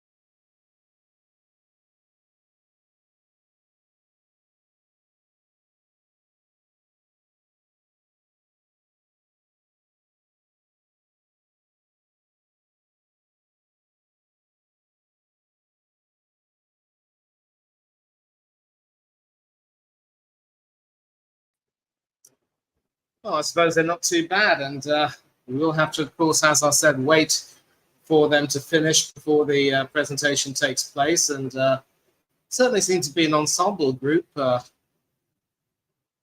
2 lead singers there.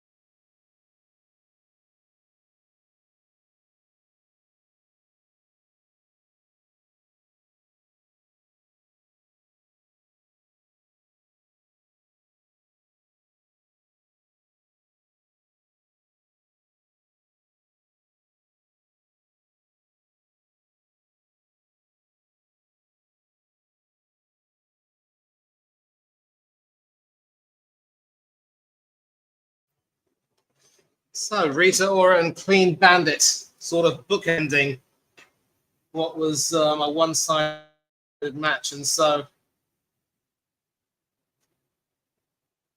I suppose in a way it's kind of a nice way to end things.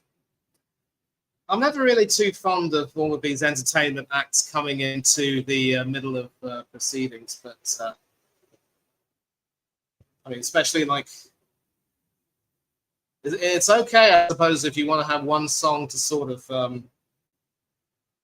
prelude um, final, but something after this, I'm not too sure. I think they're trying a little bit too hard to appeal to the youth, and we'll have to see if it works. As you can see, there are a large number of empty stands over at Lord's. I think a large number of people have decided to leave.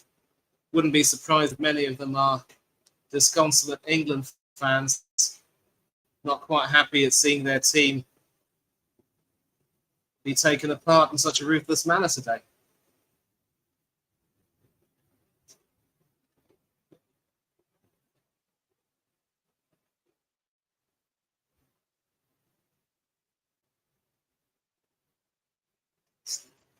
Are we having any more songs? Let's find out.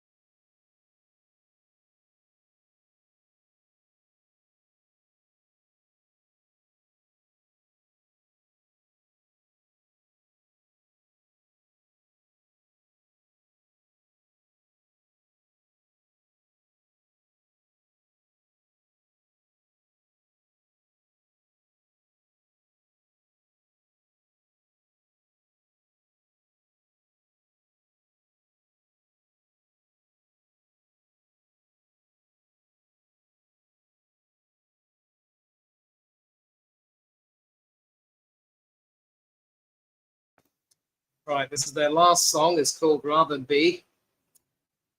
I think they called a few players to join them on the platform, but I don't think anyone's interested. I don't know if the Aussie players will be eager to, come. They probably haven't heard their music, and as far as the England players are concerned, kind of pointless.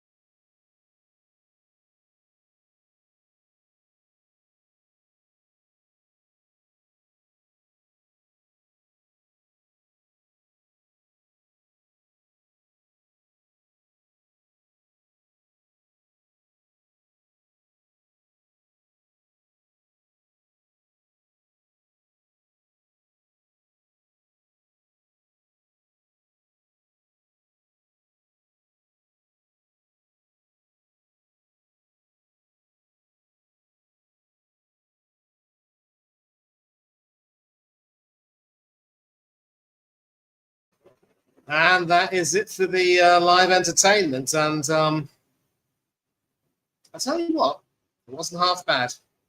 Kind of enjoyed it in a way. Just another recap of the events. Australia needed 151 runs, and they ended up scoring 153. 17 balls remaining.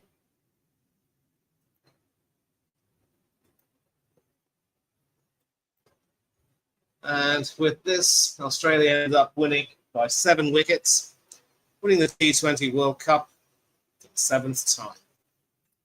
Won't be long now before we have the presentation ceremony, and I just can imagine that the England players will obviously be disconsolate, but again, they really can't have any complaints about the way things happened, and it was just, a performance that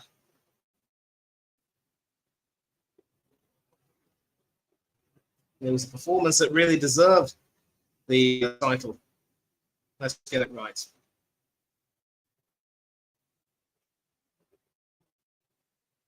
Australia beating England very easily, and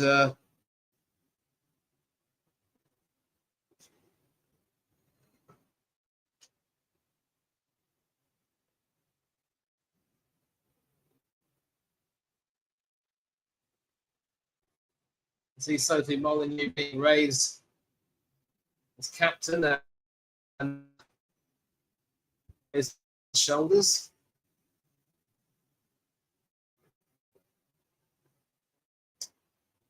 And as I said, the impressive thing about this win was that, obviously, with the veterans being sort of phased out, the youngsters have come to the fore and they've performed superbly. And I'm sure that they will more or less end up taking the team into an exciting future in the coming years.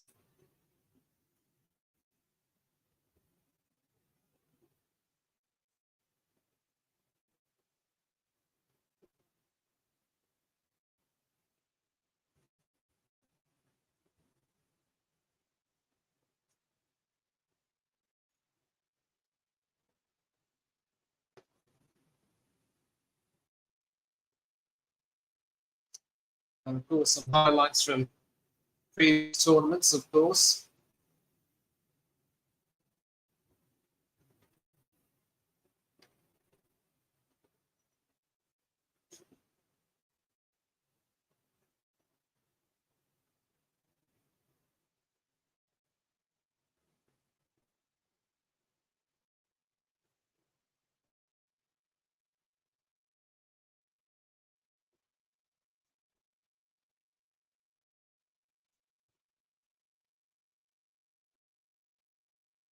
I've mentioned they've done it on 6 occasions before this, and now they've scaled yet another peak.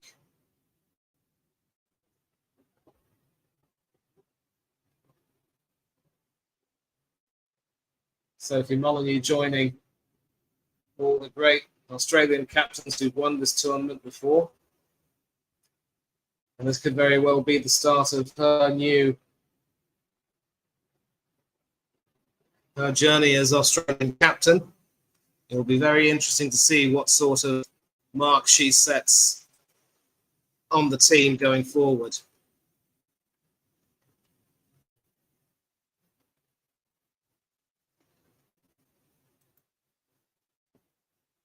Quite young captain, 28 years of age.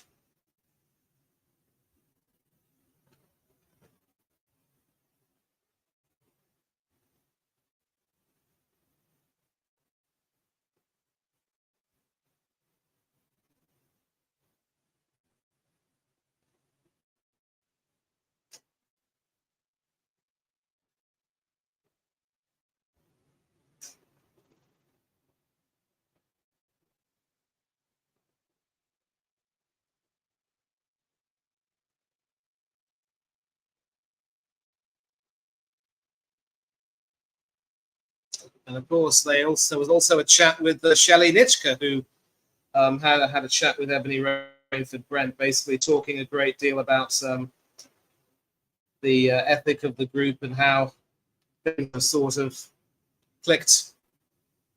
And she was also a former international herself, playing 6 tests, 80 ODIs, and 36 T20 internationals. Quite young coach at 49. I mean, maybe not necessarily young, but she has definitely a great deal of experience as a player, and is now happy to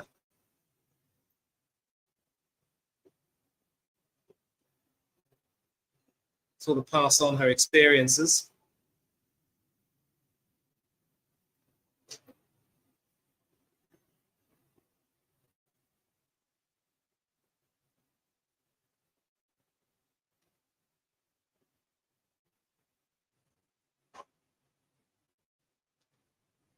Like I said, it will not be long before we have the presentation ceremony, where we'll be hearing from both the captains.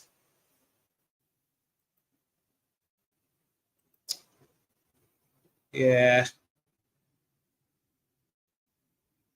Yeah, I get what you're feeling here, Steve. And basically, you know,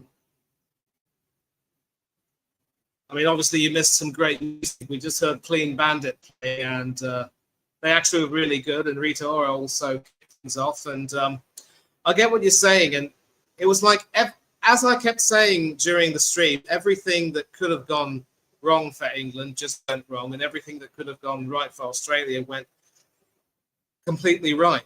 And there was always going to be this fear when England were batting first that the Aussie bowlers would, you know, stifle the batswomen. And I always had a fear that if there were some loose deliveries from outside, you know, we'd end up being punished. But you ended up watching on TV, and obviously you'll kind of agree with me. In fact, listen, why don't you come on and let's hear a little bit more about what you've got to say about everything. We'll just have a little bit of a chin wag.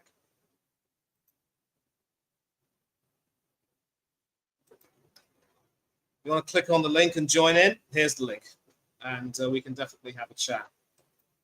The presentation ceremony hasn't really, you know, started as of yet, and it will probably take some time. They're going to have to clean everything and just, you know, make sure that everything is ready.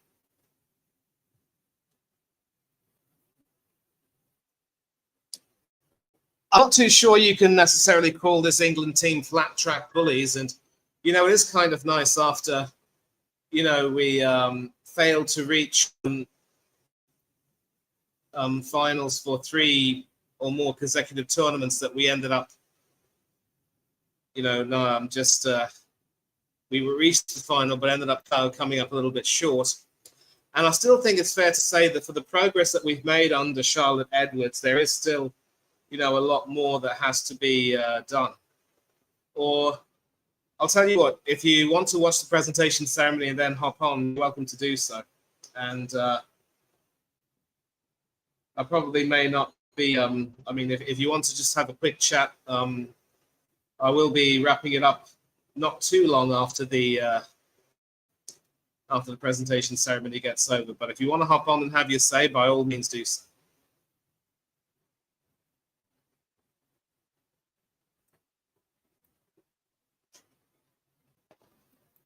It won't be long before the presentation ceremony starts anyway, but everyone's gathered and they've removed that stage for Clean Bandit's performance, and now it will be time for the presentation ceremony. Obviously, the main awards have been given, so it will just be a chat with the captains, I believe. Just find out more and get back to you.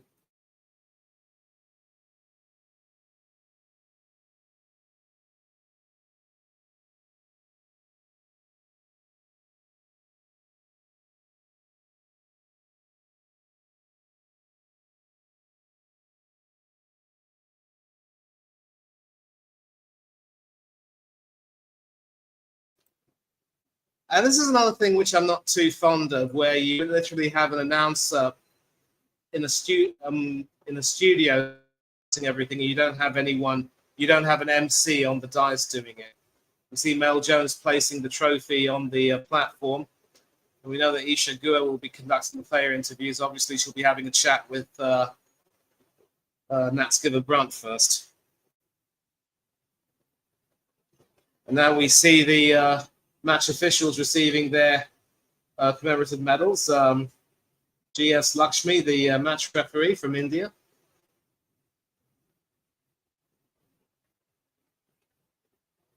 The umpires, Jacqueline Williams and Vrinda Rathi from the West Indies and India, respectively.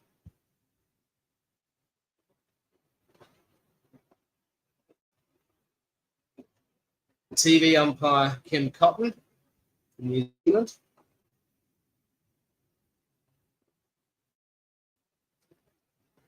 I'm pretty sure the reserve umpire, Pereira from, Nimali Pereira from Sri Lanka, she gets her commemorative medal, I think. And the England team are now prepared to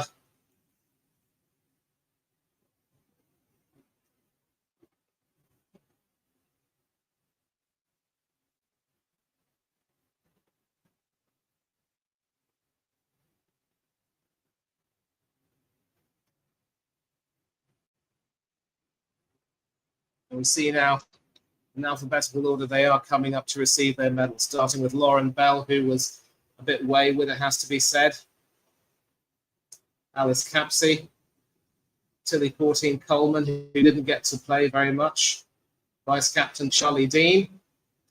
Sophia Dunkley, who came in as an injury replacement for Heather Knight for a few games, did well. Sophie Eccleston.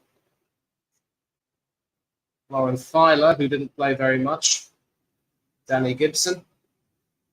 Danny White-Hodge, the leading run scorer for the tournament with over 300 runs. Amy Jones, the wicketkeeper, who, let's be honest, had a mixed tournament. Freya Kemp. Heather Knight. And who do we have on but a rather disappointed Steve Jenkins? And I'll tell you what, you told me that you weren't able to get a ticket to watch the play today, but I think you dodged the bullet. And we are going to hear from Nat Skiver-Brunt right now. So I'll just mute my screen, yeah? No worries.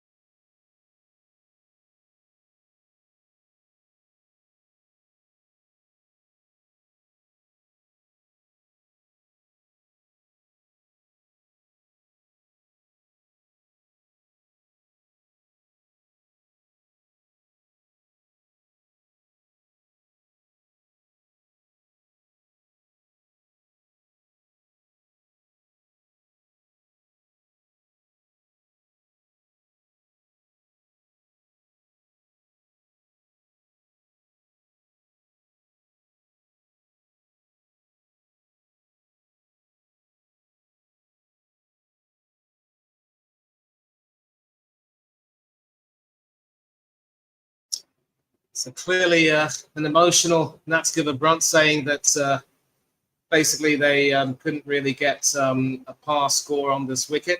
They ended up just falling victim to an Aussie team that just came at them really hard. And, we are going to watch the Aussie team get their medals. And, of course,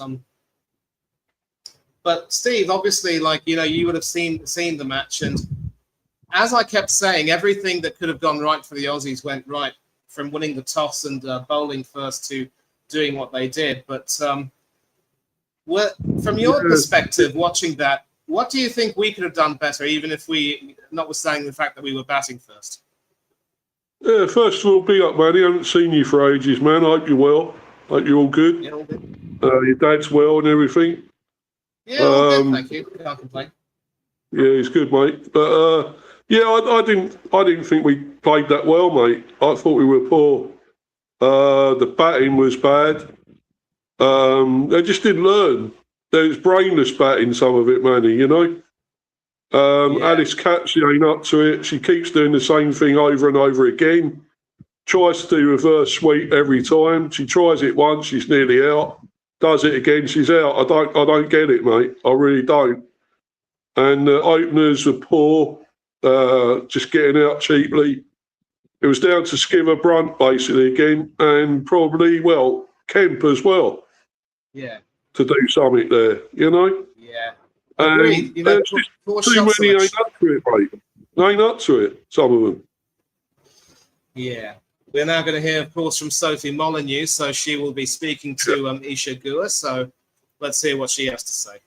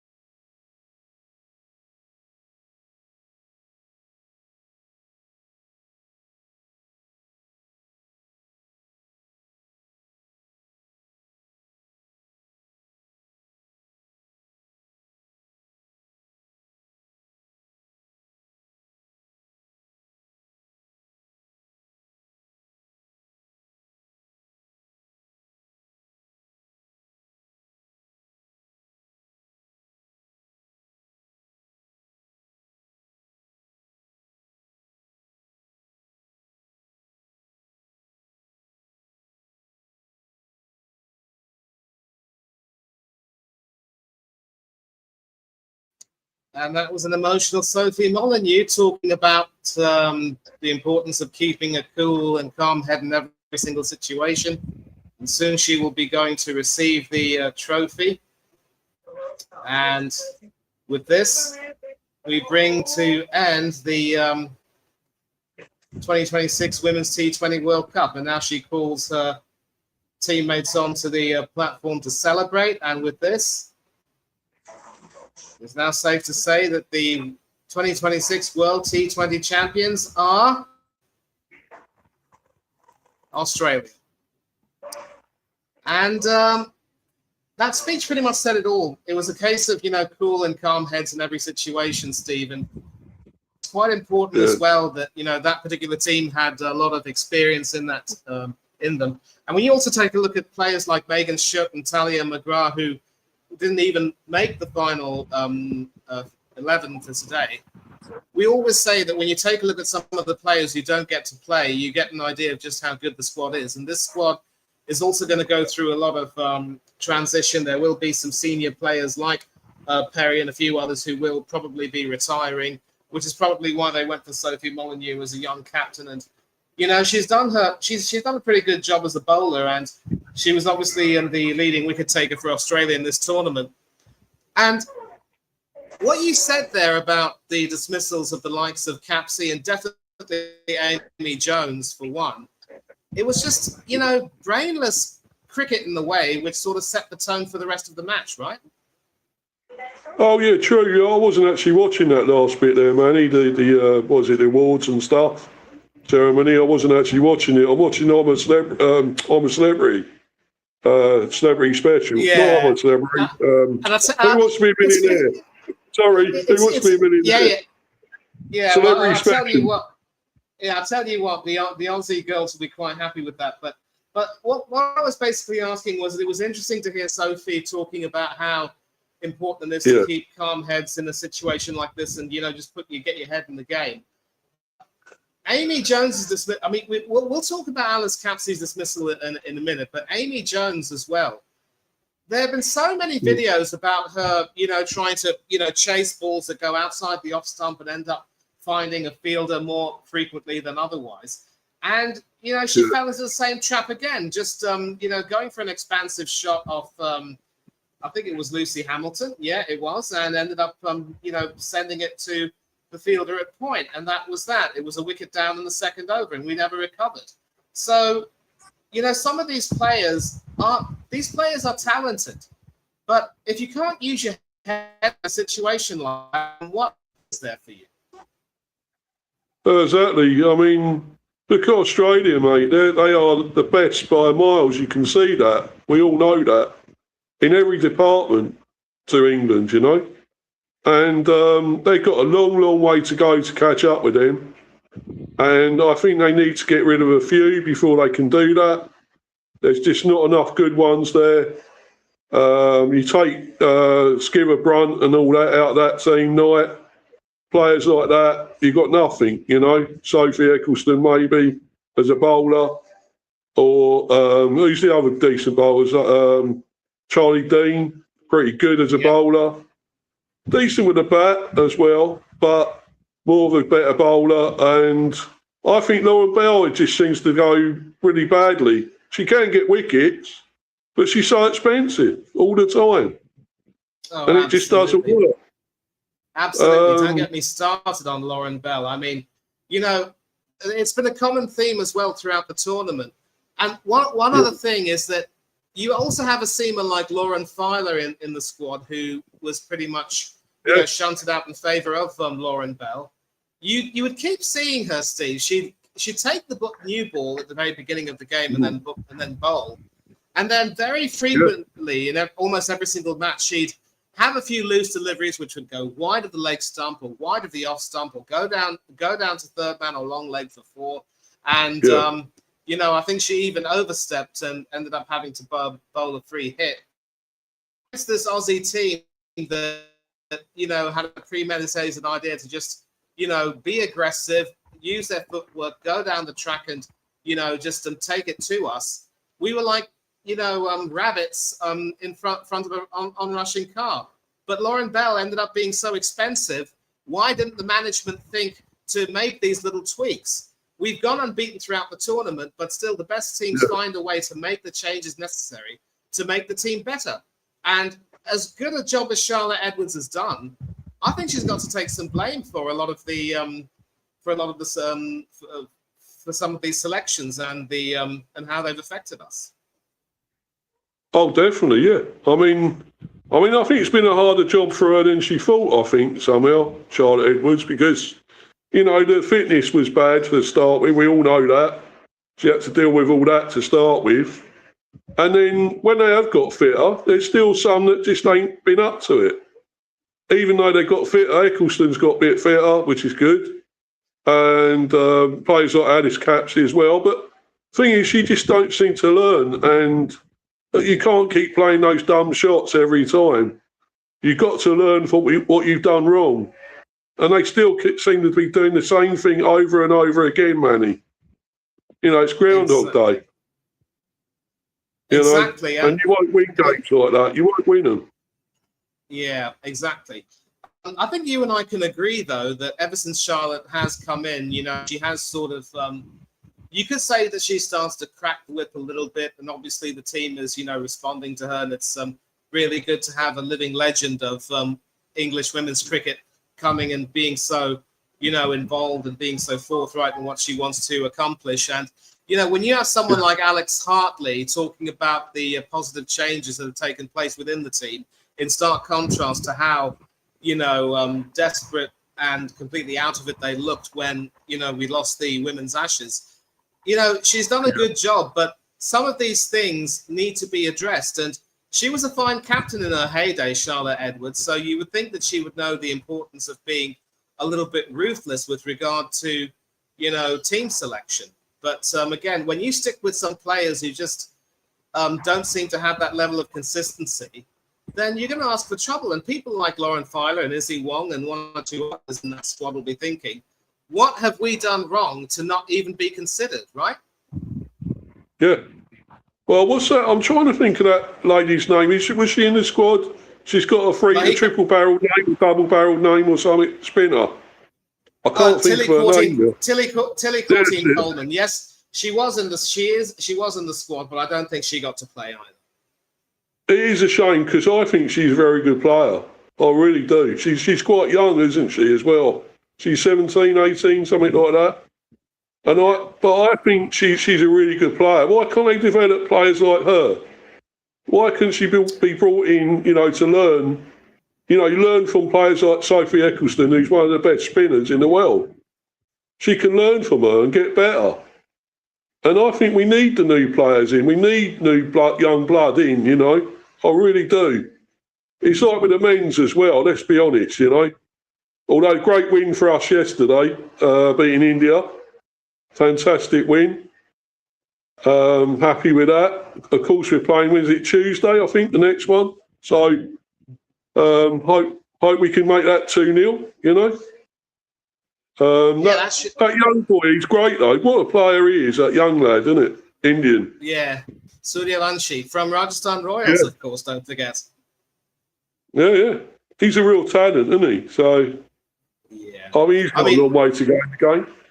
He does, definitely. And listen, there was a huge clamour to bring him into the team, but obviously when you're a teenager, you know, not everyone's going to be a Sachin Tendulkar who takes to cricket like a duck to water. And even he didn't necessarily have the best of beginnings earlier on. But I get what you're saying. And obviously there are going to be some question marks for the men asked about the likes of, you know, Phil Salt and Joss Butler. And it will probably be the case that, you know, Butler's ODI career will be winding down a little bit because, you know, he's been in there for a bit too long and he just doesn't seem to be able to get things quite, you know, right. And that sort of segues into another issue, namely the issue of consistency. Yeah. Because, you know, we've got one player in this squad, Danny White-Hodge, who finished as the leading run scorer with over 300 runs. But one of the biggest problems that I think the women's team suffer from is an issue of consistency. Because it's like you get these players who obviously have played for, have varied levels of experience, and they definitely have some ability. But because of their inconsistency more frequently than not, they find themselves not really in the side for sustained periods of time. I take a look at the batting side and I think, what's happened to the likes of Maya Boucher and Tammy Beaumont and one or two others? Because although White Hodge has been outstanding in this tournament, obviously with the run she scored in that big century against Sri Lanka and 2 other 50s, she didn't quite get it going in the semi-final or the final. And sadly, the less said about Amy Jones, the better. Yeah. So we have a situation where our players are just a little bit too inconsistent and they can't seem to get a run together. And so they end up coming out and their replacements end up being just as inconsistent. So how do we end up, solving that particular problem? And do you think there will still be a future for someone like a Maya Boucher? I know she's a Middlesex girl and you seem to like, and you definitely have a lot of admiration for her, but for some of these people, they just need to get back. They need to get back to some kind of form, don't you think? Oh, definitely. But I think you got to delve into the well of all the, the county scene there. How many, there's a lot of good young women coming through. I really think they should look into how good they are, these young women coming through. Because some of these aren't going to be around much longer as well, these players, They've already got Heather Knight won't be around much longer, Skiver Brunt, a few of the others that are, getting a little bit older, won't be around much longer. So, let's get them in while they can. I mean, I always said that with the men, they didn't bring in enough of the young players. And now they're trying to, though, which I think is good. And I think Jacob Bethel is a great player. What an innings yesterday. He produced superb innings. There is so much young talent about, Manny. They just got to look. They really have. Yeah. And of course, that can be a bit of a double-edged sword because we are going to have to sort of go back to, I think we can sort of agree when it comes to the women, at least they've made some strides under Charlotte Edwards and more, hard decisions will have to be made with regard to who has a future and who may not have a future. Yeah. But some players who are now on the periphery are now going to have to work to get back into the reckoning, and there's no doubt about that. But as for the men, it's interesting you talk about the youth that needs to be brought in. But we had a situation when we played the second test against New Zealand where Joe Root had more caps as captain than the entirety of the England side that day put together. And so you always need to have yourself a good blend of youth and experience. And my biggest fear is that, Root is still able to get some useful runs, and he's obviously got over 14,000 now. Congratulations to him. I hope he's able to continue batting well, and if he gets to 16,000 and breaks Sachin Tendulkar's record, that will be a feather in his cap and it will be well deserved. But again, we're now having a situation where we are expected to we've got someone like a Joe Root, but apart from him, with Stokes now retiring, we don't seem to have too much in terms of experience. And you talk about Harry Brook being a potential leader, but that bloke needs to really keep his nose clean and his reputation cleaner before he can even think of becoming the Test captain. There's no doubt that he's a brilliant limited overs captain. I mean, that innings he played pretty much kickstarted England's recovery, it has to be said. But you've got a situation where Root seems to be the only adult in the room, and there are very few adults left. So how do we strike that balance? Would you recommend recalling someone like an Ollie Pope if he has a good domestic season once again? Or how do we go about this now? We just don't seem to be doing things the right way. Well, there was talk about that, Manny, about Ollie Pope coming back, but the thing is, why do you keep going back to failures? Why? Let's go forward rather than backwards, surely. The thing is, you've got to go to people. Talk about Overton, the Overtons as well, them coming in as maybe a captain. Which is the one that plays mainly for England? Try to think, because both of them play, didn't they? But I know one plays more for England than the other. Jamie, I think, is the one. Jamie, yeah, I think it's Jamie. But Yeah, they're talking about them, and they're talking about Sam Curran. No, forget Sam Curran. Totally forget him. No, wouldn't bother. Sorry, mate. You know how I feel about him. So no Yeah, way. I do. Sam Bennings was another one brought up. I don't know if does he still play anywhere at all, Sam Bennings? He should be still active on the. He should be still active on the county seed. Let me just look him up a minute. Yeah, that's the thing. Because he's good going to all of these ridiculous. Yeah, well, he's still playing with Kent, I think, but he would do well captaining. But the problem is he's got to come in and play. He can't just be there as a captain. You can't do that, can you? So he's got to be able to play. I think, yeah. And you've got the wicket keeper. Yeah, the days of picking a Mike Brearley are long gone. I think we have to agree. And I know that you talk about the wicketkeeper. Ben Folkes obviously will be the name on your mind, right? Ben Folkes all day long for me. But look, they don't care. They don't want to do that, do they? We know that, Manny. We know what they're like. So the way their minds work, unfortunately. But I would have got rid of McCullum and Key anyway. They failed. Why are they still there? I don't get it. I really don't. And as I told you on the semi-final stream, which you joined, and I want to thank you for that, by the way.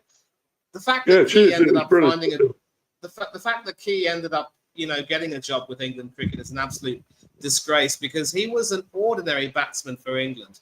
Living off that one double century against the West Indies, he did sweet bugger all since, as I mentioned. Yeah. Now, if you want to make sure that you run something properly, you've got to get some people back in who, really care, who have accomplished a great deal.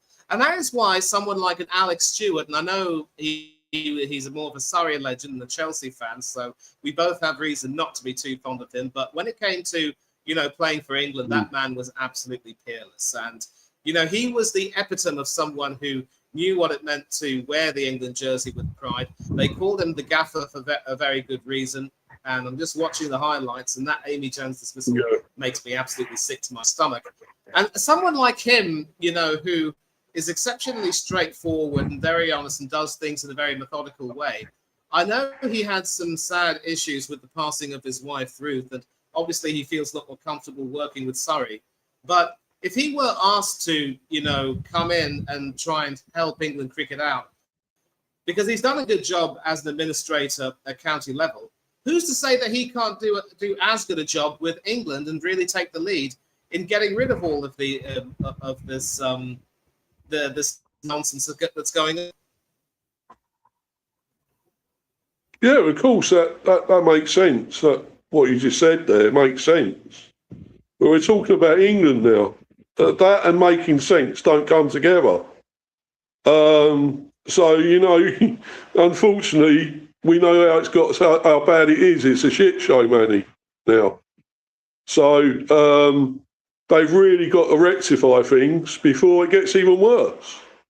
And we know how it's going. I know why Stokes left, because he wasn't happy with the way things were with McCullum and whatever else. We all know it's that. He hasn't come out and said it exactly, but it is that. That is the reason. You could see their relationship had gone off the boil. That they were no longer really happy with what they were saying to each other or doing. And you heard McCullum kept saying, "I'm worried about being, worried about being." You see in an accent I can't do. But anyway, but yeah, so he was, it wasn't going well, was it, with them? So we all knew the problems, and after the Ashes, so it went to shit, mate. And I think that's why Stokes left as well. That was another reason. Yeah, but I also did say on the stream that we need to get over feeling sorry for Ben Stokes, because let's call a spade a spade. He's been a wonderful cricketer for England. He's given us some amazing moments that we will never forget. But again, as a skipper, when you take the lead in setting curfews and protocols which have to be followed, then you've got to be the one who takes the lead in following them. It isn't just a question of do as I say and not as I do. You've got to do as I say and as I do, and that's the way a leader should be. He and Angus Atkinson had no business being out that late, and the angry part of the thing that makes me so angry is after all the shenanigans that took place in the Antipodes in New Zealand, obviously before the Ashes, where Harry Brook got his clock cleaned by a Wellington bouncer, and then of course that advised trip down to Noosa, Queensland, where I think Steve Ovett lives, former Olympic. Both of them also played some first-class cricket for Queensland. A nice bit of trivia there. But look, it's as if you make a mistake, you're supposed to learn from it and not repeat it. You do it once, it's a mistake. You do it twice or thrice, it becomes almost always a decision. And that is just one thing that our cricketers just don't seem to be able to get into their heads. At least Joe Root can be an adult. Even he had his moment of controversy where he was, clocked by David Warner after staying out in the pub drinking a bit, but because he didn't throw any punches, he was exonerated, and he learned his lessons and has been, a good bloke since. So why can't our players learn these lessons? And yes, I'm talking about the guy who some people want to be our test captain, for Pete's sake. Yeah, true. The thing is, right, there is talk that they reckon he might come back, Stokes. Do you think that might happen? For the Ashes, they're talking about he might come out of retirement and come back to it, especially if it's somebody else in charge.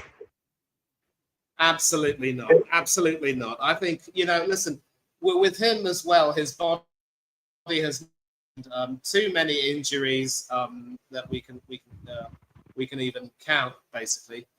And then you have the Alice Capsey dismissal. She played a reverse sweep and survived a shout, but then she did it again, missed the line from Molyneux. That is just brainless cricket, and it seems to be, independent of gender, we make these ridiculous mistakes. But again, regarding Ben Stokes coming back, no, I think he called back Moeen because he was probably a different sort of cricketer, so to speak. And it was nice to see him get his landmarks of 3,000 test runs and 2,000 test wickets. I think he deserved that. But when the Ashes series got over, Moeen made it crystal clear that he was done. And I think Ben Stokes has done the same thing. I think he's done. So now we've got a situation where we've lost a quality all-rounder, if not world-class. How do we replace him? And so we're in a situation right now where everything has just literally gone to pot, as one would say. It's just as well that we're going to be playing a Pakistan team that have their own share of problems, believe it or not. Babar Azam has been reappointed Test captain. Let's see how long that lasts. But again, even if we beat Pakistan, my fear is that it'll just paper over the cracks, and we'll continue to have some pretty poor results here. So who's going to take leadership of the situation and say, you know what? There's no way that we can continue like this. And even Brendan now has to have some sense, having been a coach for as long as he has, and says, you know what? If it's not working the way it's working, we've got to think about how we can try and change it and make it better. Who's going to do that? Yeah, that's the big question, Manny. Yeah, I'm not sure I've got the answers at the moment. Has anyone really? I don't know. It's very tough. It's very tough to know, but I just think it seems like the men and the women are both gone a little bit backwards, I think. I mean, look, we can beat the bad teams, put them away, no trouble, as we've been called flat track bullies so many times. We can beat these lower teams easy. When it comes to the real class, the big teams, the quality, the Aussies, even the New Zealanders, I thought were brilliant, actually. I thought their bowlers were superb. Henry, the other guy, what's the big tall guy? O'Rourke. Yeah. And Smith as well. Very good players. And they play as a team. They don't play as individuals. They play as an actual team, play for each other, they work off each other, and, they know what they're doing. They're incredible fielders as well. Stop everything, catch everything. You know, they put us to shame, mate. Totally to shame. I mean, we beat them at Lords, but who wouldn't win on that pitch? That was an absolute shit show of a pitch, you know. And you know, exactly. It wasn't. You know, it should have been reported, that pitch. It wasn't good enough. Nowhere near. But you know, they totally walloped us over those last 2 tests, and deservedly so. Yeah. The worst part is, you also think of a home series against New Zealand, namely that in 1999. That was, of course, Nasser Hussain's first series as England captain after we had an early exit from the home World Cup. Again, we won the first test, but this time it was, I think it was at Edgbaston, the first test. We lost the second one and then drew the third and then lost the fourth at the Oval. And that defeat saw us ranked officially the worst team in the world. And so that was kind of a watershed, because that sort of started, it sort of made us realize that, you know, we've hit rock bottom and the only way that we can go now is up. And so we started working our way up under Hussain, and we ended up, we started to win more matches. And, you know, it was a process that the ECB were willing to trust with this new guy as captain, who actually, believe it or not, was born in the place where I now live, to Tamil father and English mum, before moving to England at the age of 5.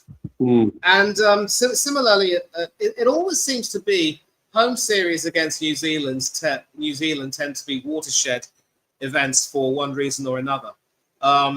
When we had another home series against them, that was, of course, Stokes and McCullum working together for the first time, and we loved the feasting after the famine. But again, Test cricket is all about balance. It's all about flexibility, and we just did not seem to be willing to strike that balance when needed. And when we drew that series at home to India, I was absolutely fit to be tied, especially given that we were playing the last test at the Oval not too long after the passing of Graham Thorpe. And, you know, everybody was wearing headbands for a day for Thorpe. They couldn't even summon the spirit to bat like him. And I kept telling myself, are these idiots taking the mickey? Yeah. Well, it's like they didn't give a damn about him. You know, his spirit, you know, they said, oh, F you to him. You know, it's felt like that. You know, he didn't bat like that. Like Graham Thorpe was nuggety. He would stick in there, hang in there, get the runs. However, no matter whatever it takes to get the runs, he'd do it. And England aren't like that now. Some of these players are just not like that. And they just want to go out there and smack it and think that's it. You can keep walloping it everywhere. And it don't work like that. That's why it's a test match. It's a test. You've got to go in there and bat sensibly. And, you know, you play it when it's there to hit. When it's not, you don't just go and go crazy, you know. And half of these players do. They think they're playing a T20 or something, you know. Absolutely. Or one day or something. I agree completely, but let's also take a look at that New Zealand, that third test, now fourth innings. You know, Ben Stokes obviously bringing himself out to, you know, open, and then we had that rollicking start. And then, you know, Harry Brook also coming in and playing a whirlwind innings of about 21 off 8. The problem is, it's fine if you want to, you know, get some quick runs and reduce the target. I do like that approach. But then when you throw your wickets away, I mean, what's the damn point? There is some method to that level of madness, but you've got to temper it sometimes. And that's, as you've said perfectly, Steve, it's a test. It's a test of your flexibility. It's a test of your adaptability. It's a test of your, cricketing intelligence. And more often than not, we just seem to fail it at times. So all I can say right now, and I would like to wrap it up because I've been, you know, on for about 5.5 hours without some food or drink, and I'm going to have to get some, you know, nosh in my tummy. I am famished. You need your food, man. But, you need it. Yeah, I know. And hopefully you've got something good to eat right now to sort of maybe drown your sorrows a bit. It's, I think just after 8 o'clock your time, I think it's time for you to have some food as well. But I think we can all agree now that after all of this stuff that has happened, we need to have a change in the approach to things. We have to have a change in the way the game is administered, the way players are picked and selected, but also the way players themselves approach these games. And there's also another fear, as Kenny Ken said, that Root just seems to be more concerned about breaking the Test record of Sachin Tendulkar. And I don't think he wants to have the responsibility of captaining the team anymore. But then, I wouldn't trust Brooke with the Test captaincy at all. I really wouldn't. I think he needs to. Exactly. So I would recommend, and you can disagree with me on this if you like, and we will sort of start wrapping it up. I would recommend, as I said on the semi-final stream, that Joe Root takes the captaincy 6 to 12 month basis, long enough for Harry Brooke to keep his nose clean and restore his reputation, and then Root can say, I'm done with that, because I don't see anyone else who can come in and lead the team at all. I really don't. And I don't like the idea of bringing in someone like a Sam Billings or a Sam Curran or anyone else to just come in and lead the team. Even if Ollie Pope were to come back, he'd still have many points to prove. I just think that the safe option would be to just let Root have the captaincy. He can't be that bad if he's especially gotten as many Test wins as he has. Yeah. I mean, the thing is, I could disagree with that, Manny, but I won't, because there isn't many other choices, let's be honest. And he's the sort of one that sticks out as the main one you could do. As you say, on a temporary basis, he wouldn't be there permanently. Just get him in for a few games and then go from there if you want to appoint someone else. I mean, the thing is, as you say, Brooke isn't ready, and I certainly wouldn't put him in as a Test captain, no way.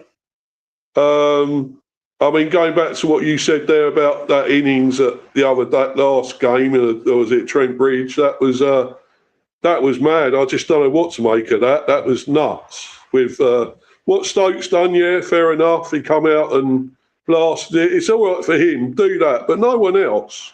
What was Emilio Gay trying to do with that shot, with that reverse thing he was trying to do? That was mad. And then Jacob Bethel just leaving one straight on to hit the stumps. LBW and Harry Brooke, as you say. That was a mad, brainless innings. When he's a great talent, Harry Brooke. He has got a lot of talent. He's got ability. But he's just got no brain with it at the moment, which is such a shame. But, as you say, I probably would give it to Root for a while. I agree with you, Manny. Totally. Yeah. I mean, and it's not necessarily that, because the thing is with Root is that you don't even know if he would necessarily completely want it. But no, he probably doesn't really. It's sort of like it's a situation where, there's a reason why they say in case of an emergency, you break the glass, and the glass is now about to be broken many, many times over. But hopefully, when people see what's going wrong and how desperate we are, people will see the need for change. And that's why, even though we may have a home series against Pakistan, a Pakistan team that are in more disarray than we are, all that's going to do is just paper over the cracks, and we're going to see the same patterns being repeated, which is why what I would say is the biggest problem with English sport is that we lack the ability to be self-critical and self-analytical. Yeah. It's like, we came into this final unbeaten, but ignored some of the signs which told us that some of these players may not really be up to it. And at least with Australia, they tried a few other options before settling on their 11 for the semis and semi-final and the final. We didn't do that. So hopefully, this final for the women and this New Zealand series for the men will be two watersheds for English cricket, where we start to realise the importance of using our heads and being a little bit smarter. Yeah. I hope you can agree with me on that. Well, I do, mate. Let's hope we do. We got to learn. We can't keep making the same mistakes all the time. We're going to get nowhere. Absolutely nowhere. Absolutely. Okay, so I will, end this because it has been nearly 5.5 hours. But Steve, I would like to thank you for coming on. It was terrific to have a chat with you about cricket. And I am going to, as usual, put you on the full screen so that you can tell us how we can get in touch with you and tell us more about your YouTube channels. Oh, yeah, by the way, on this thumbnail thing I've got here, this is Yannick Schuster, one of our new signing. I mean, we are still trying to get more, by the way, but not quite. I think you got Jaden Anthony as well from Burnley, though, haven't you? Oh, right. Oh, thanks for telling me, Manny. I didn't even see that. Oh, right. Anyway, I knew it was going, trying to get him. I knew it was happening, but no, it's good. I'll have a look at that. But anyway, yeah, thanks for having me on, Manny. But anyway, yeah, my sort of, thing is Mr. B, Hive Football Chat, my channel. I'm also on Insta, Mr. B for Life 182, and I'm also on Discord as well. On that as well, which is Steve the B on Discord. So hope everyone can, try and sub to my channel. I'd like to get the subs going up, and the views are pretty good, which is always great. So if anyone wants to come into my channel and check it out, content and everything, I'm do a sort of stream nearly every day almost. I'm doing one, so mainly transfer ones at the moment. So I will be doing like watch-alongs as well, maybe for the World Cup, and also talking about the actual FIFA as well, the frauds that I call them, the FIFA. I'm going to be doing one discussing that at some stage. So you might be welcome to come on that if you want, Manny, if you're available and around, you're welcome to come on it. So talking about them, absolute scam, what they're doing. All they're thinking about is money, isn't it, FIFA, at the end of the day. So that should be an interesting one. So if you are available, Manny, you're welcome to come on, my friend. So, Yeah, I'll let you know about that, and I want to thank you for telling us about it. One thing which I will tell you right now, Steve, is that I'm not really watching the Football World Cup. I've been obviously I've had my reasons, for deciding not to watch it this time around, and I don't want to go in depth on that. But I've been focusing on this World Cup, and I was quite excited to see an England team make a World Cup final, only for the excitement to sort of be, sucked out of me. And the less said about, Tommy Tuchel, the better. And I think I will agree with you that, I'm starting to lose a lot of, my admiration for him and the way he's gone about things. England are playing Mexico later on tonight at the Azteca.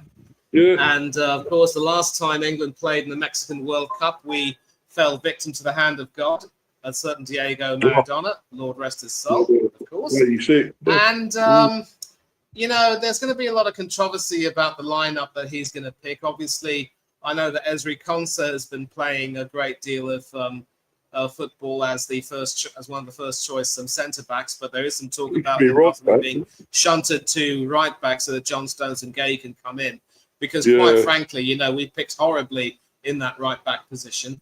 And then, of course, another XB, Ollie Watkins, has not been given any minutes, which makes me very, very angry because after the season he's had with Aston Villa, he's deserved a lot better. And this game could probably be the game where he could maybe come on. But look, it just makes me. I still cheer for England and Scotland in my heart.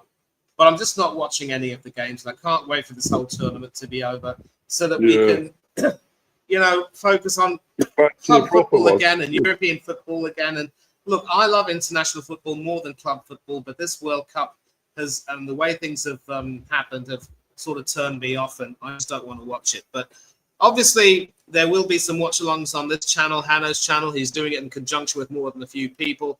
I believe Brazil versus Norway is about to start. Yeah, so Haaland against Gabriel Magalhaes. That's going to be fun, for sure. Yeah, and, England later at 1 a.m. 1 a.m. in the morning, England. Yeah, it's ridiculous, really. I mean, a lot of people have been talking about how children should be allowed to stay up late to watch that game, and the schools should open a little bit later. If they, that's another reason why if it were me and my dad, he'd say, "Son, nothing doing, go to bed. Don't even think about missing school for that. Ain't worth it." And that's another reason. But anyway, like I said, I'm going to wrap it up, and we will obviously be doing a little bit more cricket-related stuff on the channel very soon. But once again, thanks to all of you throughout the tournament who've tuned in and watched streams here on this channel and also on Jean-Loup Brand's channel. Shout out to him, another South African content creator. And to those of you who come in and left some comments and have spoken about the coverage, I'm really grateful. Today was a bit choppy with the internet connection, but thankfully I somehow made it work. And also thank you to you as well, Steve, for coming on. I'm glad that we were able to end this tournament on a good note. And to all of you, from Steve and me, let me say thank you all once again with another final reminder that that Australia beat England by 7 wickets to win the T20 World Cup, and they are T20 Cricket World Champions for the 7th time. England have only won 1 tournament, captained by Charlotte Edwards. She couldn't coach us to victory this time. All we can say right now is 17 years of hurt. We will never be stopping dreaming. Thanks a lot, Steve. Thanks to everyone who's joined in, and we'll see you all soon. Thanks, brother. Until then, cheers everyone, and take care of yourselves. Thanks, buddy. Bye. Bye.